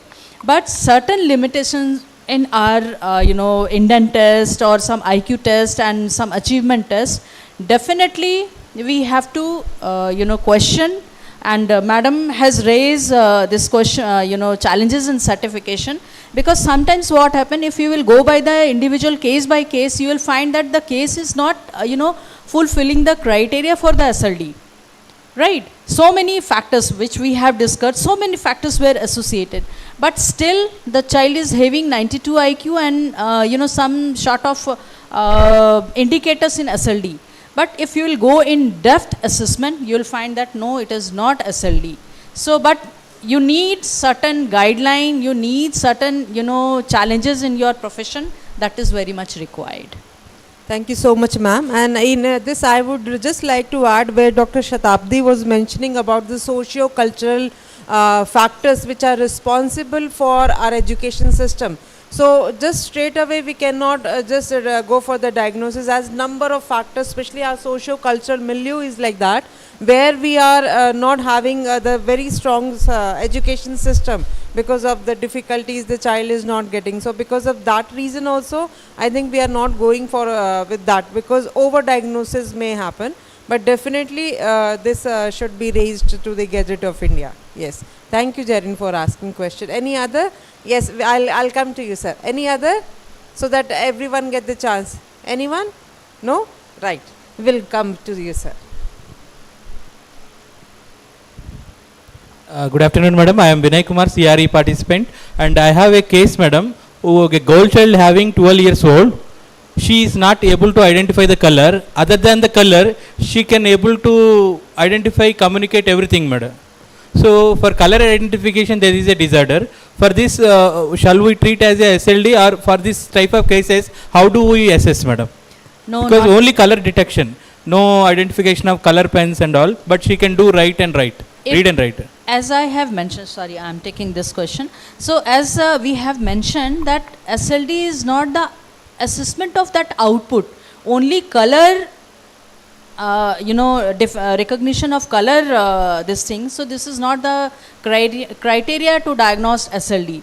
So maybe the child should refer for the color blindness and the other visual, acuity and visual difficulties, not the vision that 6x6 is there or not. So other visual difficulties may be associated with the child. Of course, this will impact the visual perception as well as not only in learning, but the other aspect of the life. So that should, recommended for the other test, visual test. Thank you so much, ma'am. Any other question? Any addition? Anything which you want to add, anyone? Right. If there are no question, I would hand over to the chairperson, sir. So if we can conclude this session. One question raised by the jury, that why the ICD-10 and DSM-4 criteria we are not using the Gazette of India. Basically the basic definition of the SLD is the child should have the normal intelligence, that is called average intelligence, and average intelligence starts from the 86 and above. So now maybe ICD-10 and DSM-4 committee may be thinking that the range of population may be increased and may the below average people may include in the that definition. They may be thinking, but still in the textbook it is not reflected. So we will follow our rule, Gazette of India we will follow, and maybe after 10 years we may think whether the other population to be included or not. This red color concept must be neurological, some kind of neurological problem, and the neurological assess must be done by the neurologist, or maybe the psychoneurologic test battery can be used, and it cannot be included in the SLD. Yes, Jarin.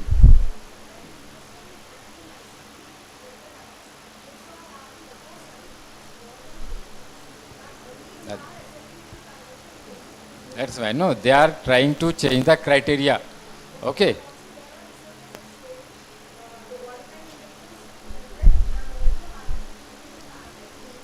Okay, DSM-5 is followed by the American population. They want to bring the below average population in the average. Let them bring. We will not bring right now. Okay, another ICD-10 also in the European countries. We are not part of the ICD-10 in the what criteria I was saying.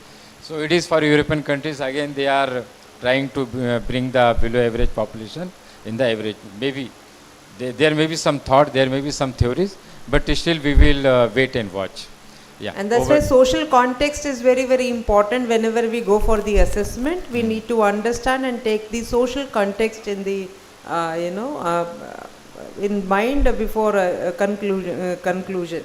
Right. Thank you so much. I extend my heartful gratitude towards all the experts, Dr. Amrita Sahai, Dr. Rudrani Chatterjee, Dr. Shatabdi Chakraborty, all are from Center of Excellence Ibhas Institute, Delhi.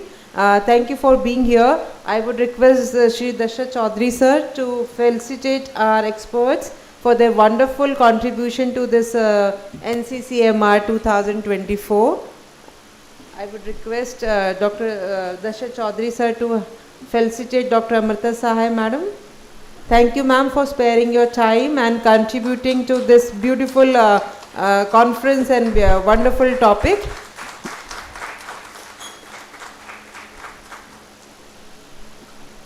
Now I would request sir to felicitate Dr. Rudrani Chatterjee.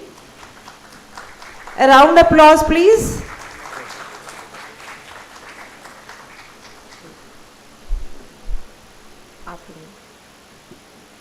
Dr. Rudrani Chatterjee, Assistant Professor in Clinical Psychology, Center of Excellence at IBHAS. IBHAS is Institute of Human Behavior and Allied Sciences, Government Hospital in Delhi. After this we have immediate lunch, so you can be little louder. Dr. Shatabdi madam, thank you so much for sparing time and bringing the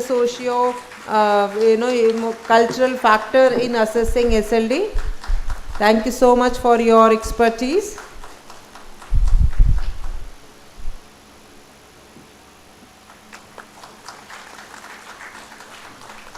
I would extend my gratitude towards, if you can have one group photo also. I would extend my heartfelt gratitude towards Dasha sir. Thank you for being chairing the session, sir. Right. Sir.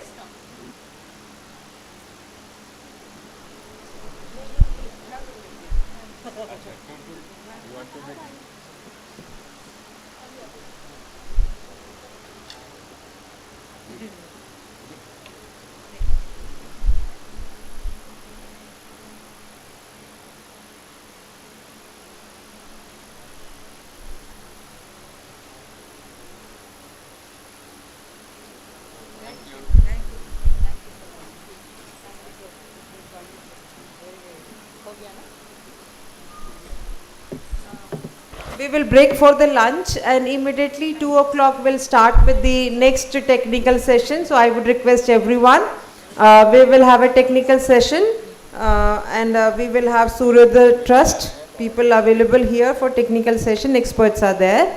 And after the lunch, 2 o'clock we'll start the session. I would request everyone to be on time.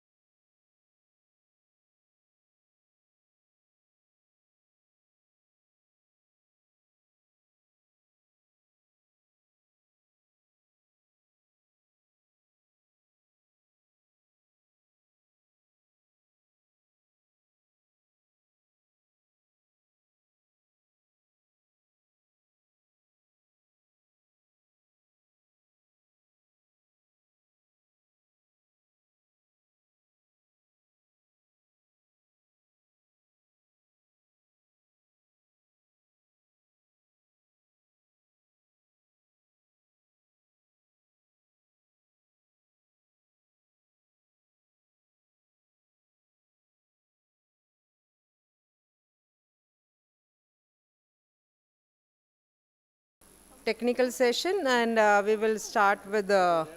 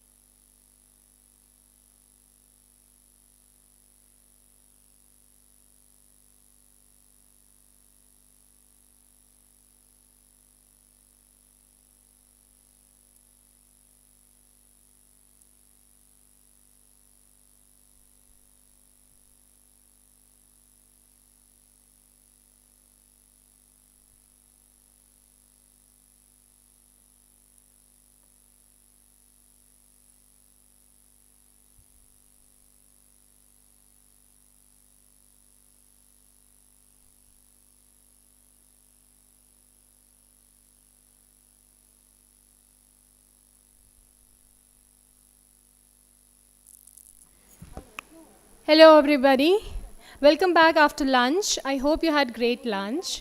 So now we'll begin with the technical session 2. Our first presenter is Suryodaya Trust.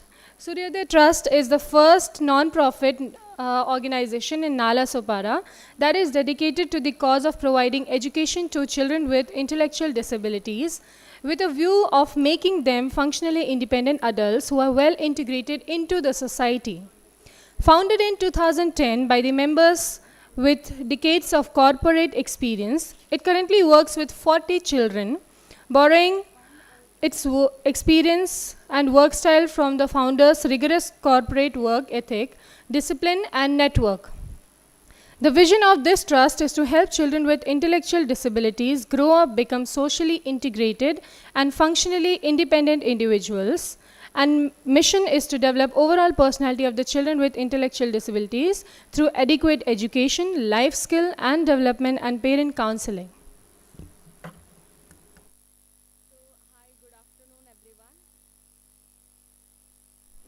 Okay. Before we start, I would request Dr. Sultan Singh, sir, to chair the session, please. Dr. Sultan Singh is a senior faculty in special education at NIPID. Welcome, sir.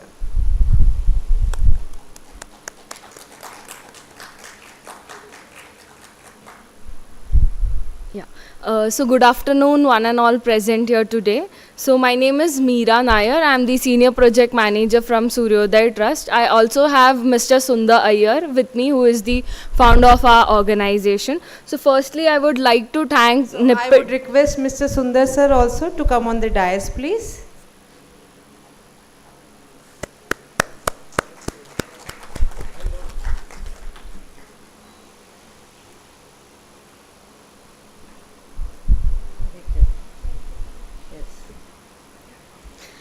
So firstly, I would like to thank the NIPID team for organizing a national conference and calling us for, to be a part of the session as well.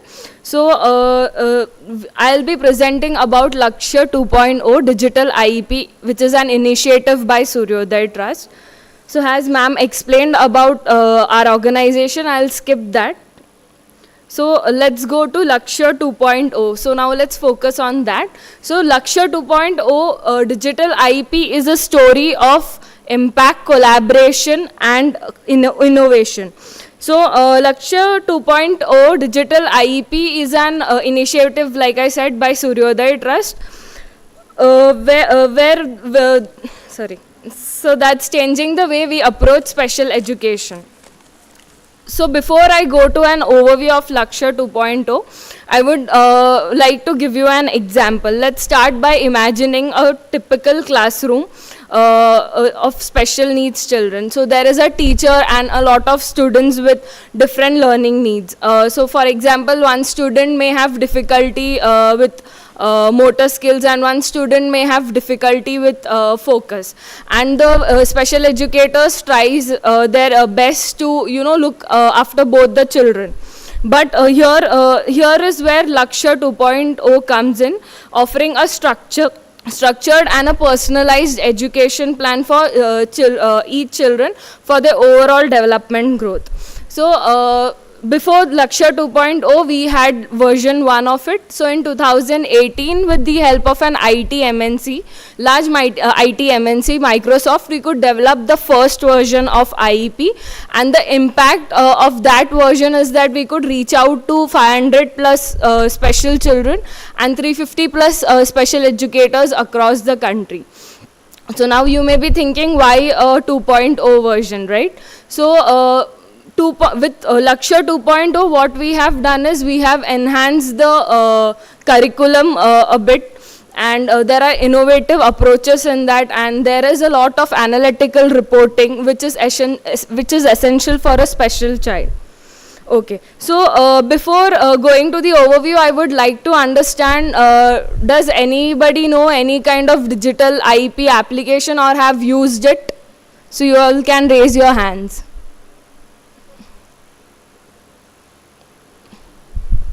No? Okay. Yeah.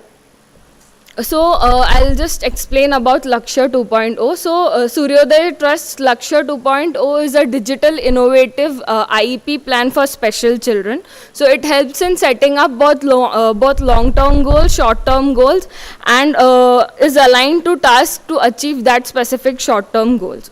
So the curriculum aligns with FACP, and it's aligns with FACP and is implemented in partnership with NIPIT. So it's a multilingual application where diverse users can use it. We have translation like English, Hindi, Marathi, and if there is any other translation which each state wants, then that can also be done. Yeah. So here are a few broad modules of Lakshya 2.0. So firstly, we have the school tenanted database. So this is the core of the system where all the information of the students, teachers, and schools have been stored. It is a kind of foundation to other modules. So the next module which we have is special child database and special educator database. So here all the information related to child, that is the demographics, their abilities, needs, IEP, and even the profiles of the educators have been captured. So after that comes the goal library and the IEP plan. So in IEP, so for each child there is a customized IEP plan made by their teachers. So all the therapies, baseline assessment, goal selection and creation, and even the intervention part is there in this module. And this ensures that every action taken is tracked, and we even have the timestamp when the task was achieved by the child and everything. So the next module which we have is periodic assessment and monitoring. So this module is basically tracking the assessment on a periodic basis and monitoring, and according to that what kind of adjustment to achieve a particular goal that the teacher selects, teachers understand. So the next one is the document and compliance module. So basically here all the necessary documentation, legal compliances are maintained in this platform, so that the system and or the schools adheres to all the rules and regulations of the system. Then the next module which we have is reporting and analytic. So here we get an insight and the report at school level as well as at a class level. Then the other module which we have is a communication modules. So it ensures that even the parents are aware and aligned with students' development. So the communication between the parents, therapists, and the teachers are captured in the system. So details related to PTM, feedback from parents, any updates or any kind of behavioral issues. Also, if the teacher wants to communicate it to the parents and vice versa, then that is addressed in the system. So you can see the diagram here. So it's not only the educators and the school that is a part of it, but other stakeholders like principal, then trustees and other regulatory bodies are also a part of it, so that everybody has a communication channel and is a part of the child's development in the entire IP process.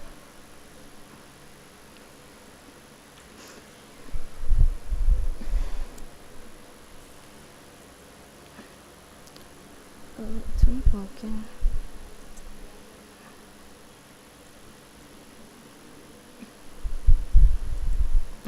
Okay. Nahi done.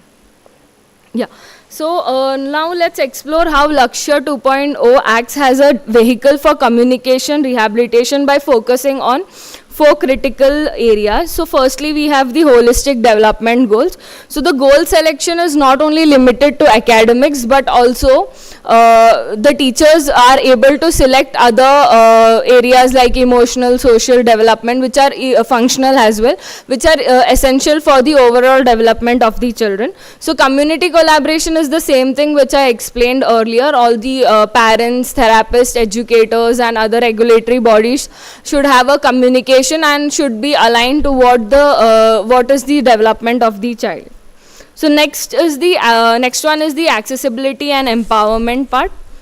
So one of the most significant barriers in special education and rehabilitation is accessibility.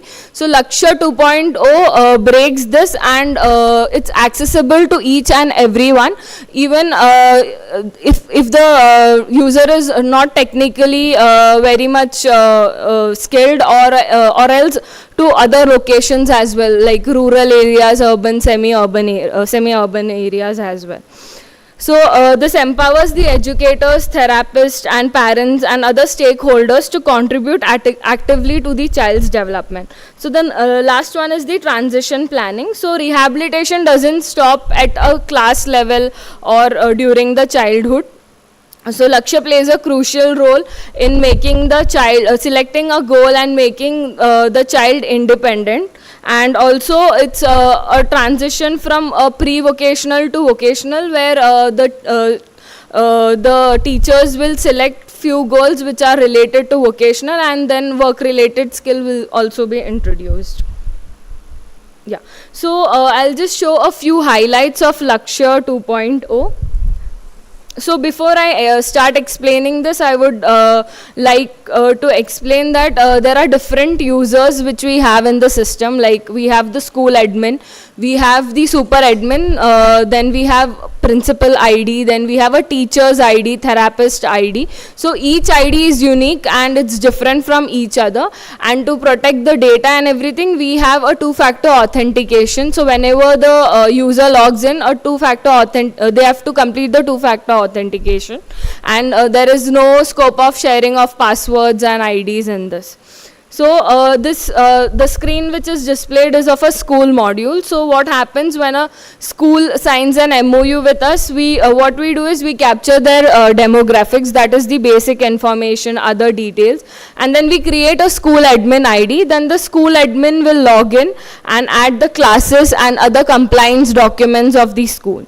So, and also creates the teacher's ID, post which the teachers will be adding the student in the system, adding the baseline so basically they'll capture their information like demographics and other IQ test related, then we have UDID related details and parents details as well in the system.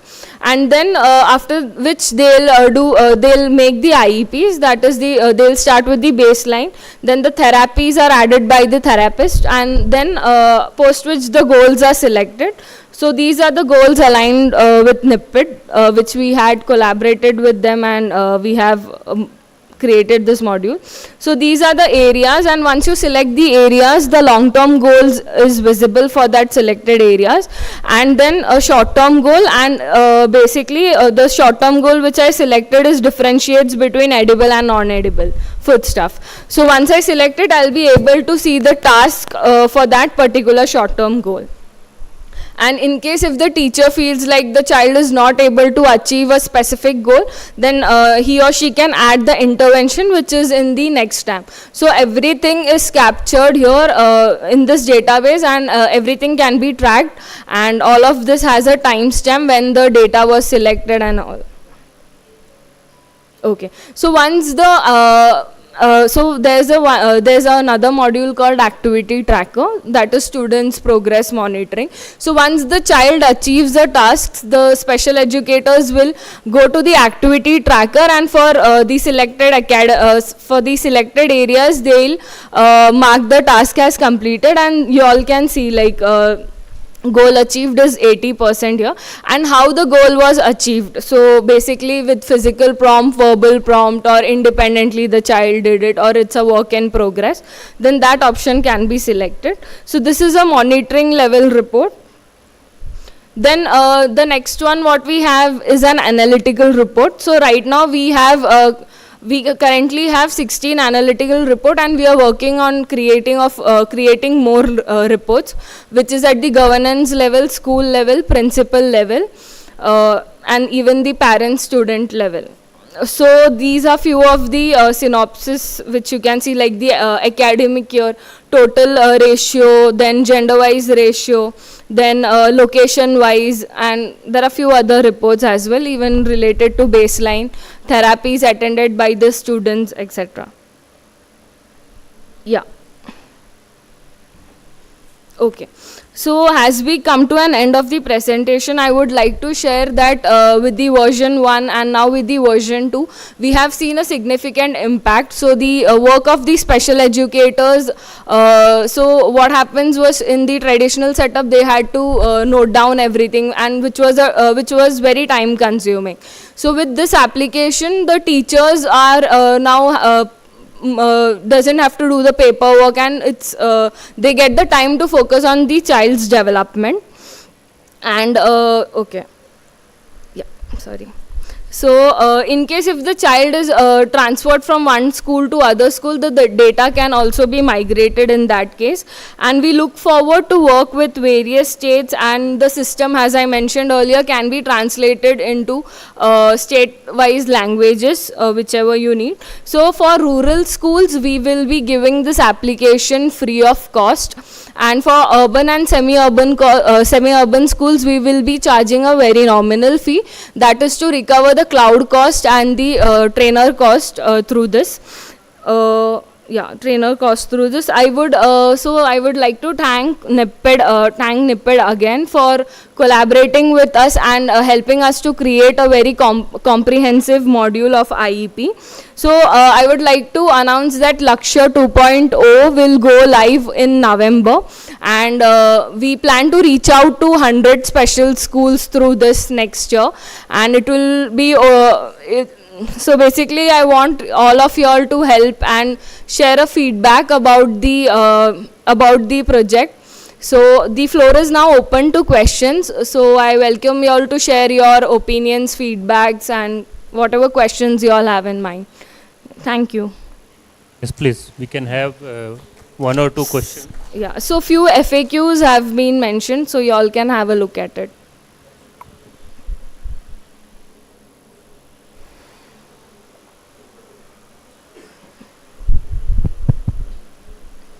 Yes, any question?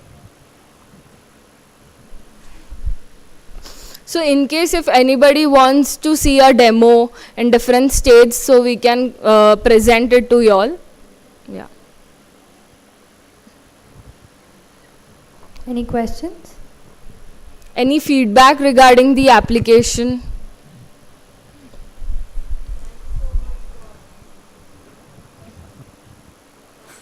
For your presentation. I was just having the queries when we have the IEP. So do you collaborate with the school teachers also, or is it as a separate for the parents, they can do it at home? Like how do we go about it? Okay. Suppose if I suggest someone who can go with the IEP program at home. You know, so Yeah, how so- parents go about it? Home based. Home based. Yeah, home-based training can also be possible. They can reach out to us, and we'll be training them for each and every aspect.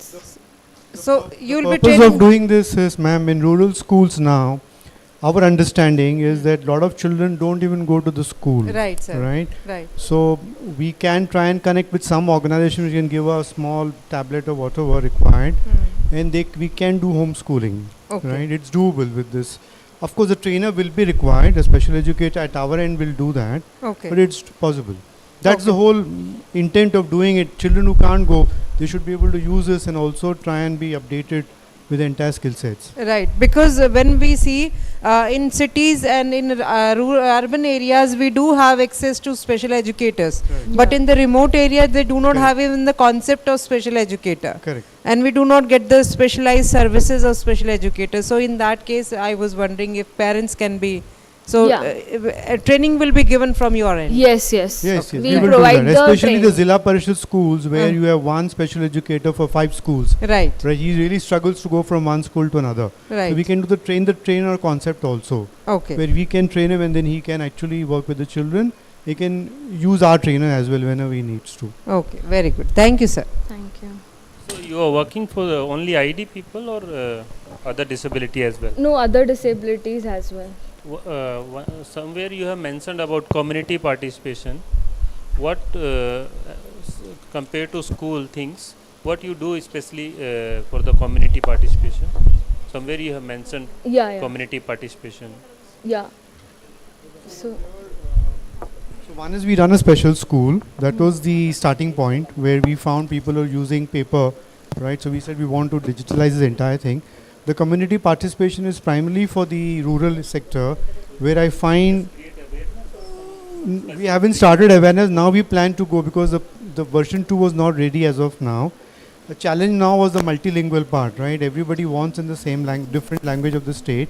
Now it's ready, so we can do it in about 15 days in any language whoever needs it. In this, no. The parents can access only. That's all. They the can only parents see can it. have access to the system and they can see. Correct. Yeah. Yes. Individualized family support program. Yeah. It was there since beginning. So I think if you are coming out with the new things, you must incorporate that. Sure, also. we can incorporate that. Thank you. Yeah.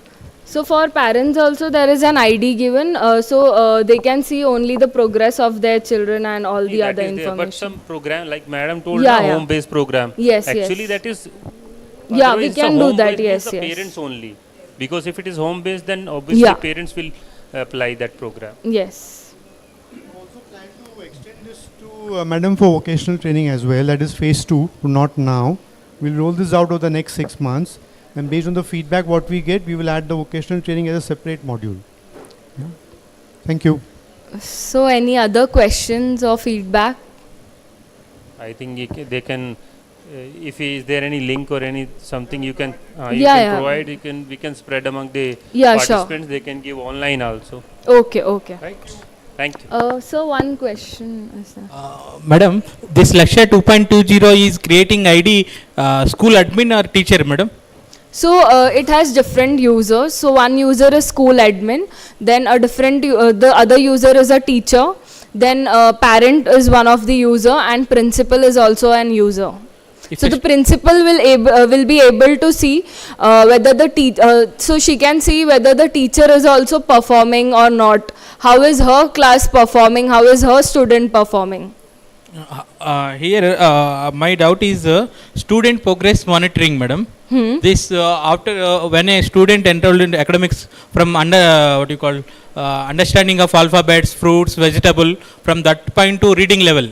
Reading a passage level. How can we in this Lakshya 2.20, how can we develop student progress monitoring, academic progress or understanding levels? Are there any specific this software is having student if continuing from 8 years to 15 years age? So we can also develop If that class report. promoted. Yes. Yeah, it's very basic to IP. Without that, the whole essence of IP is if a child is able to, starting from an alphabet, we want him to move to a word or to count coins, you use this process to, see whether the child is monitoring. You evaluate the child and see whether the child is progressing or not.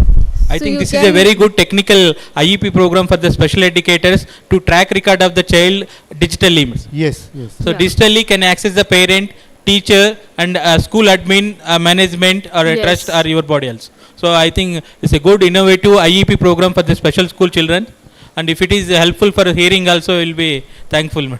Now NIPID is coming out with one more program that is called eSadhya. Very soon we'll be updating, and it will be available for all. Thank you, sir. Thank you, ma'am. Thank you, sir. We'd like to felicitate you. So I request Sultan sir to please felicitate Suryoday Trust.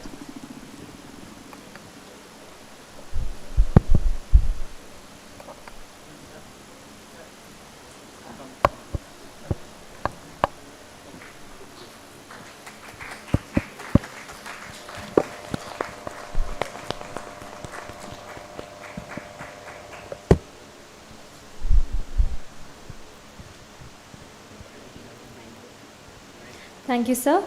Next up, we have with us the Change Inc. Foundation.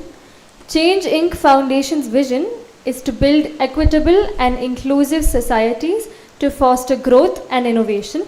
They strongly believe that without the contributions of individuals with specific learning disabilities, India will not grow to become a high economy. They are working hard to break the stigma surrounding specific learning disabilities and are raising awareness around the many strengths of dyslexic minds.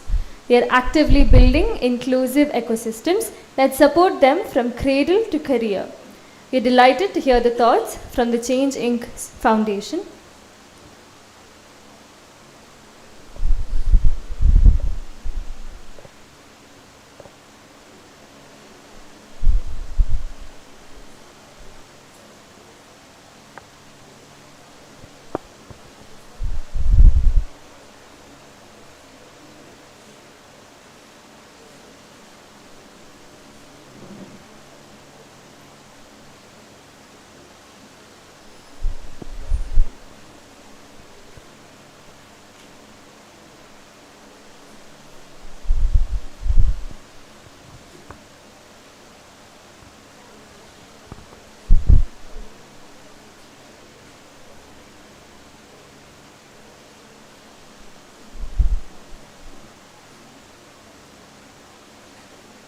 Requesting everyone to wait for 2 minutes as some technical issues.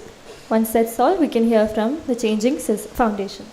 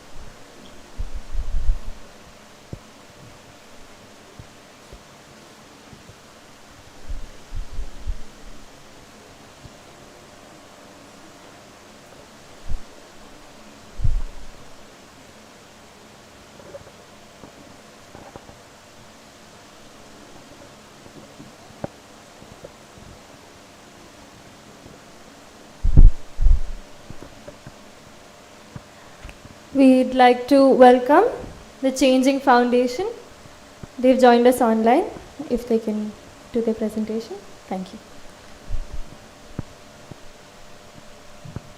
Good afternoon. Thank you for having me online. I'm just going to share my presentation. Please let me know if you can see it. Sure, ma'am.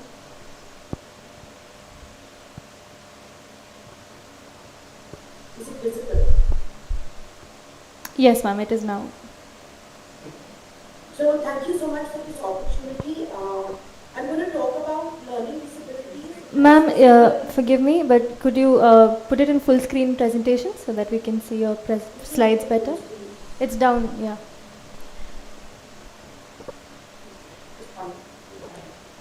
You can share the entire screen through Google Meet when you get the option. Share entire screen. Yeah. Yes, and now you can, Now? yes, yes ma'am. You can see Go the ahead. screen properly now? Yes ma'am, thank you. Thank you. So I'm going to talk to you all about specific learning disabilities. And it's really a lot of it that has to say, so I hope that you all will reflect on it. I know a lot of you all are already aware about this disability. We bring in a little bit of a different perspective. And if you see on my screen, you'll see this word duffer, and I know it will offend a lot of you, and that's why it's there, because this is how people with learning disabilities are generally perceived, or go through their life being told that you're not smart enough, you're very lazy, and things like that.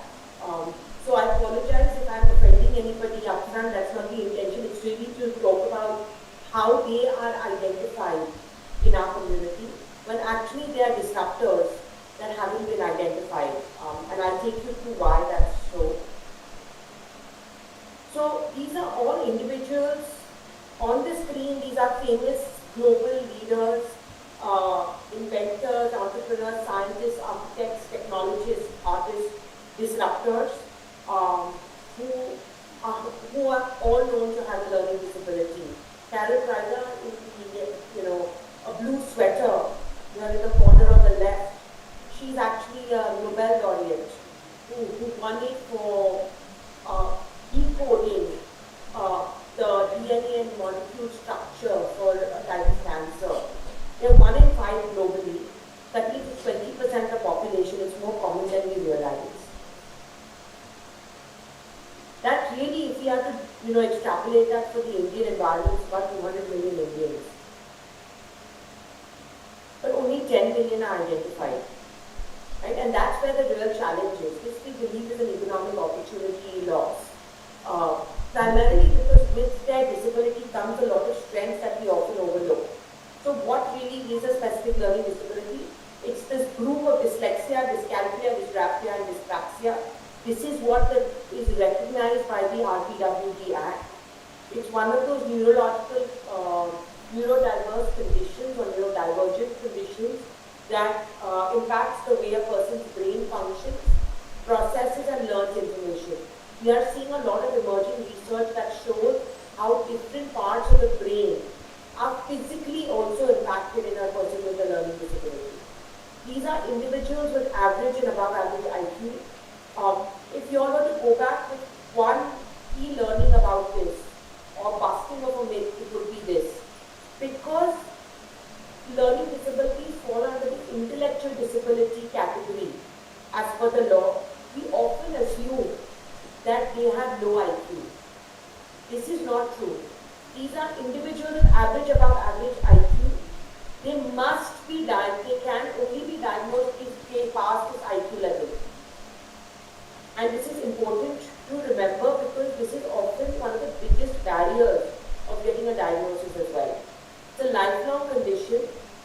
Access to accommodations, assistive tech, of course, helps them excel through their lifetime, and it's an invisible disability. So right now, the only way to do it is through psychometric testing. So what is dyslexia? Dyslexia struggles with language. It accounts for the 80% of all learning disabilities. It manifests in different ways in an individual. If you see the screen, the letters are all shifting. You see mirroring happening, movement happening. This is one interpretation of how a child or an individual with learning disability may be seeing it. And we don't realize this. For some, there may be gaps that show up. It could be a vague movement. Also, dyslexia is a common word used for the group of learning disability. So if I'm talking about dyslexia going forward, I really mean all SLDs. It's dyscalculia is the struggle with math. Really the concepts of maths, where we expect them to calculate certain aspects, understand numerologically mathematical concepts. However, this impacts beyond just maths in the classroom. Concepts of time management, weight, measurements, planning, all of those get impacted because of this struggle. It's about 5% of the population. Dysgraphia is the struggle with writing.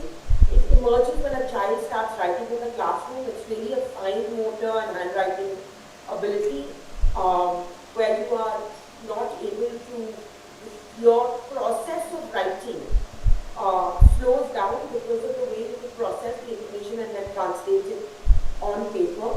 But it also impacts how you put your thoughts down on writing. So that's why these individuals will often be better at oral speaking than this. But these, up until now, are explained really the academic bits. What we often forget is because of these challenges, it impacts your daily life, right? So there's very high levels of anxiety and poor self-esteem. Because they constantly call these words like duffer, stupid, not smart enough, not trying hard enough, because they're not reading and writing at the levels they should be. But they really have the intelligence, they are able to process that information, and that causes the conflict. The other is that there is a gap in oral and written performance. They're very good communicators but aren't able to write those thoughts down. And that's because of the way the brain is processing. Their working memory and cognitive ability or executive functioning is impacted because of that. So, because the brain processes information slower, we believe it's that they've forgotten. But actually what is happening is if you're giving them multiple instructions, one after the other, by the time they process the first and second, you probably reached your last in a set of 10 instructions or 5. So they've lost that, so they get confused in that. And then as a result, also what happens is they get overstimulated. Because like with me, right now I'm online, not in front of you, and yet you all know how to focus on me, right? You're able to say that, okay, I have to listen to her. You probably can multitask by saying I have a WhatsApp message that has come, somebody's walked by you, there's probably some noise with the door opening, somebody's sitting, somebody's standing, somebody may be walking past you. But you don't get distracted because you've learned, your brain has learned how to tune out those stimuli. In these kids, that often becomes a struggle. So any slight thing can get them distracted, which is why we often say that they are restless children, they don't pay attention, they are very fidgety. And then if you remember the whole idea around the mathematical sort of processing, because they can't tell how much time a certain activity will take, and it takes them longer than what we expect. They are always struggling with time management.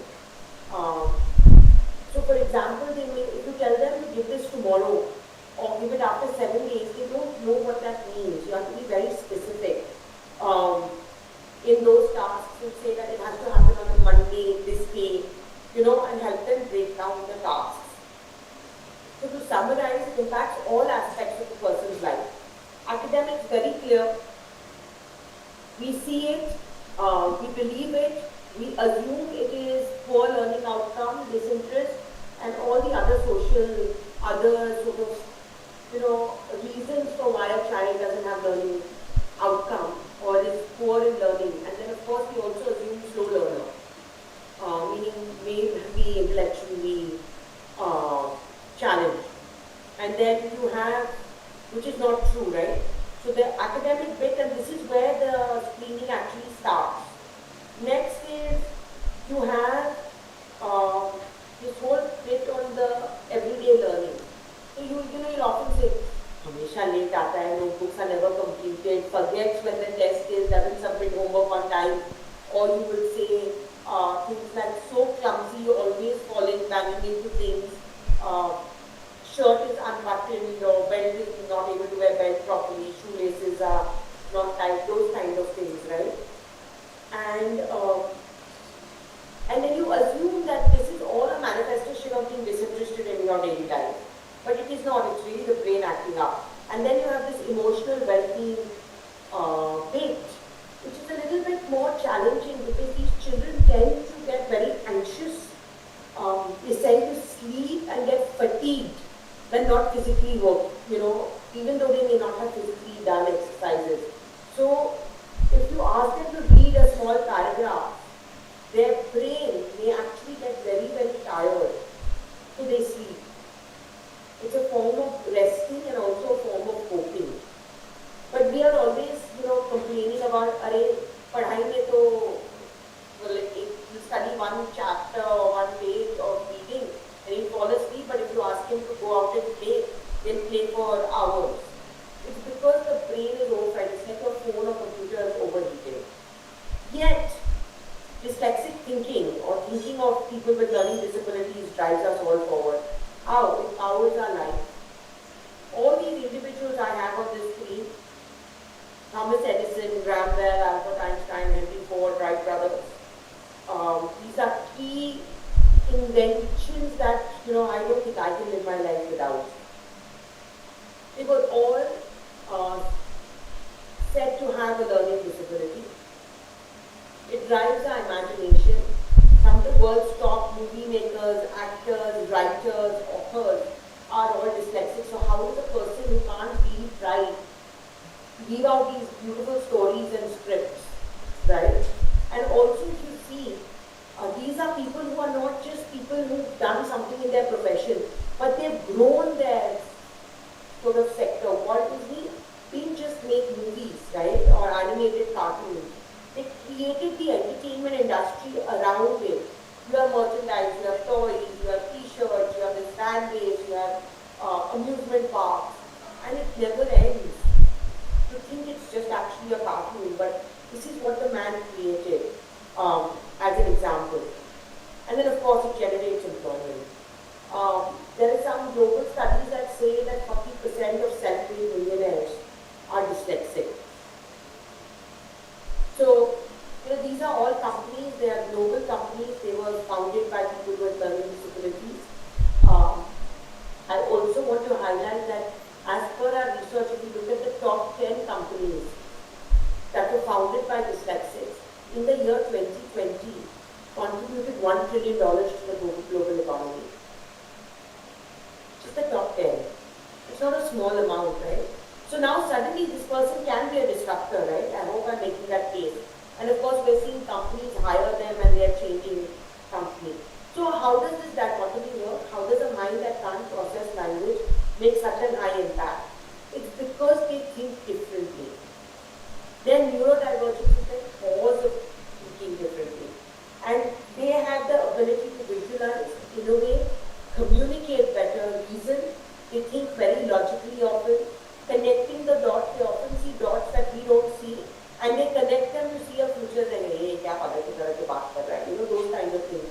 Very good problem solving and seeing big picture. These of course, as you know, are what we call skills of the future.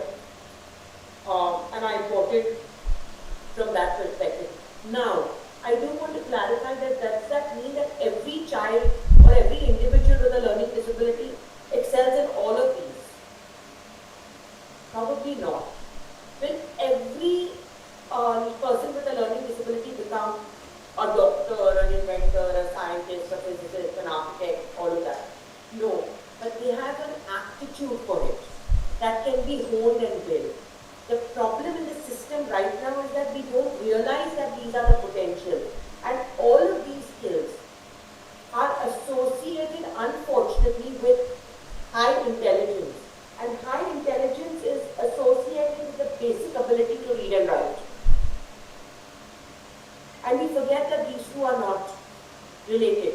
So if you look at the jungle, right, and you look at, say, the cheetah running, he's making an attempt to chase a deer in the jungle. Does he sit and wait and think, what deer hai, it's 100 meters away from me, if I move then it will see me and it will run a little bit at this speed, it will run at 5 kilometers an hour, and if I run at a certain amount then maybe I will be able to catch it. Doesn't do any of that, right? Goes by instinct and just sort of runs, he makes an estimation and goes. That's what these guys do.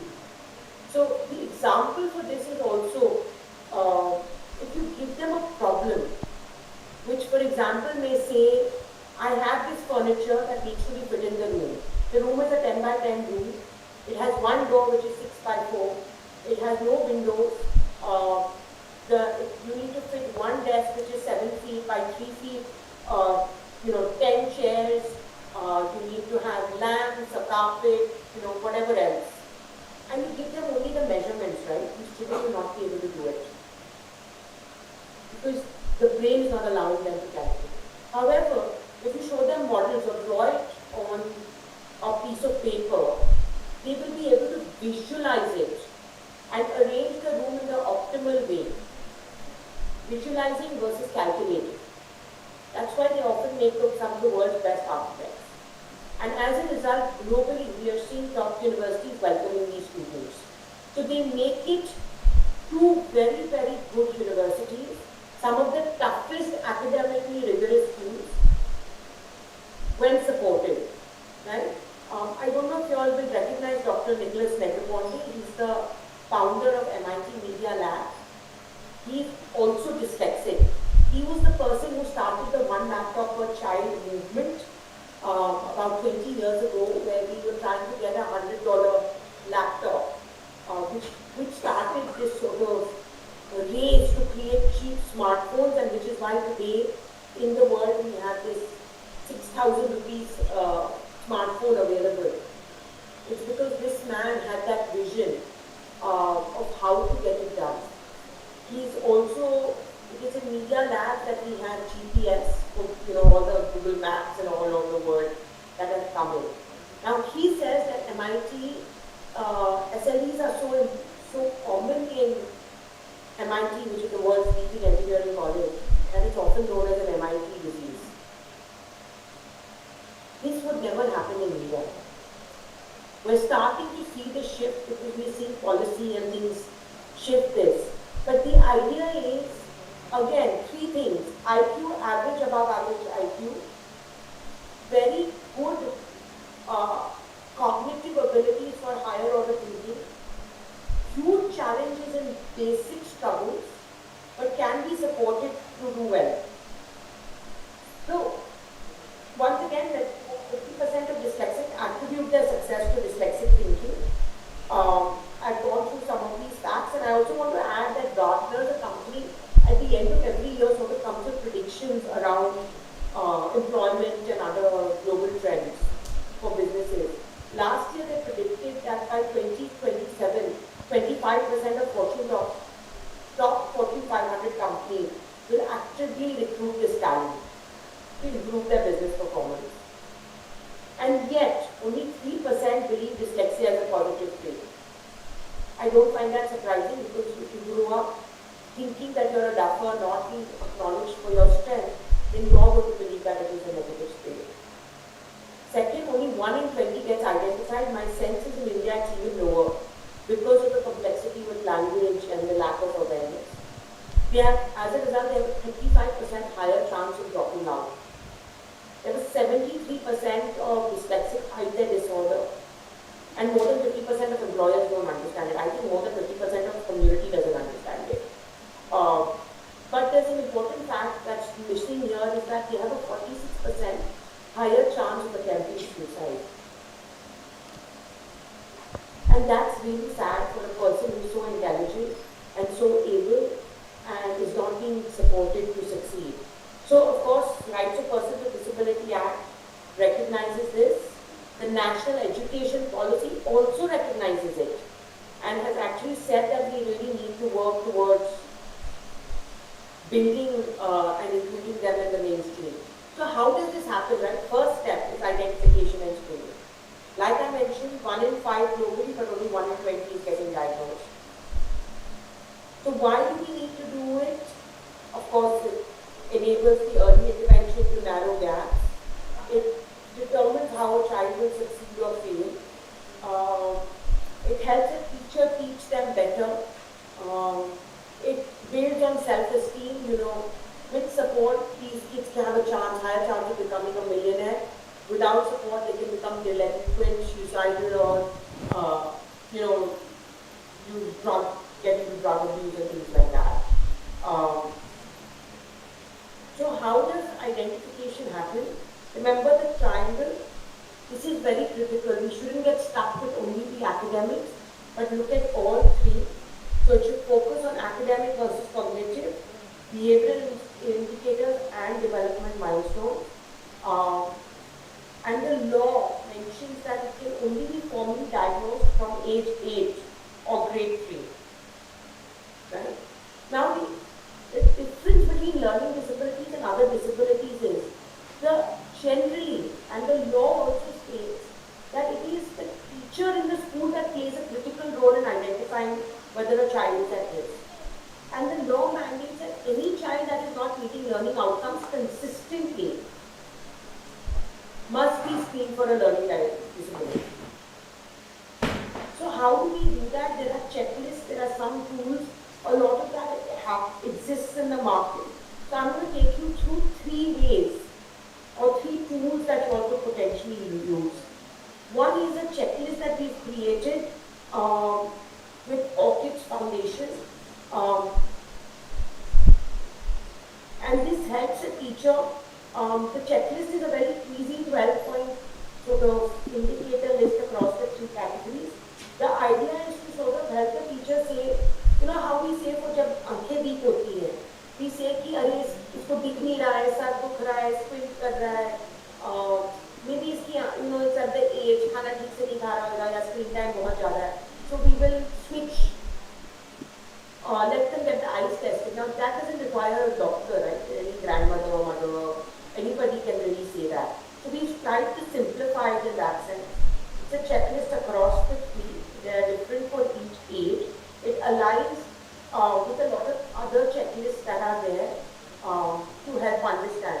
What I would like you to take as a key takeaway from this is, remember, don't check only one category. Also, every individual in this world will have a struggle with any one of these at some point in their life. We all go through our ups and downs, but it is only when you are consistently struggling with all 3 at the same time that you are at risk. All 3 categories consistently at the same time. So that's when we start sort of picking up and seeing. This is an observational list that you can see. What we've done is, in a lot of states that we work, a lot of the report cards that are being made, we are putting the checklist behind that. So it becomes part of teacher behavioral change. Of course, the teacher will go through it, have a conversation with the parents, principal, and then make the actual referrals for formal diagnosis. This is just a screening tool. We encourage that every child who struggles with learning outcomes should be checked if they are at risk. Next is a detailed observation-based screening tool called First Screen. It's an app that was developed by Orchids. It's available in multiple languages. It is to be administered by can be administered by a parent, a teacher, or any caretaker who knows the child very well. Right? It can be downloaded. It was created by Dr. Geet Oberoi. And it works on a mobile phone. The target is really primarily school-going children. The data provides parents and teachers, the data providers, like if you fill in, you have to know the child for at least 6 months. It generates a report for you at the end of the questionnaire. I think it will take you about 25 to 30 minutes to complete it. And of course, it's available in English, Hindi, and 10 additional languages. The domains covered, it's 99 questions, 3-point scales, and it covers the academics and daily life, and also checks for some executive functioning across the two. And then you'll get this report, right, which will indicate which area that the child is struggling with, and also whether they're at risk or not. Then you have Nerd Tools. This was created by Dr. Nandini Singh Chatterjee. You may know her as being the creator of DALI as well. She has developed this online tool which assesses based on a child's cognitive ability. So in the first case, the checklist and the first screen, you're really looking at observations. It may have personal bias. Her tool actually tests the child itself, right? Where they do the test, answer questions, different types of stimuli. It's from grade 1 to 12, ages 5 to 18. It's now been normed. It's available in English and Hindi, and it's curriculum free. So you will get sort of different type of stimuli. How does the pattern change? Recognize the pattern, hear something and say how it sounded, those kind of things. And here 3 domains are covered: numeracy, literacy, and working memory. And then you get a report in this as well immediately, which will tell you how you perform in the overall section, and if you're at risk or not, and what needs to be done to support. We've done this. It gives an analysis at an individual student level. If you're doing it for a school or a class, it can give it to you at a grade level, and it does a school level analysis as well. Finally, once you have a child who's screened for being at risk, you have to refer it for a diagnosis. As per the regulation, the medical process has to be undertaken by a qualified doctor, pediatrician, psychiatrist, or neurologist. The first step is to eliminate any hearing and vision impairment. The next is to do an initial assessment by a pediatrician and an IQ assessment.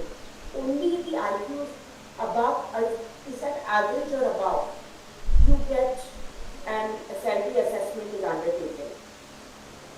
It cannot happen before grade 3 because a lot of these symptoms are part of developmental growth. So mirroring, for example, happens till age 8 for most children.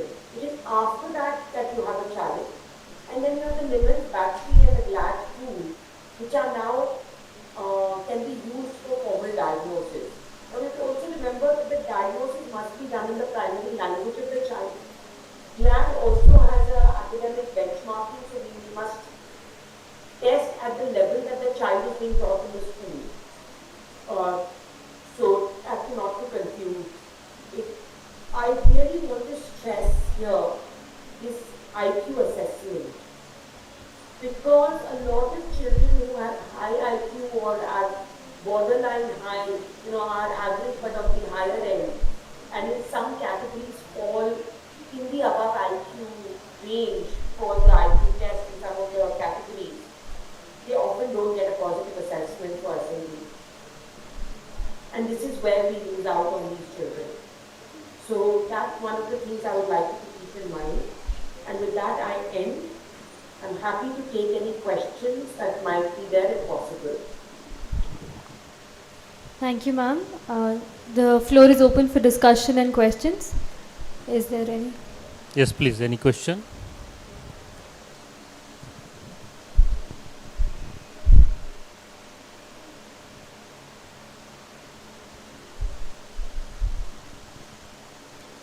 question, I think. Okay, no questions. I Dr. Sultan Singh, ma'am. I am faculty here at NIPID. Yes. Earlier, I worked at Lady Irwin College, Delhi University, 16 years. I have some observations from your presentations. Somewhere you have mentioned 20 million students SLD. May I know what is the authentic source? Because this disability has been recognized by RPWD in 2016, and till now we don't have census after 2011. So, how do you get the figure this 20 million people having SLD? It's a great question. We don't have the data for India. This is based on global prevalence data that we have from across the world. It ranges from 15 to 20% in the global population. In India, we have some studies which indicate that as well. 15 to 20%. It's a global one, not Indian, national figure. No. The global data suggests it's about 20% of the population. Okay. And this doesn't matter what type of script that country uses. So the studies have been done in Japan, China, in Europe, and in the US and Canada. And global prevalence is between 15 and 20%. There was one study done in 2017 in India which put the prevalence at about 55 million students. Okay. Because why have we asked? We also been worked so many schools in Delhi through the practicals which called resource room teaching, and wherever school we covered almost more than 40 schools in Delhi. Every school have a lot of students, and after that screening and identification, we taken some of the students only.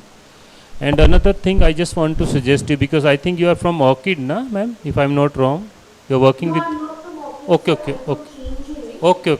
Because you are giving references in between your representation, na, Gate Obrai, ma'am, and the Orchid. So I just want to suggest to you, because since beginning we are listening so many examples from big people only, SLD. I will appreciate if you'll give latest example, thoda sa jo latest people, because I worked in Delhi University. I find so many students in college also, higher education also, having SLD. For example, right now if 30 students are there in Lady Irwin College, out of 30, 20 will be SLD only. So I would like to just request you, just find out the latest recent people also who have achieved, like you have told, na, some people have set up the. If you go to our website and our YouTube page and Instagram pages, we have over 40 stories of recent young Indians with learning disabilities. Some are in school, some are in college, and some have recently graduated. Some are young adults working and starting their own business. On an everyday basis, we actually try and interview more and more case studies. It's one of the ways we learn about these individuals and study them. And as they share their experiences, I'd be happy to connect. Yes. You can recommend people whose stories we can document. Yes, sure. Our website is Change Inc. And your thing, so just if you just Google it, you'll be able to see it. Because why I'm asking, because it will help to people to get encouraged, the latest, like I heard the Ian this Australian swimmer, na, Ian Thorpe is there. There are others also. Recently I'm asking, just recently you can say the last 10 years or 10 years. So if you'll bring in the presentation, that will be nice. Okay, sir, I will. Thank you. It was nice presentation.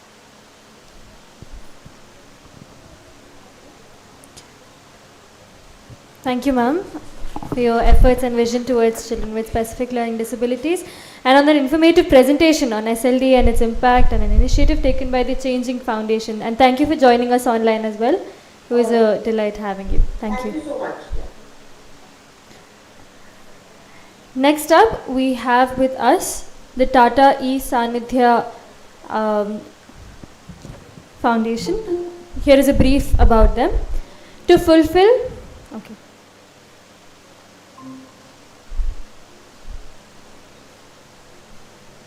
Okay.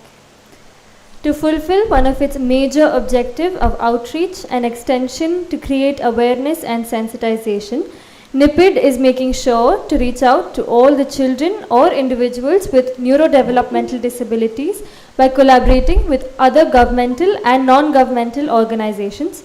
NIPID has collaborated with Tata for e-Sanidhya, which is an e-support for autism, neurodiversity, integration, development and home care to support a child's unique neurodiverse journey. They reach remoter parts of the country and help identify children with neurodiversity, particularly autism, at an early stage, making it possible to seek timely intervention and support, roping in grassroots professionals and online aids available free of cost. The intent is to bridge the gaps faced by needy families for consultation, access to therapies, experts, special education. The platform encourages and promotes India-relevant new age solutions, home care learning videos, play, art, dance, movement therapies, guidance through helpline and directory for nearest support centers, vocational training, and so much more. So now I'd like to call upon Tata e-Sanidhya to present their thoughts.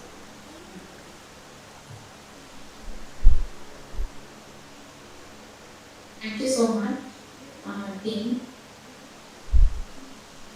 Would request my colleague Dr. Piyush to also come on camera and share this way forward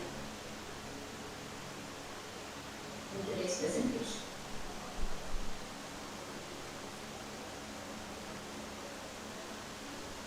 Thank you so much, Dr. Piyush. So, namaste and hello everyone. This is Akanksha from Tata Power Corporate Office Mumbai. We work in the development sector from last more than a decade years. And together today I have Dr. Piyush with me. Dr. Piyush, if you could introduce yourself before we go ahead with the e-summit there. Namaste, good afternoon everyone. I am Dr. Piyush. I am from the Tata LSC team in the software development side, and we have done the development of the e-Sanidhya platform. So now I would request my colleague Akansha to take it forward from here. Yes. Thank you so much, Dr. Piyush. So before we begin, we are really, really thankful from the NIPID team who has provided us the opportunity, to come upon at the esteemed National Conference on Community Models and Rehabilitation 2024. We from the Tatas are really very grateful that we can speak upon, and with the joint collaboration with NIPID, we have come so far. Would request Dr. Piyush to come up on the genesis part. So before we begin, how e-Sanidhya has come up in our thought process, I would like to set a little background on why we have come up with this. So this has come from the genesis from the Tata Group's chairman from the book of Digital Nation. Dr. Piyush, if you would, yeah. So the Tata Powers, there is a flagship corporate social responsibility initiative named as Pay Organization, and the genesis has come from the chairman's book, that is the Digital Nation, Solving Technologies and People's Platform. The thought has come from the group, from the Tata Sons group itself, like where to work upon and how we can go ahead. So with the number of board meetings and the conclusion, like how we can work within the community, we have developed a phygital approach, that is the physical plus digital model, like the digital approach, where we can carry forward our community interventions at a greater level. Community from me, for us, the community is like across India and at the remoter segments, that is the last mile, where people cannot have the access of of the digital things. So we want to reach at that level and go ahead. So pay attention is like the group of the network of all the NGO partners, corporate, the people who are belonging to the service industries, the parents, the caregivers, the volunteers, the researchers, who all have come upon and who are fostering for the neurodiversity support and inclusion in India. The pay attention has bring upon a large number of training equipments with themselves for the skills to be provided to the people who belong to the grassroots level workers. From grassroots we mean like the ASHA workers, Anganwadi workers, the public health workers, and the parents who are in our day-to-day lives working for the growth of the and the community. So together, all this through the brainstorming session at the greater level, we checked upon the global and the Indian scenario. Let's take the next. We checked upon the global and the Indian scenario, like what the ratio has become and how we can contribute towards this. So checking upon, we saw the special educator with the child ratio across, in the autism spectrum disorder space, and we come up with the thought like how we can narrow down this gap. So then we thought of the e-signature. Firstly, it was named as like the neurodiversity care platform because we don't know how to spell it out. What would be the main functionalities? What we could embed. So together we brainstormed with the NIPID team. These suggestions incorporated from the MSJ, from the data part, and the relevant NGO partners who are working with the data part. And we have developed a semi-literate tool, and we then named it as eSample, that is electronic support for autism, neurodiversity integration, development, home care, and youth. You from these, because you all will be using it. You are the sole owner of this property. So what eSarvita is about, it is maximizing the impact of phygital, that is a physical plus digital solution. And it provides one-stop integrated support dedicated to enable neurodiverse individuals, their families, caregivers, the diversity champions who are working in the space, and how to interact with these special people at home and at public spaces and work.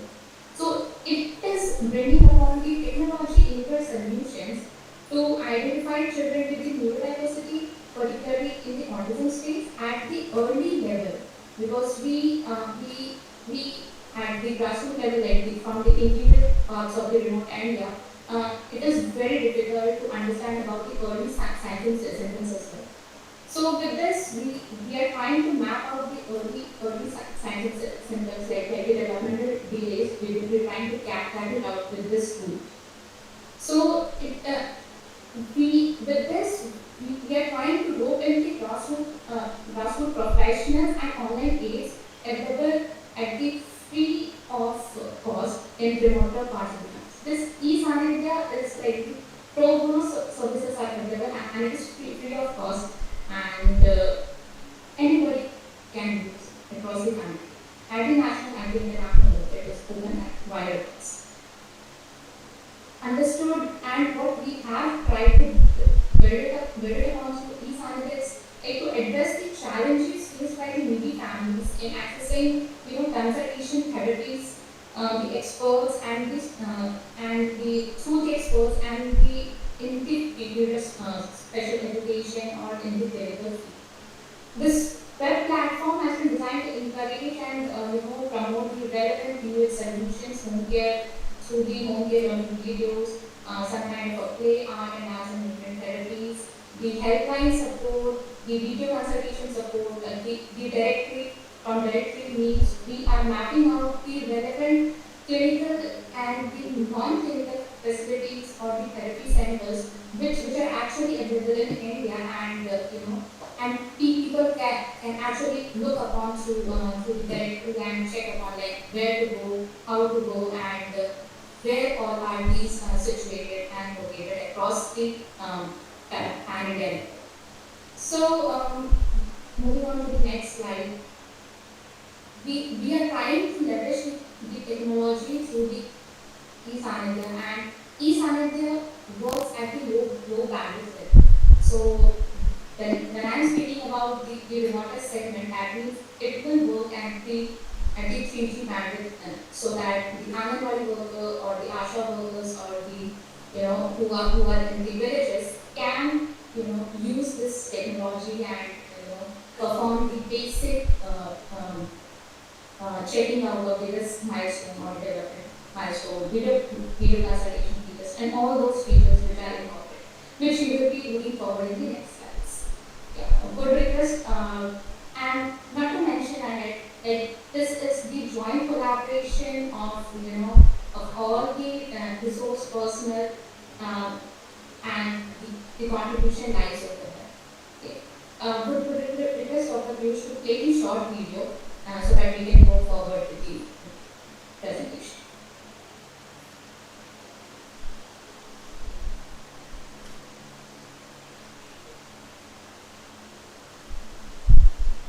Audio.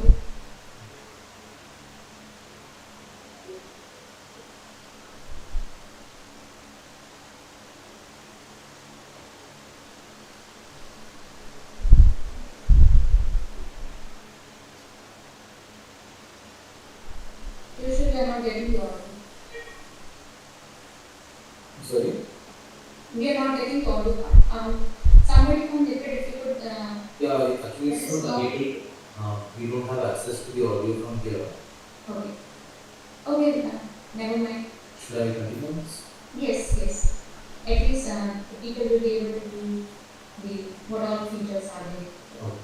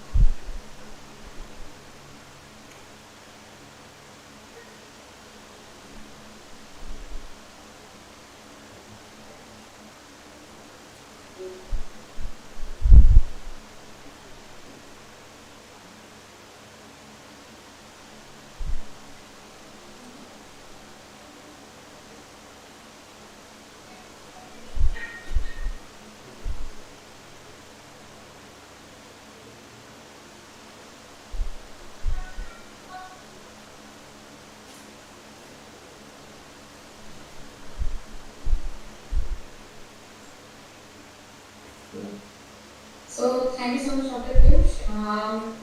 So coming to the overview of e-Sanidhya, like how we have started this project, this program, and why, what are the key challenges we have thought of, and we are solving for this project, and what would be the possible impact, like we would be creating as a creator level. So as Alex mentioned, like it is a jointly managed by Tata Power Community Development Trust and NIFED, National Institute of Empowerment for the Person with Intellectual Disability. It aims to improve the access and outreach of the volunteers' engagement, and ultimately, with the greater support and outreach and awareness for neurodiversity issues. For this, Tata Elxsi team is helping with us in terms of the technical support in building up this platform and making it at the operational level. So Tata Elxsi is the technical partner, NIPID is the knowledge partner, NIPID, MSJ, and the relevant stakeholders who have contributed for this project is our knowledge partner along with us. So key points like what we are solving for is the rural accessibility. Like this is a digital therapeutic platform which is bridging the gap of the low resource areas where the platform is not accessible. We are trying to reach there. We are trying to penetrate. Then we are also capacity building by training the Anganwadi workers and the healthcare providers so that they can understand at least basic terminology for the early identification with the semi-literate questionnaire which we have developed. It comprises of the 40 set of questions with the cognitive, communication skills, behavior skills, all those fine motor skills, all those have been incorporated. The pivotal approach, as you have seen in this short video, like it has the video consultation features, training for the parents and the caregivers. We have the community blog section where you can easily ask or chat upon through experience sharing, like whatever help is required by the parent. Then there is within the child assessment, we have the child progress tracker each year. Parent, caregiver, the multidisciplinary professionals can check upon the child's progress report on a day-to-day basis. Then we have helpline support. Actually, that's the helpline supporters of NIPID, the parent helpline number, the NIPID helpline number, and the pay organization helpline number. All these three helpline numbers are there where the parents, the last mile people can come upon, put across the questions, and we can solve them for the better. Over to you, Piyush, so that you can get over the presentation. Thank you, Akansha. So now moving forward to the problem statement and key challenges which we saw while developing the e-Sanidhya platform. So main problem statement was that in the rural areas for which the platform is mainly designed for, there is a significant lack of infrastructure, awareness and trained professionals. And this gap results in many children who do not receive the necessary support, which leads to difficulty in getting employment, getting education and leading day-to-day life. So through our platform, what we want to achieve is the early identification and intervention part, so that they can realize their full potential and improve the quality of life. So that's the main problem statement. And during this, we also observed there are certain key challenges which make a solution difficult to achieve in this particular area, and that is lack of awareness, that many of the parents and caregivers do not know how to take care of neurodiverse children.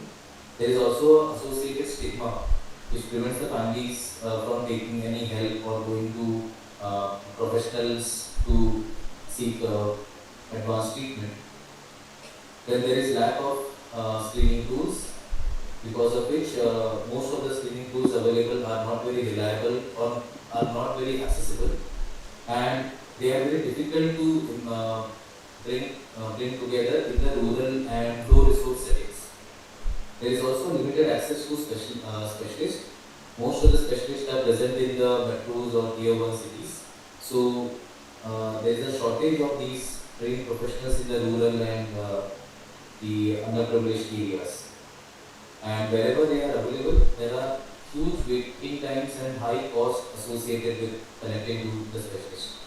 And one of the major problems here is there is a technological barrier. So whenever a telehealth solution is tried to be developed, there is limited access to these digital health tools, and many of these solutions do not work in low bandwidth settings, low connectivity settings. And our platform is designed to operate in a low bandwidth setting.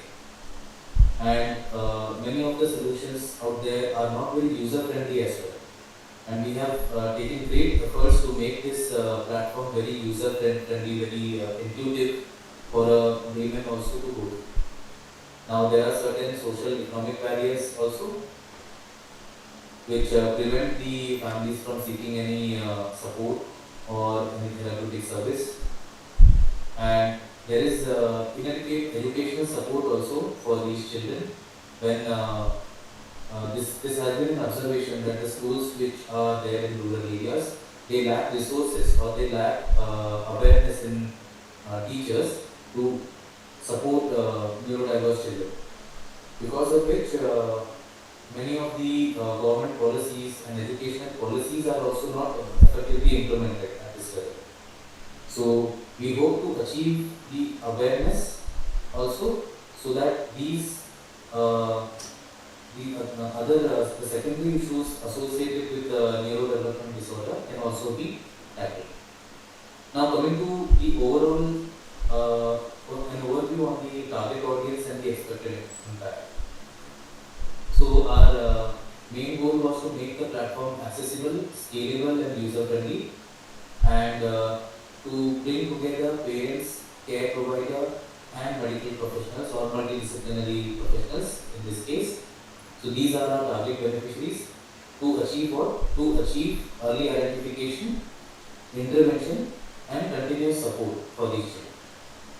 So when I mention care providers, I am including Anganwadi workers, ASHA workers, school teachers, volunteers under the category of care provider.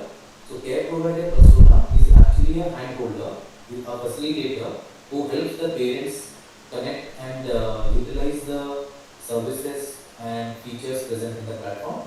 And on the other side, we have the multidisciplinary professional, which includes doctors, like allopathy doctors, pediatricians, psychiatrists, as well as therapists, RCI professionals. So these are the target audience.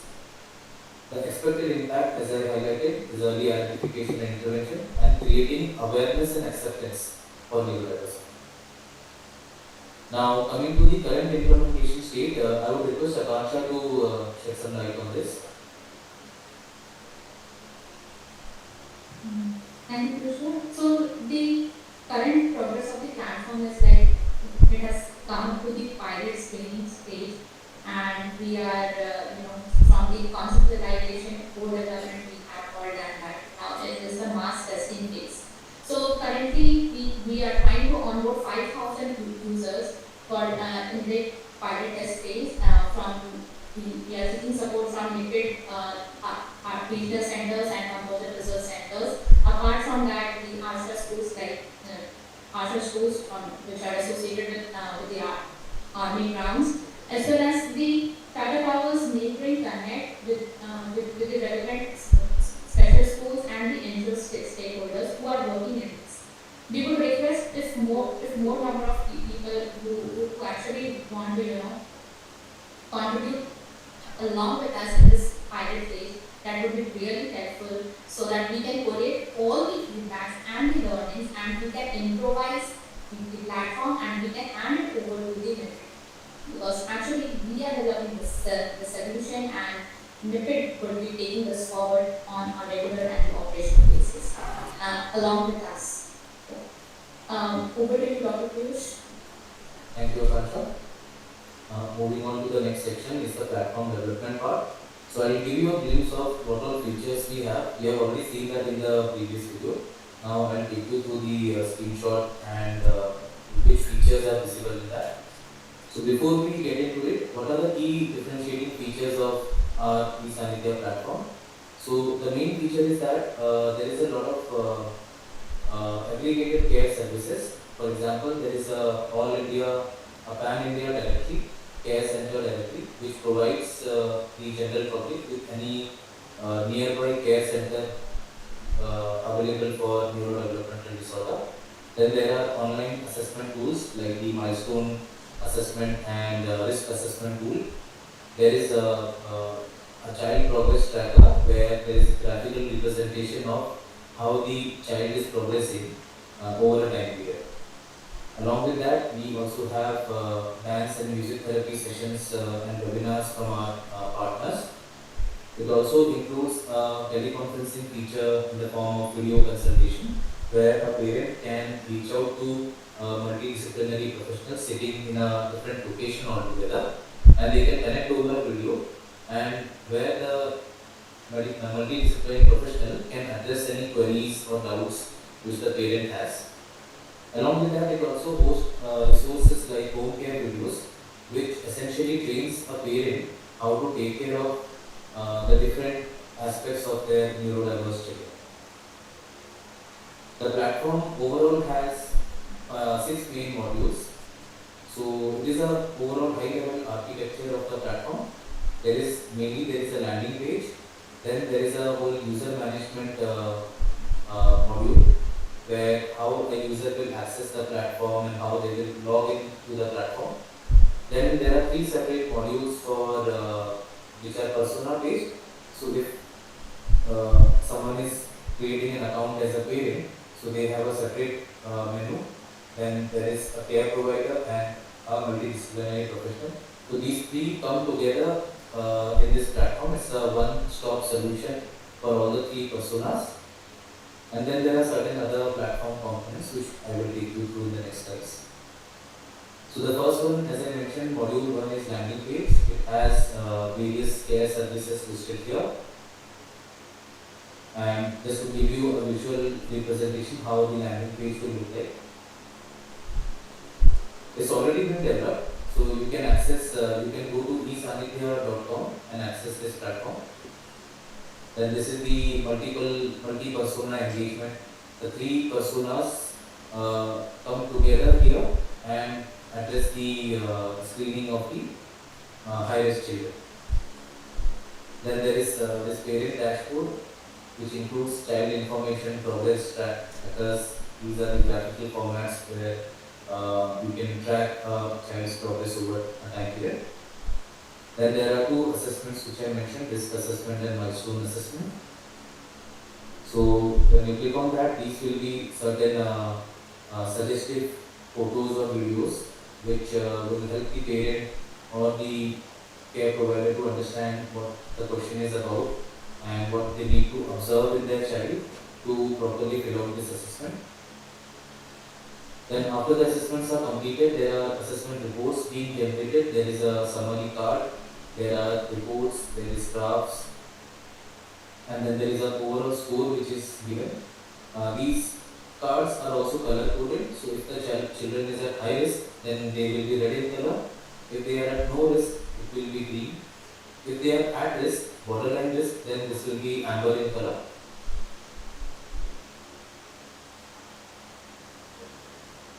Then coming to the appointment booking part, so there is a video consultation, appointment booking, past consultation and advisory note.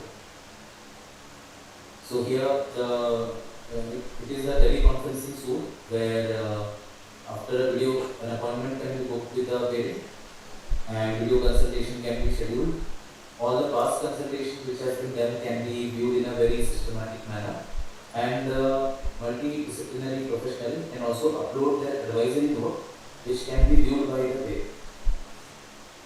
They can also take a download of these notes. This is the open appointment screen. These are very simple, very intuitive. Any person from the general public can follow this very easily. It does not require too many input fields as well. This is the notes and supporting documents section. So if the parent has any reports, past reports which they want to upload, and they want the multidisciplinary professional to go through those reports, so they can upload those reports also here.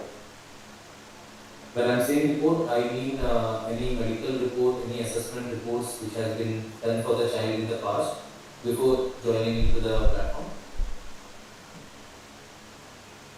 So there is also an effective communication between the multiple personas.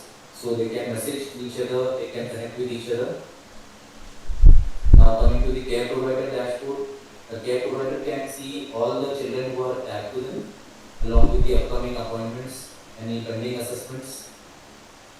Then there is a all children section, which includes all the tagged children available. It's a quick action view.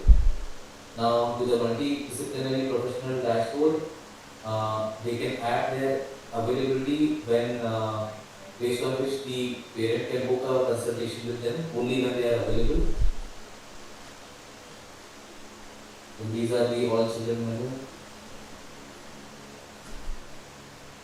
Now coming to the overall tools and technology, so this gives a broad level technology architecture, what has gone into building the platform, how the whole, what all programming languages has been used, what all server and browsers this can be accessed from.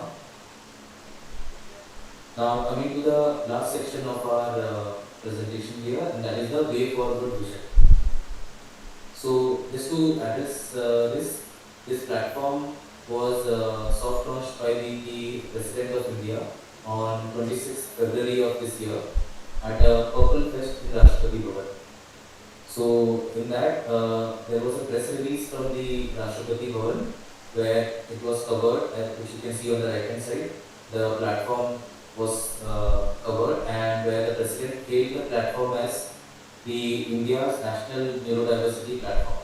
So that is the overall vision the President has set for us, that we have to build this platform into a national neurodiversity platform, and that is where we are targeting for. And you can also have watch a video which has been covered by Rashtrapati Bhavan in the official YouTube channel of President. Now coming to the pilot testing part, which Akansha mentioned. So right now we are in the process of implementing that. So to add some numbers to this, we have started the pilot testing. Currently there is 120 plus multidisciplinary professionals who have been added. There are 300 plus parents who have been added. The exact number is 321 as of date. There is a total of 80 plus care providers on the platform, and I am very happy to announce that there are almost 800 plus children who have been added on the platform so far. So our target is to achieve from 800 we have to go to 5,000 children under the pilot testing. We will also be collecting a lot of, the whole reason of this pilot testing is to do an impact assessment and to do a testing of what all feedback is coming for the platform, how the absorption is happening, how the uptake is happening by the public. We also have placed certain planned metrics to evaluate that in terms of which are the number of children screened, high-risk children identified, what is the viewership of home care videos, how many people are signing up. So these are certain planned metrics we have devised, which we will be using to do our impact assessment for the platform at the end of the pilot testing. So now coming to the vision. So before we dive into the vision, as the saying goes that one picture speaks 1,000 words. So I want your attention on this photo, this picture here. So this is exactly what we are aiming to achieve. This, as you can see in the picture, is a rural area where you can see this is a center, an Anganwadi center or a community center, where the parents will bring their child and there is either a care provider, it can be a Anganwadi worker or a volunteer, school teacher, Asha worker, it can be anyone who can act as a facilitator. So they have their tablets in front of them. Parents will bring their child to screen their child for neurodevelopmental disorder. So that is the first step in their journey towards screening for neurodevelopmental disorder. So this picture captures the whole essence of our vision. Now putting some numbers on the board, the overall vision is to empower the rural communities. It is to early identify and provide continuous assistance. Then the implementation vision is, first we want to complete the pilot testing. We are almost 20% there. We have done 800 children out of 5,000. so far. Once we complete it, then we want to not stop there, even take it further by launching it in 100 districts of the country. And then the target is to go for to reach to reach the platform to 1 lakh children. Then there is a platform vision where we also want to include generative AI in the platform as a health assistant for parents. We are also building a clinician assistant which will act as an assistant to the multidisciplinary professional.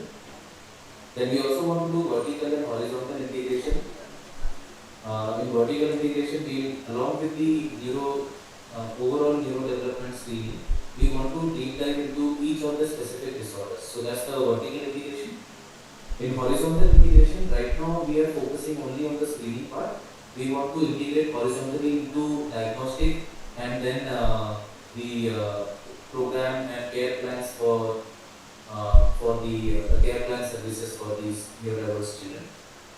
The overall stakeholder vision is to take it to the local NGOs, partner with them in the 100 districts which we have outlined, and train 50,000 professionals in the capacity of care provider or as multidisciplinary professional in the next 5 years.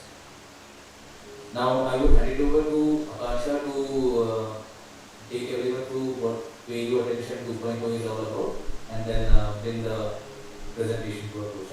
Over to you, Akansha. Thank you, Dr. Piyush. So, thank you so much for all the details given. So, peer attention is now coming up on the next level. After all the feedbacks and all incorporated into the e-standard, along with that, because it is currently for children, few of the measures are for parents and the youths. But for youths, we want to take the youth forward, intellectual disability youth forward for the work readiness and the internship. Currently, we know that MIPID is taking its state at large. They have created vocational training modules and they are trying to make them work ready into this, our so-called modern ecosystem. So we are working across on 3rd and 4th of October at Jharkhand, the Tata Power team, along with the other Tata Group companies and the relevant NGO partners at the state level. We are planning a neurodiversity summit, and we would be engaging more than 300 plus participants who would cater to the needs of e-sanity. And the process of the pilot testing will go on. Along with that, we have the associated partner, National Athletics Association of India, who would be also contributing along with us in this course. So, yeah. Ending with the thank you note, would like to recite the advocacy of our e-sanity. Dr. Piyush, if you could screen out the advocacy note of e-sanity.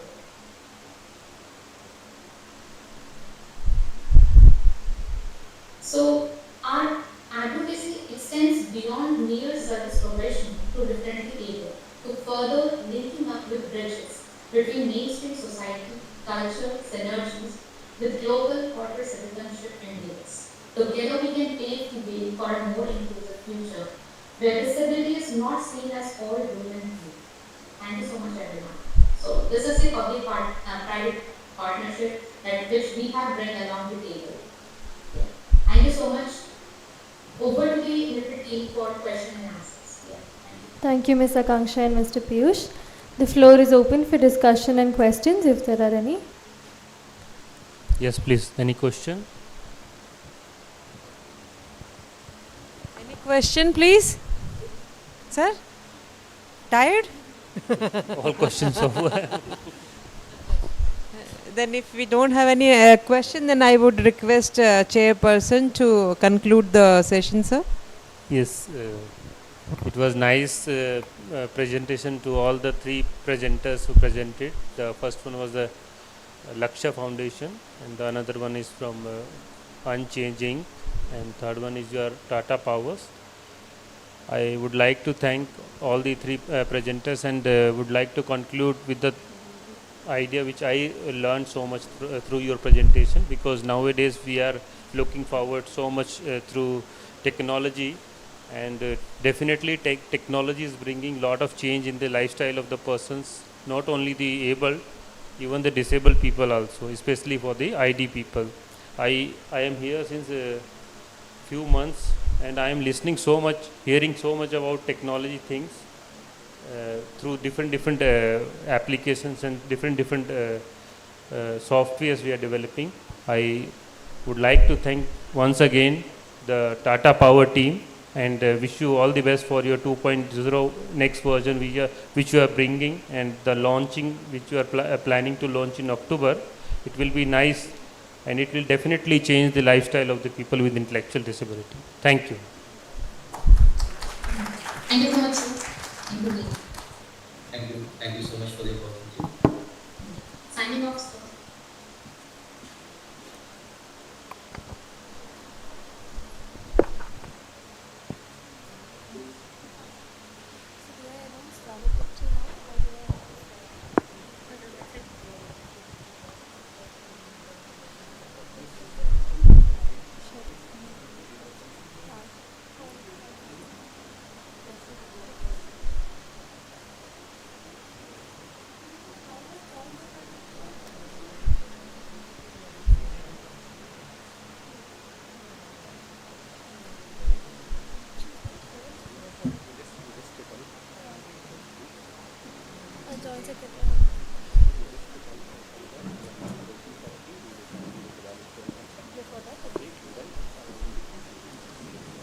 Okay, for everybody's kind attention, we will not be breaking for tea. We will be continuing with the valedictory in a short time.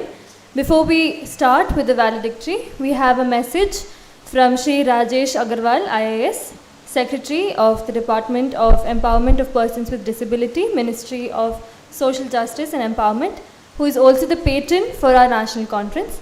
And we also have a message from our co-patron, Shri Rajiv Sharma IFS, Joint Secretary of the Department of Empowerment of Persons with Disability. This is the message from Shri Rajesh Agarwal, Secretary. It gives me great pleasure to address you all on the occasion of the National Conference on Community Models in Rehabilitation, organized by the National Institute for the Empowerment of Persons with Intellectual Disabilities, NIPID, on August 29th and 30th of 2024. This conference comes at a crucial time when the global focus is shifting towards community-based rehabilitation services. The COVID-19 pandemic has accelerated this transition, emphasizing the need for family and community-centered approaches in disability rehabilitation. The theme of this conference aligns perfectly with our national goals of empowerment and inclusion of persons with disabilities. It provides a platform for rehabilitation professionals, researchers, and stakeholders to exchange knowledge, share experiences, and explore innovative community-based models that can enhance the quality of life for individuals with disabilities. Community-based rehabilitation is not just a service delivery model. It represents a paradigm shift in our approach to disability and rehabilitation. It challenges the traditional institutionalized methods and advocates for a more inclusive, empowering, and holistic approach. I am particularly impressed by the conference's focus on both professional and student contributions, including oral and poster presentations. This inclusive approach will undoubtedly nurture the next generation of rehabilitation experts and researchers. As we navigate the challenges and opportunities in the field of disability rehabilitation, it is crucial that we continue to innovate, collaborate, and adapt our strategies to meet the evolving needs of persons with disabilities. This conference serves as a stepping stone towards developing national, regional, and international strategies for advancing community-based rehabilitation facilities. I encourage all participants to engage actively in the discussions, share your experiences, and contribute to the development of practical solutions that can make a real difference in the lives of persons with disabilities. On behalf of the Department of Empowerment of Persons with Disabilities, I extend my best wishes for a successful and productive conference. May your deliberations lead to meaningful outcomes that will shape the future of community-based rehabilitation in India and beyond.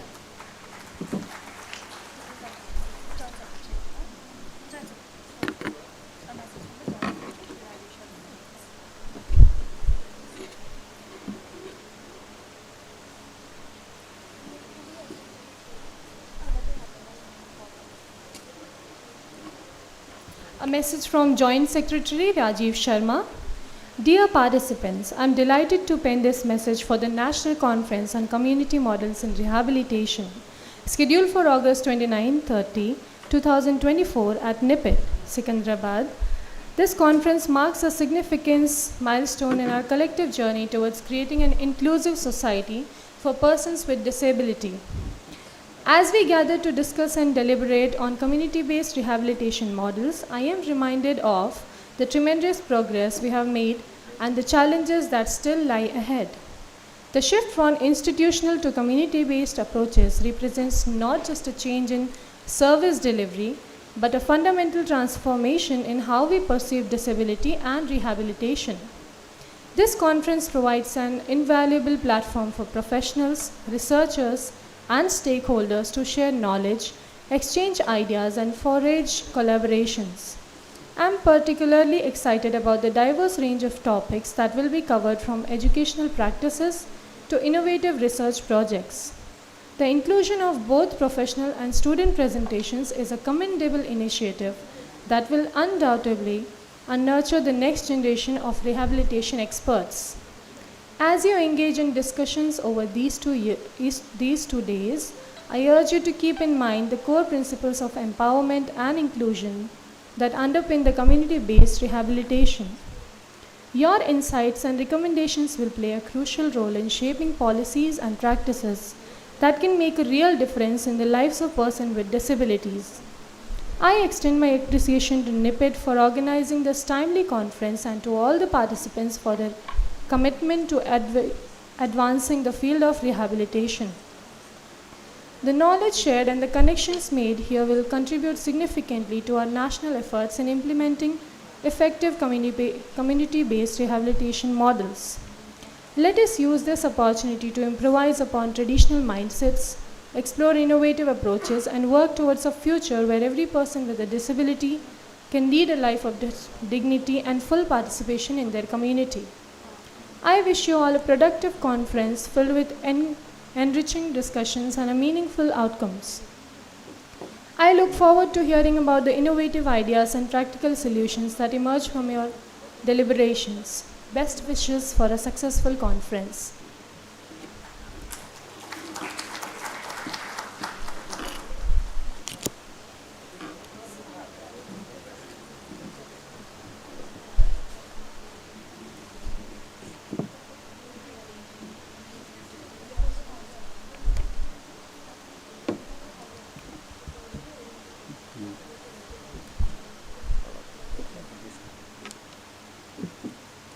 A very good evening each and everyone. So today we have reached to the end of the 2 days conclusive session, valedictory session. I would request to grace the stage. I would invite Dr.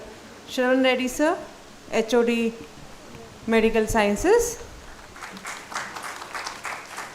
I would request Dr. Ganesh Sheregar sir, HOD CPM and HOD Special Education. I would request Shri Dashrath Chaudhary sir, HOD Department of Rehabilitation Psychology. I can see HOD Srinivaslu sir, Dale Department. I would request you to grace the occasion, sir.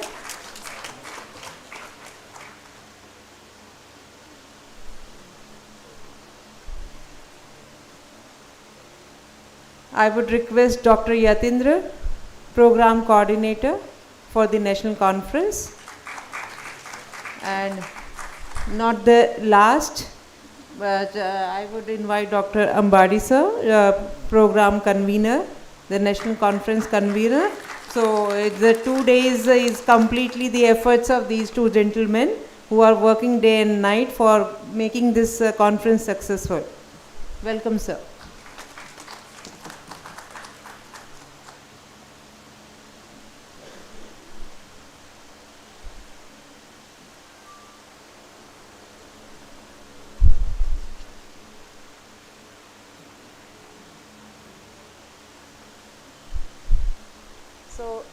Now I would request Dr. Ambadi sir to give a brief about the 2 days proceedings of the conference and give a vote of thanks as well.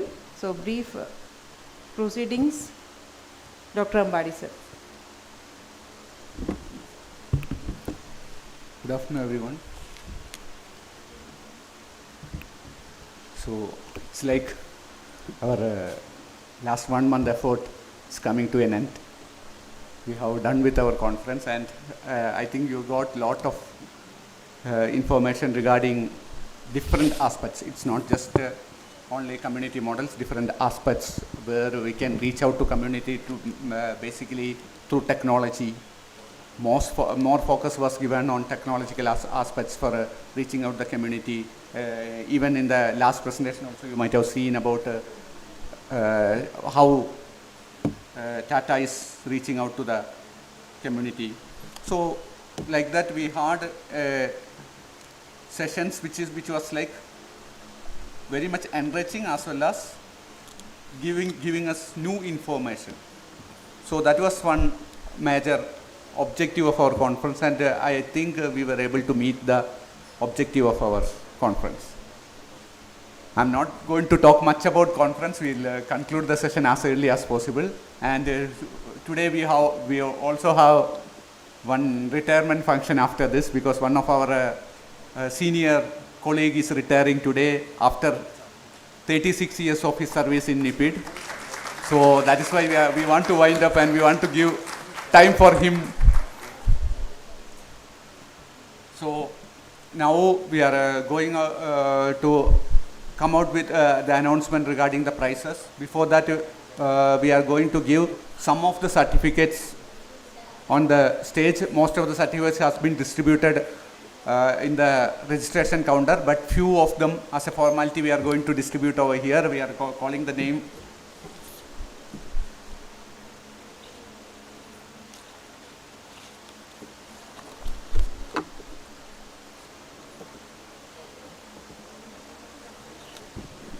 So I invite our distinguished HODs on the dais to distribute the certificates. I'm calling the name one by one. So please come forward and receive the certificates. First I'm calling Medha Yatin.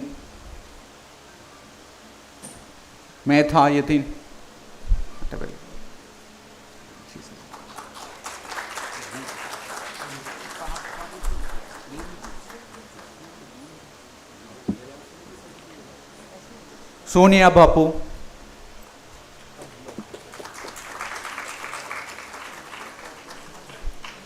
Sham Ganvir.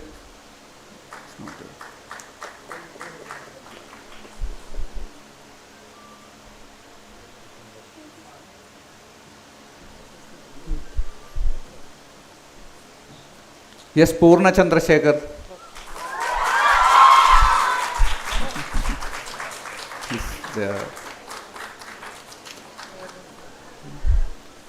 It's not available.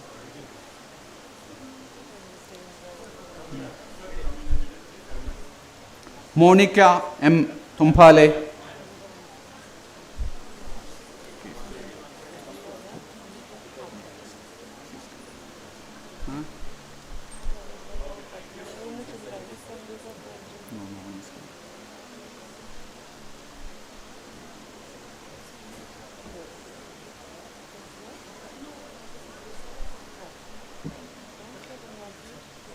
So, Monica. Yes. Nidhi Suresh Sharma.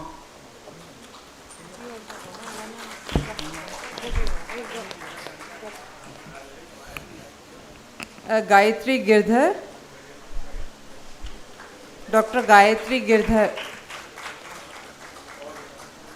I think this is 2 days hard work and the efforts you have put in. So a round of applause for each and every one present here.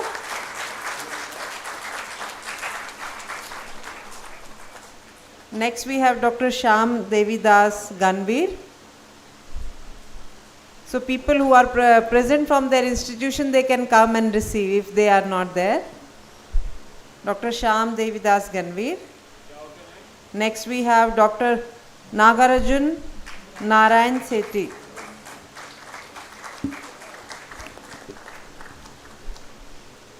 Then we have next Kshitija Bansal.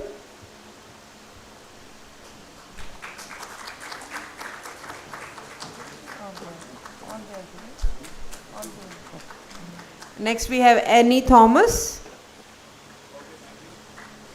Dr. Kanchan Singh, Nikhil Kumar Madhur,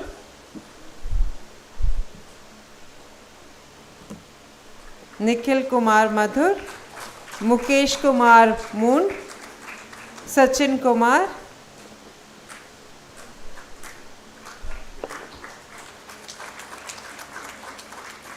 Mr. Hari Kumar Tadi, Dr. Kiran R. Binkar, Dr. Anjali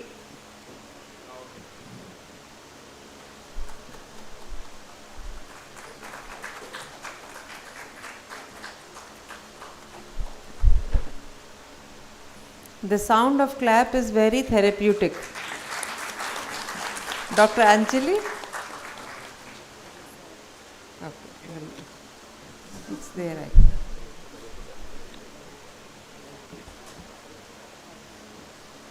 Dr. Wasim Ahmed, Miss Akanksha Sharma,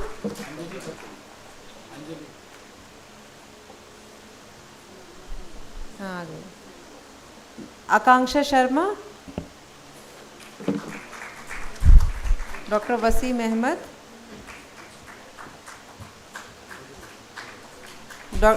Miss Pallavi GNT. So any MPhil students, Hima, you can come and collect for her. Pallavi, Rishi Raj, Mr. Rishi Raj. Congratulations to all the people who have certificate of presentations. Rishi Raj. We have another one for Dr. Wasim Ahmed sir. We have Ruchika Shaukin, Nidhi Suresh Sharma,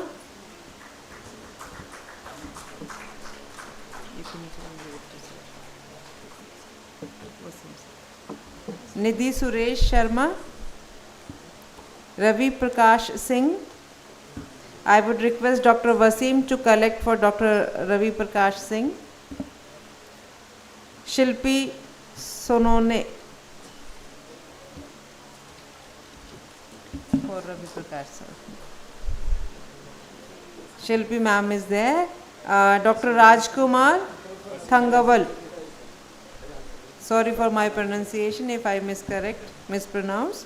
Rudra Kanan, if she is there. Dr. Ijaz Abdul Sattar Sheikh.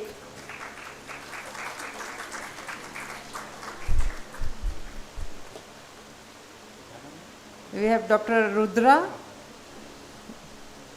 Then we have Dr. Ijaz. Dr. Pradhanya Yashwant Dumre. Did I correct it, pronounce it correctly? Pradhanya Yashwant, if they are not there. Dr. Shyam D. Ganvir, Anjana S. Nair, Jamie Johnson, Malisha D'Souza, KVR Swarnata, MV Ramanna, Geeta Shri Majumdar,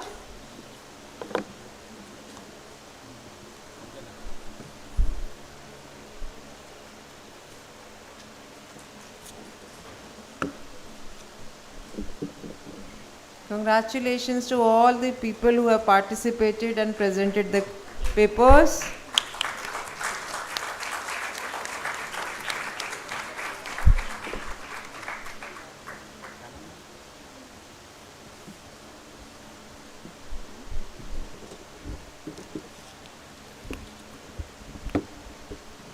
Thank you everyone.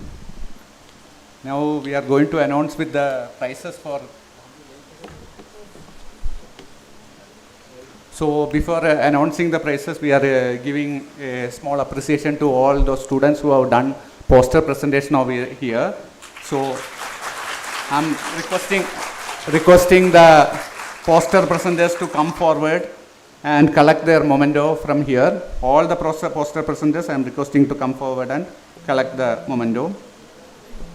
So I'm calling the names one by one. C. Ruchita and J. Manisha.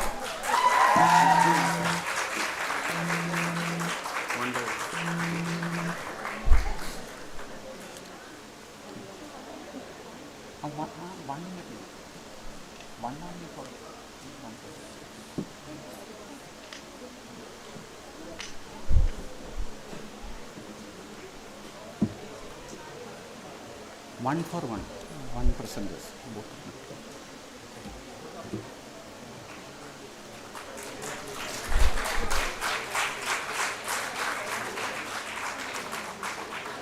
Serikonda Kirtana and Elham Muhammad.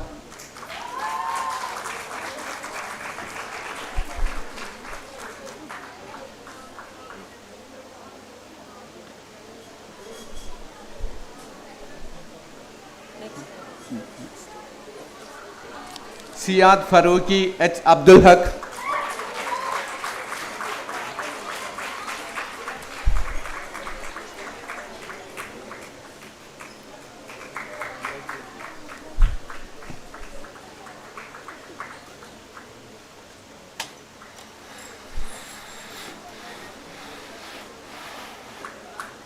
Next, Ummi Rael Nawal, Arifa Ahmad Hussain.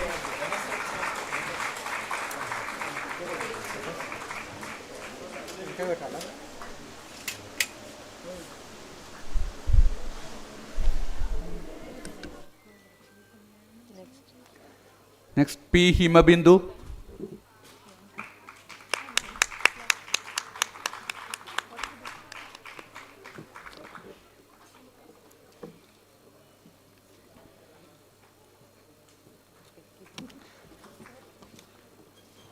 Next, Supriya Srividya.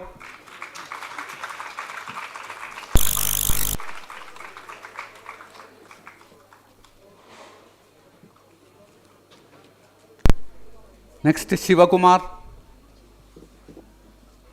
Shivakumar.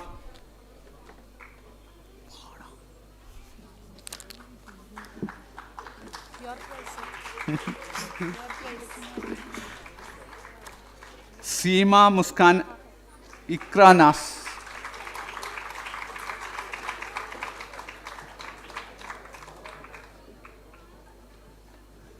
Seema Muskan Ikranas.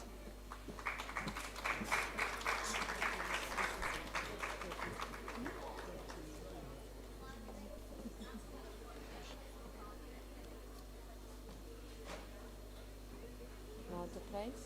Third one? No. Okay, this is only for this. This also Yes, you did, don't tell. Akifa Shob Ifat Fatima.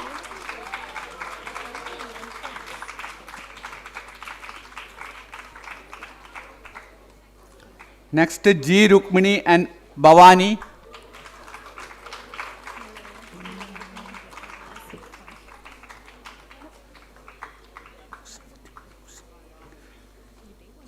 Next, Munasa Fatima Hafsa Mahin.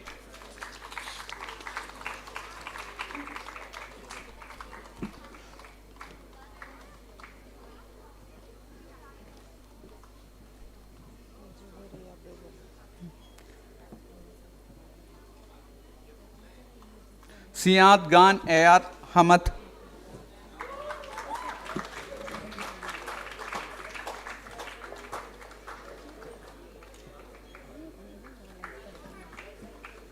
Jitta Abhinga Kottakonda Mahati.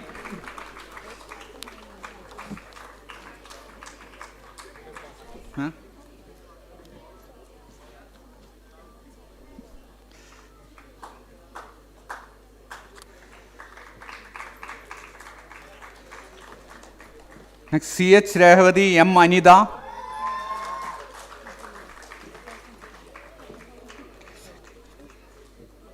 Next, Maria Said Mustafa, Sumaya Khan.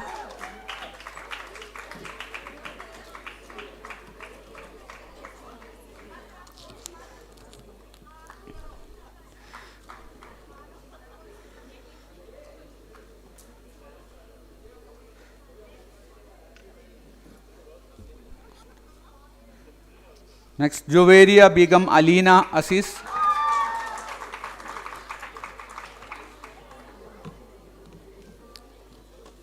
One more is there. Next, Vidya Bhargavi.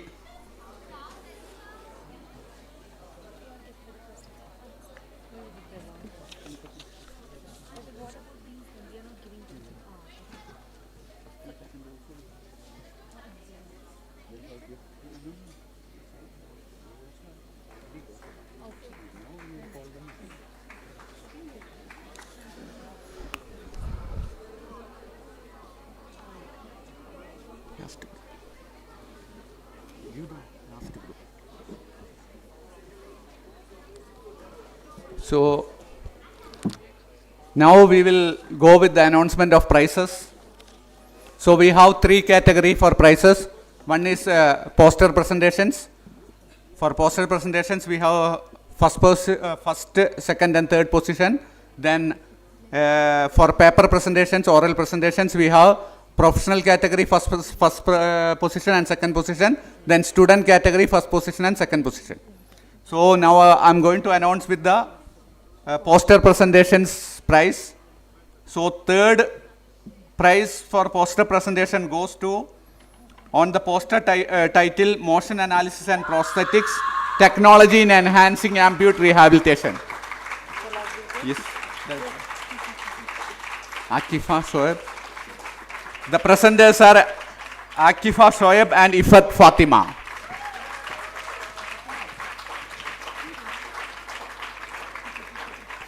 So, along with the memento, we are giving a cover which is mentioned, and in that cover we have not kept the cash prize, we have kept a paper for writing your account number and details. You have to write it and give it back to us.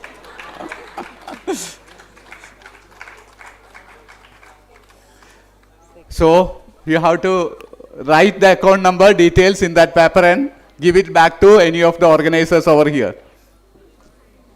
So, next, second prize for poster presentation goes to the poster title, Rehabilitation Programs for Deformities Due to Leprosy, presented by G. Rukmini and N. Bhavani.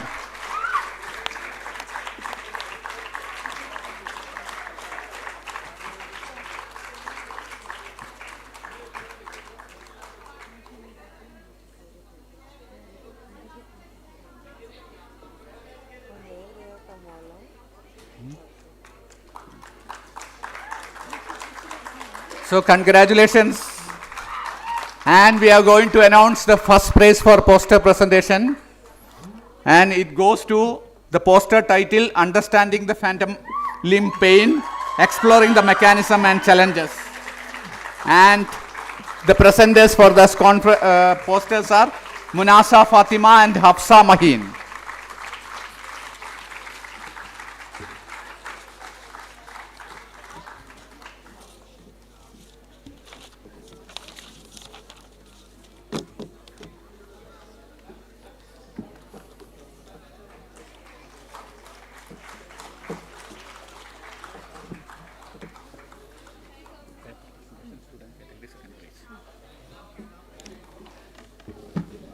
So, once again I am announcing those who got that prize cover, you have to write the details regarding account number, IFSC code, branch and everything, and you have to hand it over. So, now we will announce with the prizes for paper presentations under students category. The second prize for paper presentations under student category goes to the paper title, Influence of Role Playing on Recovery from Substance Use Disorder in Group Therapy. The presenters are Anchana S. Nair, Jamie Johnson and Melissa D'Souza. So, congratulations. Give them a big round of applause.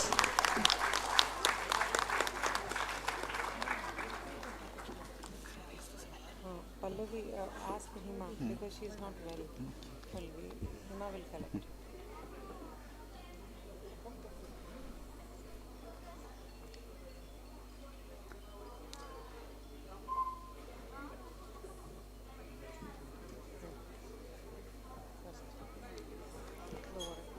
And the first prize for paper presentations under student category goes to the paper Role of Physiotherapy in Inclusive Education. The presenter is Dr. Pallavi GNT. I request Hima Bindu to come and collect the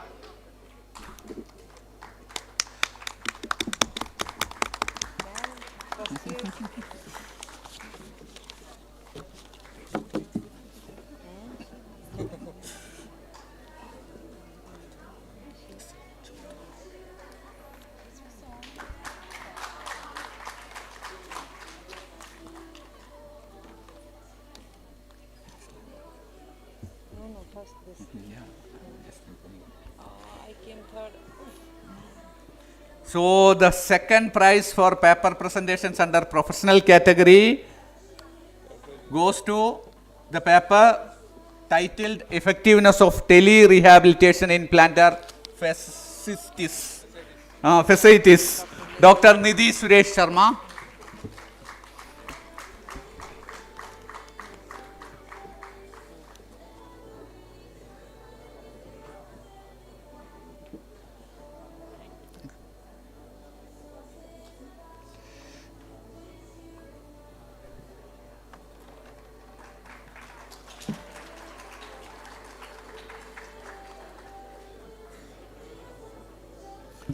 And the first prize goes to the paper title Community Models in Rehabilitation, Empowering Through Inclusion. The presenter is Geeta Sri Majumdar. Geeta Sri Majumdar, not available. Anyone from their organization available here?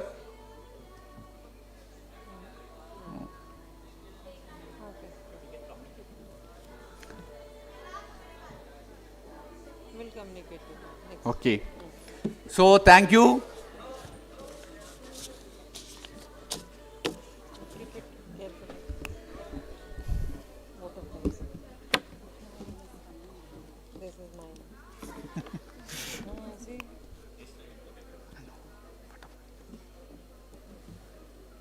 You will be water friends, no?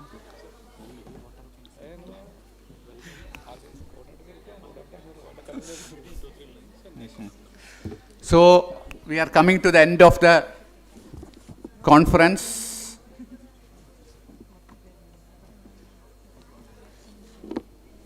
And just as a formality, we the professionals who have come from different parts of the country, like we didn't expect this much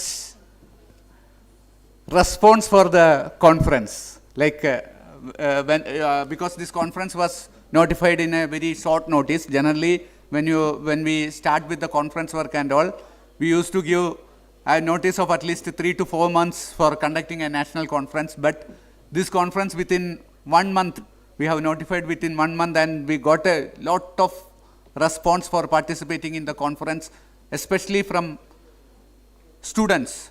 Like the students, I really wonder about the student community who came from mainly from the domain of physiotherapy.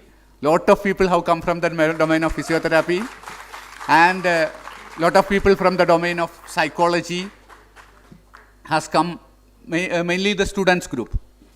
So generally we used to get very less response from the students community for the conferences, and I appreciate their effort, their interest in the field of rehabilitation, and coming forward to participate. Not only just participating, they actively involved. Most of the students have come out with their presentations, then their posters, they actively involved in the conference proceedings. So I'm first of all conveying my heartfelt gratitude to the student community who are actively involving to make this conference successful. Thank you so much.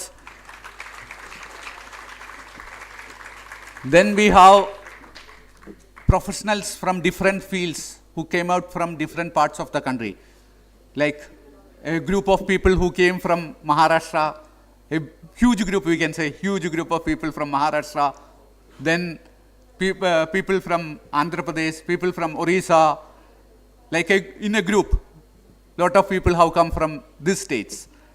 Then we have professionals from different other states also, and the professionals who came forward, and like this is like I was just sharing to my colleagues yesterday.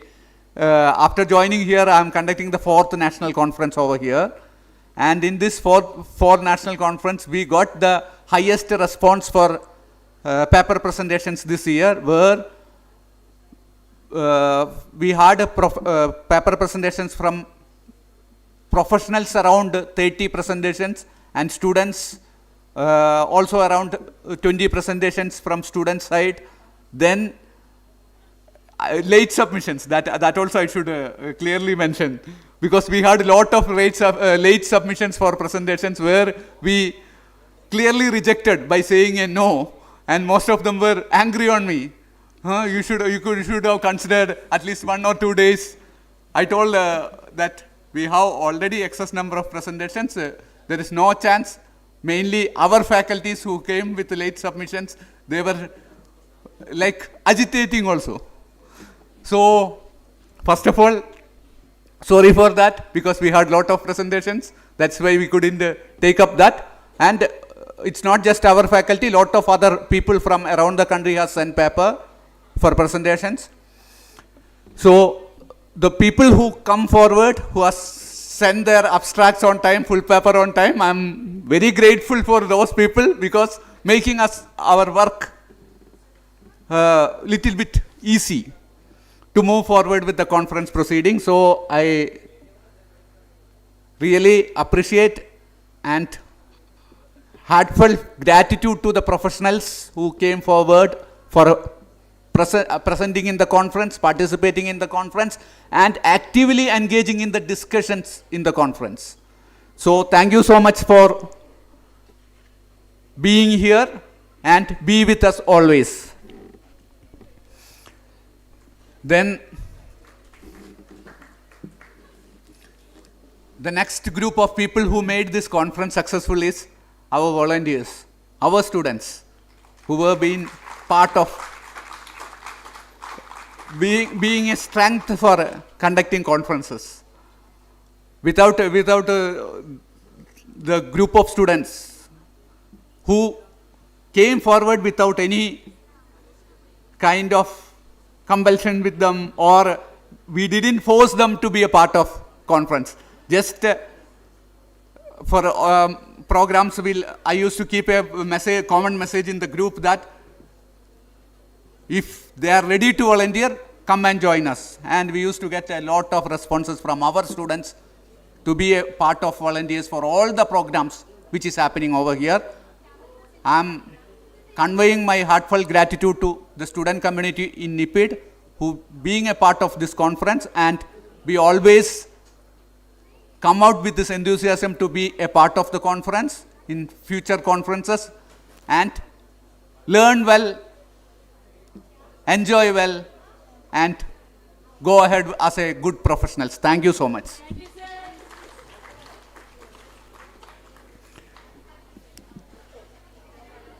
Then we have, as a formal vote of thanks, I should first convey my vote of thanks to the officials in the EPWD, our Secretary Sir, Sri Rajesh Agarwal IAS, and our Joint Secretary Rajesh Sharma IFS, where they were instrumental in coming out with this and giving approvals and fund for conducting this conference. This conference was completely sponsored by Department of Empowerment of Persons with Disabilities, Ministry of Social Justice and Empowerment, Government of India. I convey my gratitude to Secretary Sir and Joint Secretary Sir for their countless support for conducting this conference.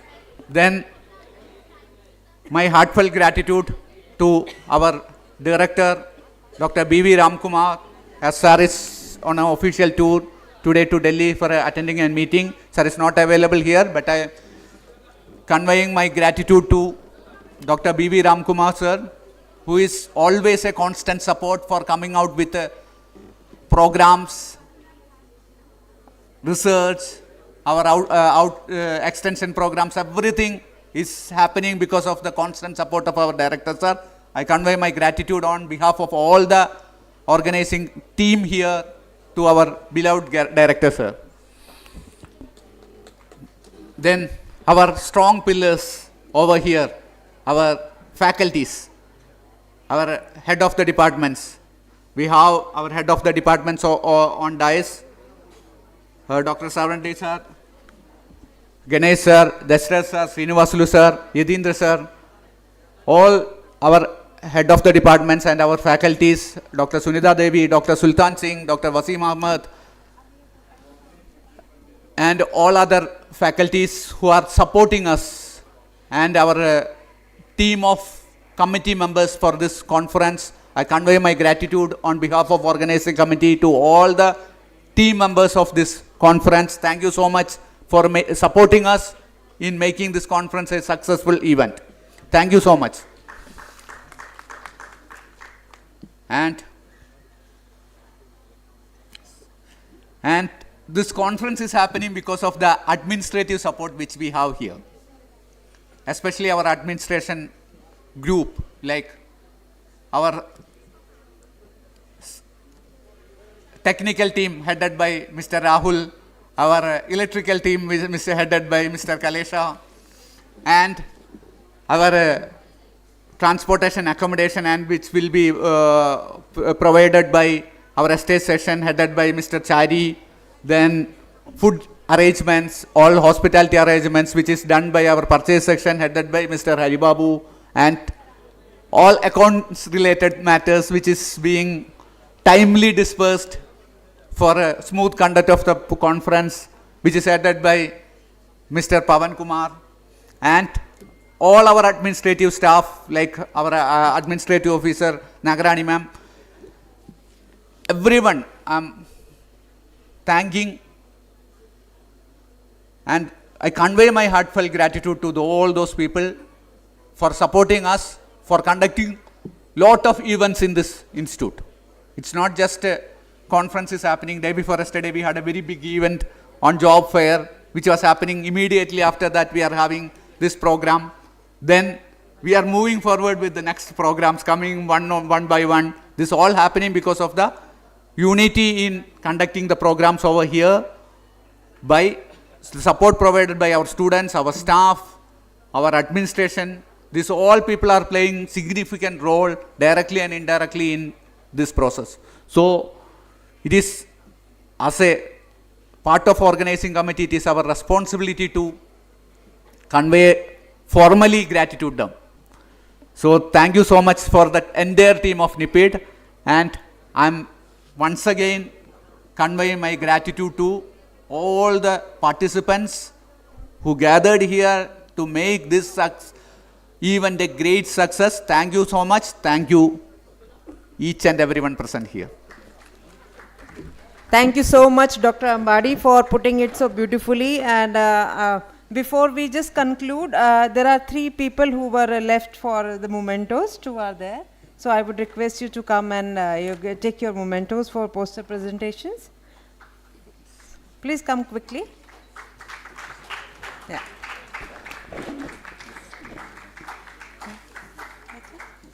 Right.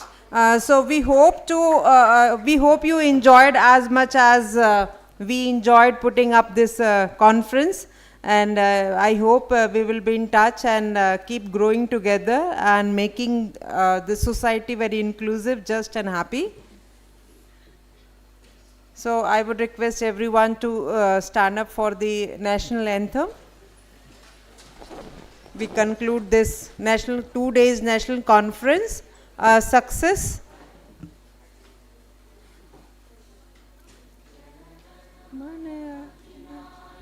जय हे भारत भाग्य विधाता, पंजाब सिंध गुजरात मराठा द्राविड उत्कल बंगा, विंध्य हिमाचल यमुना गंगा उच्चल जलधि तरंगा, तब शुभ नामे जागे, तब शुभ आशीष मांगे, गाहे तब जय गाथा, जन गण मंगल जायक जय हे भारत भाग्य विधाता, जय हे जय हे जय हे, जय जय जय जय हे। जय हिंद, जय हिंद, जय